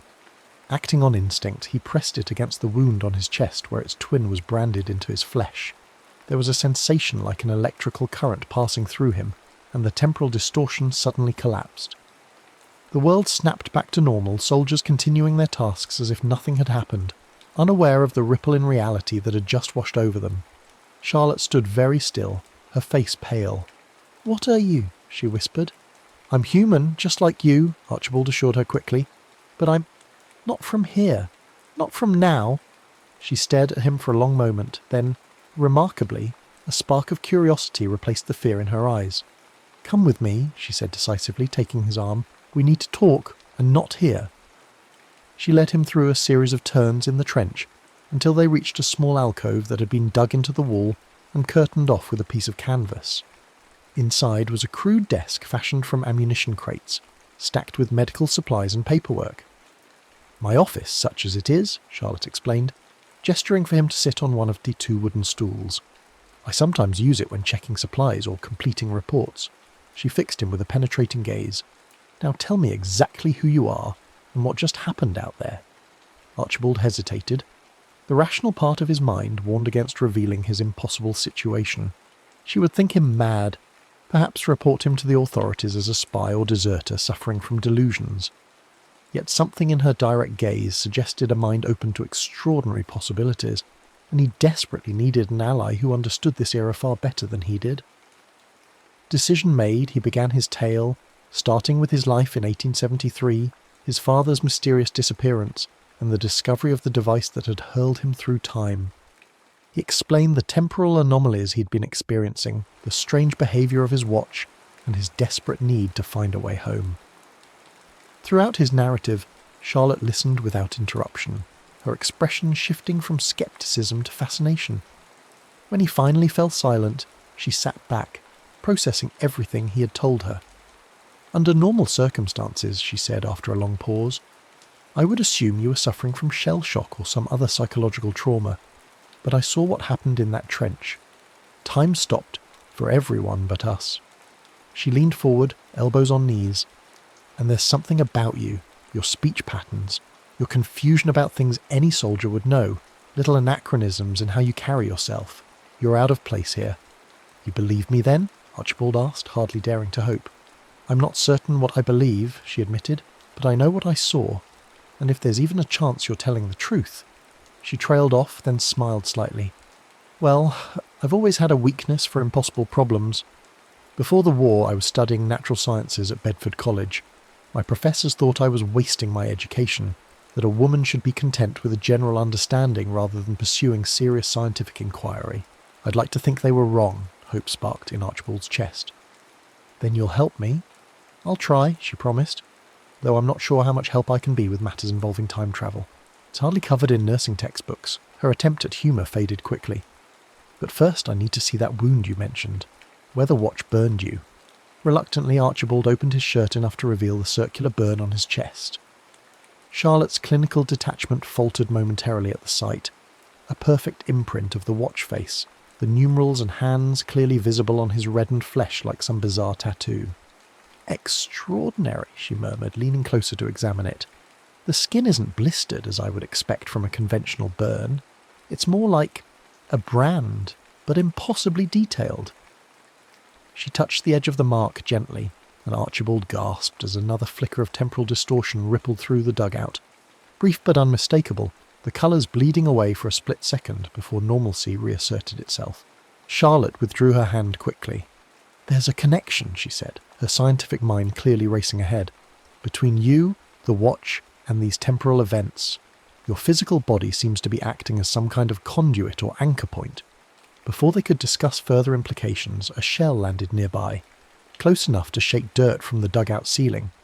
The normal sounds of the front, which had faded into the background of their conversation, reasserted themselves with jarring clarity. I have to go, Charlotte said, gathering her medical bag. There will be casualties from that barrage, and I'm needed at the clearing station, but I want to continue this conversation. She scribbled something on a scrap of paper. I'm off duty tomorrow evening. Meet me here, at this map reference. It's an abandoned farmhouse just behind our lines. The medical officers use it sometimes, but it should be empty then. Archibald took the paper, suddenly reluctant to see her leave. Charlotte represented his first real hope of understanding what was happening to him, and possibly finding a way home. I'll be there, he promised. And thank you for believing me, or at least not thinking me completely mad. She paused at the entrance to the dugout. Oh, I haven't ruled out madness entirely, yours or mine, but madness would be a far less interesting explanation than time travel, don't you think? With that parting comment and a brief smile, she was gone, leaving Archibald alone with his thoughts and the ever-present background symphony of war. Remembering his original assignment, he hastened to deliver the message to Captain Blackwood, finding the officer in a forward observation post peering through a periscope at the German lines. The captain barely acknowledged him, simply pocketing the envelope with a grunt of dismissal. Messenger duty, Archibald was learning, involved a great deal of hurrying, followed by being treated as if one were invisible. As he made his way back through the trench system, the day's activities swirled around him. Men cleaning weapons, repairing damaged sections of the trench wall, writing letters home, or simply staring into space with thousand-yard gazes that spoke of horrors witnessed and absorbed. It struck Archibald that despite being displaced in time, he was effectively trapped here, subject to the same dangers as these men whose war this actually was. That evening, as he sat with Cooper and the others in their dugout, attempting to choke down another meal of unidentifiable meat and hardtack, news filtered down from command. There would be a major push in 3 days' time, a renewed offensive to break the stalemate. The men received this information with grim resignation rather than enthusiasm or fear. Yet another march into the meat grinder, with success measured in yards gained and lives expended. Will it make any difference? Archibald asked Cooper quietly. This offensive, will it change anything? Cooper considered the question with more seriousness than Archibald had expected. Probably not in the grand scheme, he admitted. We take their trench, they counterattack and take it back. A few hundred dead on both sides, and the lines end up more or less where they started. He sighed, rubbing a hand over his stubbled chin. But someday one side or the other will break. Has to happen eventually. Every empire falls in the end. Archibald was struck by the philosophical depth behind Cooper's seemingly simple statement. This ordinary carpenter from Bristol had been forced by circumstances to contemplate matters of history and human nature that most people never considered. War, for all its horror, seemed to strip away pretension and force a stark confrontation with reality. "And what will you do?" Archibald asked. "After the war, I mean. If you—" He stopped, unwilling to voice the obvious caveat. "If I survive?" Cooper finished for him with a grim smile. "Go home, rebuild my life, try to forget." He shrugged. "Same as everyone else. Or maybe that's just what I tell myself to get through each day. Truth is, I can't really imagine a world without this anymore." He gestured around the dugout. "Can't remember what it feels like to wake up without the sound of guns, to walk without crouching, to breathe air that doesn't taste of cordite and death." The conversation lapsed into silence, each man lost in his own thoughts. As darkness fell outside and the dugout was illuminated only by the dim light of a single lantern, Archibald examined his watch again. It seemed stable for now, ticking with the steadiness that had once made it a reliable companion rather than a mysterious harbinger of temporal chaos. Yet as he studied it, he noticed something he had missed before. Tiny symbols etched around the inner edge of the case, nearly invisible unless one knew to look for them. They resembled the runes on his father's device, though simpler in form. Had they always been there, or were they another manifestation of the watch's transformation? Archibald's contemplation was interrupted by a commotion at the dugout entrance. A runner appeared, breathless with urgency. "Engineers need men," he announced. "Tunnel collapse in Sector 7. Anyone not on watch, follow me." Several of the men groaned but rose to their feet, grabbing helmets and gloves. Cooper motioned for Archibald to join them. "Come on," he said. "Digging's better than sitting here waiting for a shell with your name on it." They followed the runner through the darkened trench system to an area Archibald hadn't seen before, where a large entrance had been cut into the trench wall, reinforced with timber supports. Men were emerging from this opening, covered in dirt and coughing violently. Others were organising rescue equipment, shovels, picks, lanterns and stretchers. Part of the countermining operation collapsed, an engineer sergeant explained as he assigned them positions. "We've got men trapped about 50 yards in. Need to shore up the affected section and get them out before Fritz realises what's happened and sends over some heavy stuff to finish the job." Archibald soon found himself in a line of men passing sandbags and timber supports into the tunnel entrance. The work was back-breaking, made worse by the oppressive heat and lack of air in the confined space. Those entering and exiting the tunnel looked increasingly exhausted, their faces streaked with sweat-tracked mud, eyes red from the dust. After perhaps an hour of this labour, a shout came from inside. "We're through! We need stretcher-bearers," Cooper immediately volunteered, pulling Archibald with him. "Come on," he urged, "or it's our duty." Reluctantly, Archibald followed him into the tunnel, a cramped, timber-lined passage barely tall enough to stand in, lit at intervals by lanterns that cast more shadows than light. The air was thick with dust and the smell of disturbed earth, making each breath an effort. They hunched forward, moving deeper into the claustrophobic space until they reached a section where the tunnel widened slightly into a crude chamber. There, several men lay on the ground, some moving weakly, others ominously still. Engineers worked frantically to stabilise a section of ceiling that had partially collapsed, while medics attended to the injured. Cooper and Archibald were directed to a man with a clearly broken leg who needed evacuation.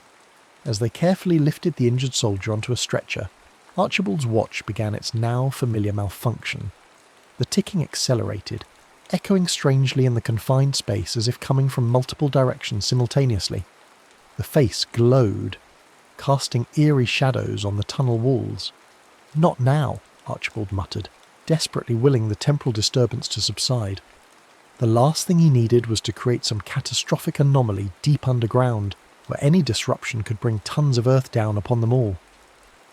But the phenomenon intensified. The air thickened, time slowed, and once again Archibald found himself in that strange between state, where he alone remained fully animated while others moved with glacial slowness. The light from the lanterns stretched into long, fluid streamers that danced across the walls like living things. Then, with horrifying clarity, Archibald saw something no one else could. Fracture lines spreading through the timber supports above them, wooden beams beginning to splinter under the weight they held back. In the normal flow of time, these breaks were still forming, invisible to the naked eye. But in this dilated moment, Archibald could see the disaster unfolding before it happened. The supports would fail completely within minutes, burying everyone in the chamber. As he watched, frozen in horror, the temporal distortion shifted again. Now he saw not just the impending collapse, but multiple potential outcomes branching from this moment like paths in a garden, each determined by the actions taken or not taken in the next crucial minutes. In most of these potential futures, The tunnel collapsed with devastating loss of life, but in a few specific interventions resulted in everyone escaping before catastrophe struck. The revelation hit Archibald with the force of epiphany. Perhaps this was why he had been sent here, to this specific place and time, not randomly, but with purpose. His father's device hadn't malfunctioned. It had worked exactly as designed, placing him at a temporal nexus point where his knowledge of future events could alter history's course. But should he interfere? The question plagued him even as time began to resume its normal flow. If he changed events here, what ripples might spread outward, affecting the timeline in ways he couldn't possibly predict? Yet if he did nothing, men would die who might otherwise live. The moral calculus seemed impossible, but the decision, he realised, had already been made for him. He couldn't stand by and watch men die when he had the power to save them. Whatever consequences might flow from his interference, they couldn't be worse than the burden of inaction. As reality solidified around him, Archibald raised his voice urgently. "Everyone out! Now! The supports are failing!" The engineers looked at him skeptically until one of them noticed a fresh crack appearing in a timber directly above them, accompanied by an ominous creaking sound. "He's right," the man shouted. "Evacuate! Move the wounded first!" A flurry of activity ensued as stretchers were hastily loaded and men began filing toward the exit. Archibald helped Cooper with their assigned casualty, moving as quickly as the confined space allowed. Behind them, the groaning of the overburdened supports grew louder, small showers of dirt beginning to rain down from the ceiling. They had nearly reached the tunnel entrance when a massive crash echoed from the chamber they had just left, followed by a concussive wave of dust and displaced air that knocked several men off their feet. The collapse had begun. "Run!" someone shouted unnecessarily, as everyone was already moving at their maximum speed through the restrictive tunnel. Archibald and Cooper staggered the last 20 yards to the entrance, emerging into the relative openness of the trench just as a rumbling series of secondary collapses shook the ground beneath their feet.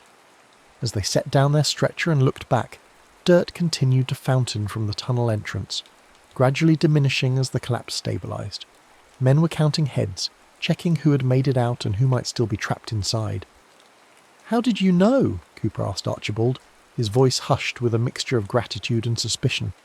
"About the supports failing? You called it before anyone else saw the signs." Archibald opened his mouth, then closed it again, unsure how to explain. Before he could formulate a response, the engineer sergeant approached, his face grey with dust but his eyes sharp with curiosity. "Good eye, lad," the sergeant said. "Don't know how you spotted that fracture from where you were standing, but you saved lives today. If we'd stayed in that chamber another minute—" He left the thought unfinished, clapping Archibald on the shoulder before moving off to organise the wounded men's evacuation to the field hospital. Cooper continued to study Archibald with newfound interest. "There's something different about you," he said finally. "Can't put my finger on it, but it's there." He smiled slightly. "Whatever it is, I'm glad you were with us tonight." As they made their way back to their dugout, Archibald felt the weight of what had just happened settling on his shoulders. He had changed events, potentially altered history's course. The men who had survived the tunnel collapse because of his warning would go on to affect other events, creating a cascade of changes that could theoretically spread outward indefinitely through time. Yet the timeline hadn't immediately unravelled, suggesting that perhaps history had more resilience than he feared. Or perhaps the changes he had made were so minor in the grand scheme that they created only ripples, not waves, in the river of time. More important was the implication that his displacement might have purpose, that he had been sent to this particular moment for a reason. If that were true, what other interventions might he be meant to make, and who or what had orchestrated this journey? His father, some higher power, or merely the impersonal mechanism of the universe self-correcting some temporal anomaly? As these questions churned in his mind, Archibald became aware of a new development. The burn mark on his chest, the imprint of the watch face, had begun to change. The numerals and hands that had been branded into his flesh were shifting positions, just as they did on the actual timepiece during moments of temporal distortion. When he touched the mark, images flashed through his mind, fragmented visions of places he had never seen, events that had not yet occurred. Most vivid among these was a recurring image of a particular section of the battlefield, a seemingly unremarkable stretch of no man's land distinguishable only by a blasted tree stump and an unusual configuration of shell craters. In this vision, the Earth itself seemed to shimmer and distort, as if reality were thinner there than elsewhere. With sudden certainty, Archibald knew this was what he needed to find. A weak point in the fabric of time, perhaps the very spot where his arrival had punched through the normal constraints of chronology. If there were any hope of returning to his own era, it would begin there. The next evening, after completing his messenger duties for the day, Archibald made his way to the abandoned farmhouse where Charlotte had arranged to meet him. The structure stood perhaps half a mile behind the front lines, damaged by shell fire but still largely intact, its stone walls having withstood what its wooden roof had not. Inside, the remaining furniture had been repurposed or scavenged, leaving only a few chairs and tables scattered among the debris. Charlotte was already waiting, having exchanged her nurse's uniform for a simple dress and coat that made her look startlingly civilian amidst the militarized zone. She had spread several maps and papers on a table and lit a small oil lamp that cast long shadows across the room's irregular surfaces. "I've been thinking about your situation," she said, without preamble as Archibald entered, "and I have a theory. It's rather fantastical, but no more so than time travel itself." "I'm listening," Archibald replied, taking a seat across from her.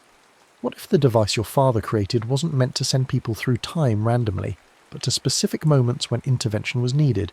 She leaned forward earnestly. "There are certain points in history that serve as nexus events, moments when small actions can have disproportionate effects on future outcomes. What if your father found a way to identify these moments and built a machine that could place someone there to ensure the right choice was made?" The theory aligned with Archibald's own recent thoughts regarding the tunnel collapse, but raised further questions. But why me? And why this particular war? What could be so important here that it would justify tearing someone from their own time? Charlotte's expression grew sombre. "This isn't just any war, Archibald. The scale of this conflict is unprecedented in human history. Millions are already dead, and millions more will die before it's over. And I fear it won't truly end even when the fighting stops.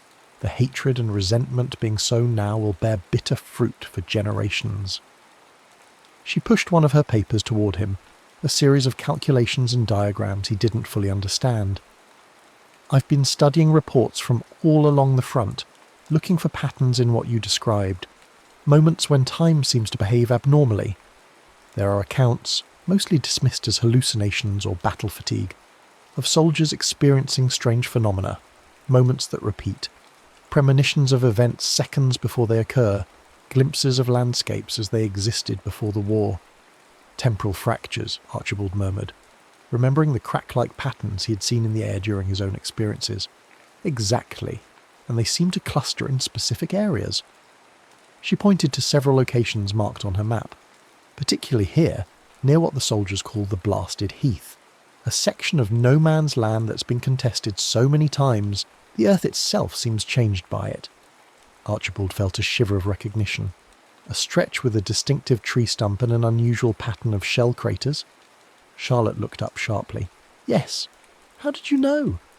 He explained about the visions he'd been experiencing, the changing mark on his chest, and his growing certainty that this location held the key to understanding his displacement. As he spoke, Charlotte's expression shifted from scientific curiosity to something approaching awe. "It's all connected," she breathed. "You, the watch, these fractures in time, they're part of something larger. The question is, what are you meant to do now that you're here?" Before Archibald could respond, the distant rumble of artillery grew suddenly louder, and the farmhouse shuddered as shells began landing closer than before. A new barrage, heavier than the usual evening. Hate. Charlotte quickly gathered her papers. "We should get to shelter. The Germans must have spotted movement in this sector and adjusted their fire." They hurried to the farmhouse cellar, a stone-walled chamber that offered better protection than the partially destroyed upper floors. As they descended the stairs, the building took a direct hit, the impact sending them tumbling the remaining distance to the cellar floor. Dust and debris rained down, as part of the ceiling collapsed, but the sturdy stone walls held. Archibald picked himself up, coughing in the dust-filled air. "Are you hurt?" he called to Charlotte, who was pushing herself to a sitting position nearby. "Just bruised, I think," she replied, brushing debris from her clothing. "But we may be trapped down here until someone digs us out." As if to confirm her assessment, there was another crash from above as more of the structure gave way, sending a cascade of timber and stone tumbling down the cellar stairs, their only exit. A few final pieces clattered down, and then silence fell, broken only by the muffled continuing barrage outside and the settling of debris around them. Archibald examined their prison by the light of Charlotte's lamp, which had miraculously survived the fall. The cellar was about 15 feet square, now partially filled with rubble from above. The walls appeared intact, but the staircase was completely blocked by debris that would take hours to clear, even with proper tools. "Someone will come looking eventually," Charlotte said, attempting to sound optimistic. "The medical officers know I sometimes use this place. When I don't return to the clearing station..." She trailed off, both of them aware of the reality. In the chaos of war, with casualties constantly demanding attention, it might be days before anyone noticed her absence, let alone organised a search party to this particular location. Archibald was about to offer some words of encouragement when his watch began its familiar malfunction. The ticking accelerated, the face glowed, and time around them began to distort. But this anomaly was different from previous occurrences, more intense, more focused. The air itself seemed to warp and bend, colours inverting momentarily before settling into a state where everything appeared slightly out of alignment, as if viewed through imperfectly ground lenses. "It's happening again," Charlotte whispered, moving closer to Archibald. "But something's different this time." She was right. Rather than freezing or slowing, time seemed to be folding around them, creating what Archibald could only describe as pockets of temporal distortion throughout the cellar. In one corner, rubble that had fallen during the collapse now rose back to the ceiling, then fell again in an endless loop. In another, dust motes hung completely motionless in the air, while everything else continued to move normally. Most dramatically, a section of the cellar wall directly opposite them began to shimmer and fade, revealing glimpses of other times and places. The farmhouse as it had been before the war, green fields stretching to distant trees, the same location decades in the future, overgrown but peaceful, and most disturbingly a vision of trenches more ancient than their own, filled with soldiers in Roman armour, suggesting this land had known war long before the current conflict. "It's as if the barriers between time streams are breaking down," Archibald said, watching in fascination and horror as reality fluctuated around them. "My presence here, my interference with events, I think I'm causing damage to the fabric of time itself." Charlotte's scientific mind was clearly racing to process what she was witnessing. Or perhaps these barriers were already weakened, and that's why your father's device sent you here specifically, to repair the damage, not cause it. As if responding to their discussion, the watch grew hot in Archibald's hand, while the matching brand on his chest burned with renewed intensity. Acting on instinct, he pressed the watch against the mark, gasping as energy surged through him like an electrical current. The cellar around them destabilized further, reality seeming to hold its form only directly around their bodies, while dissolving into temporal chaos elsewhere. Through this maelstrom a pattern emerged. The various visions and distortions began to organize themselves into what appeared to be a pathway, leading to the shimmering section of wall that now resembled a doorway more than a solid barrier. "I think," Archibald said slowly, "we're being shown a way out. Not just from this cellar, but perhaps a way for me to return home." Charlotte gripped his arm tightly. "If you step through that portal, or whatever it is, you might end up anywhere, any time. It could be a one-way journey with no guarantee of reaching your own era." "I know," he acknowledged, "but I'm beginning to understand why I was sent here. Not just to save those men in the tunnel, but to witness this war, to understand what humanity is capable of both in cruelty and courage. Perhaps my father hoped that knowledge from the future might somehow help change the past.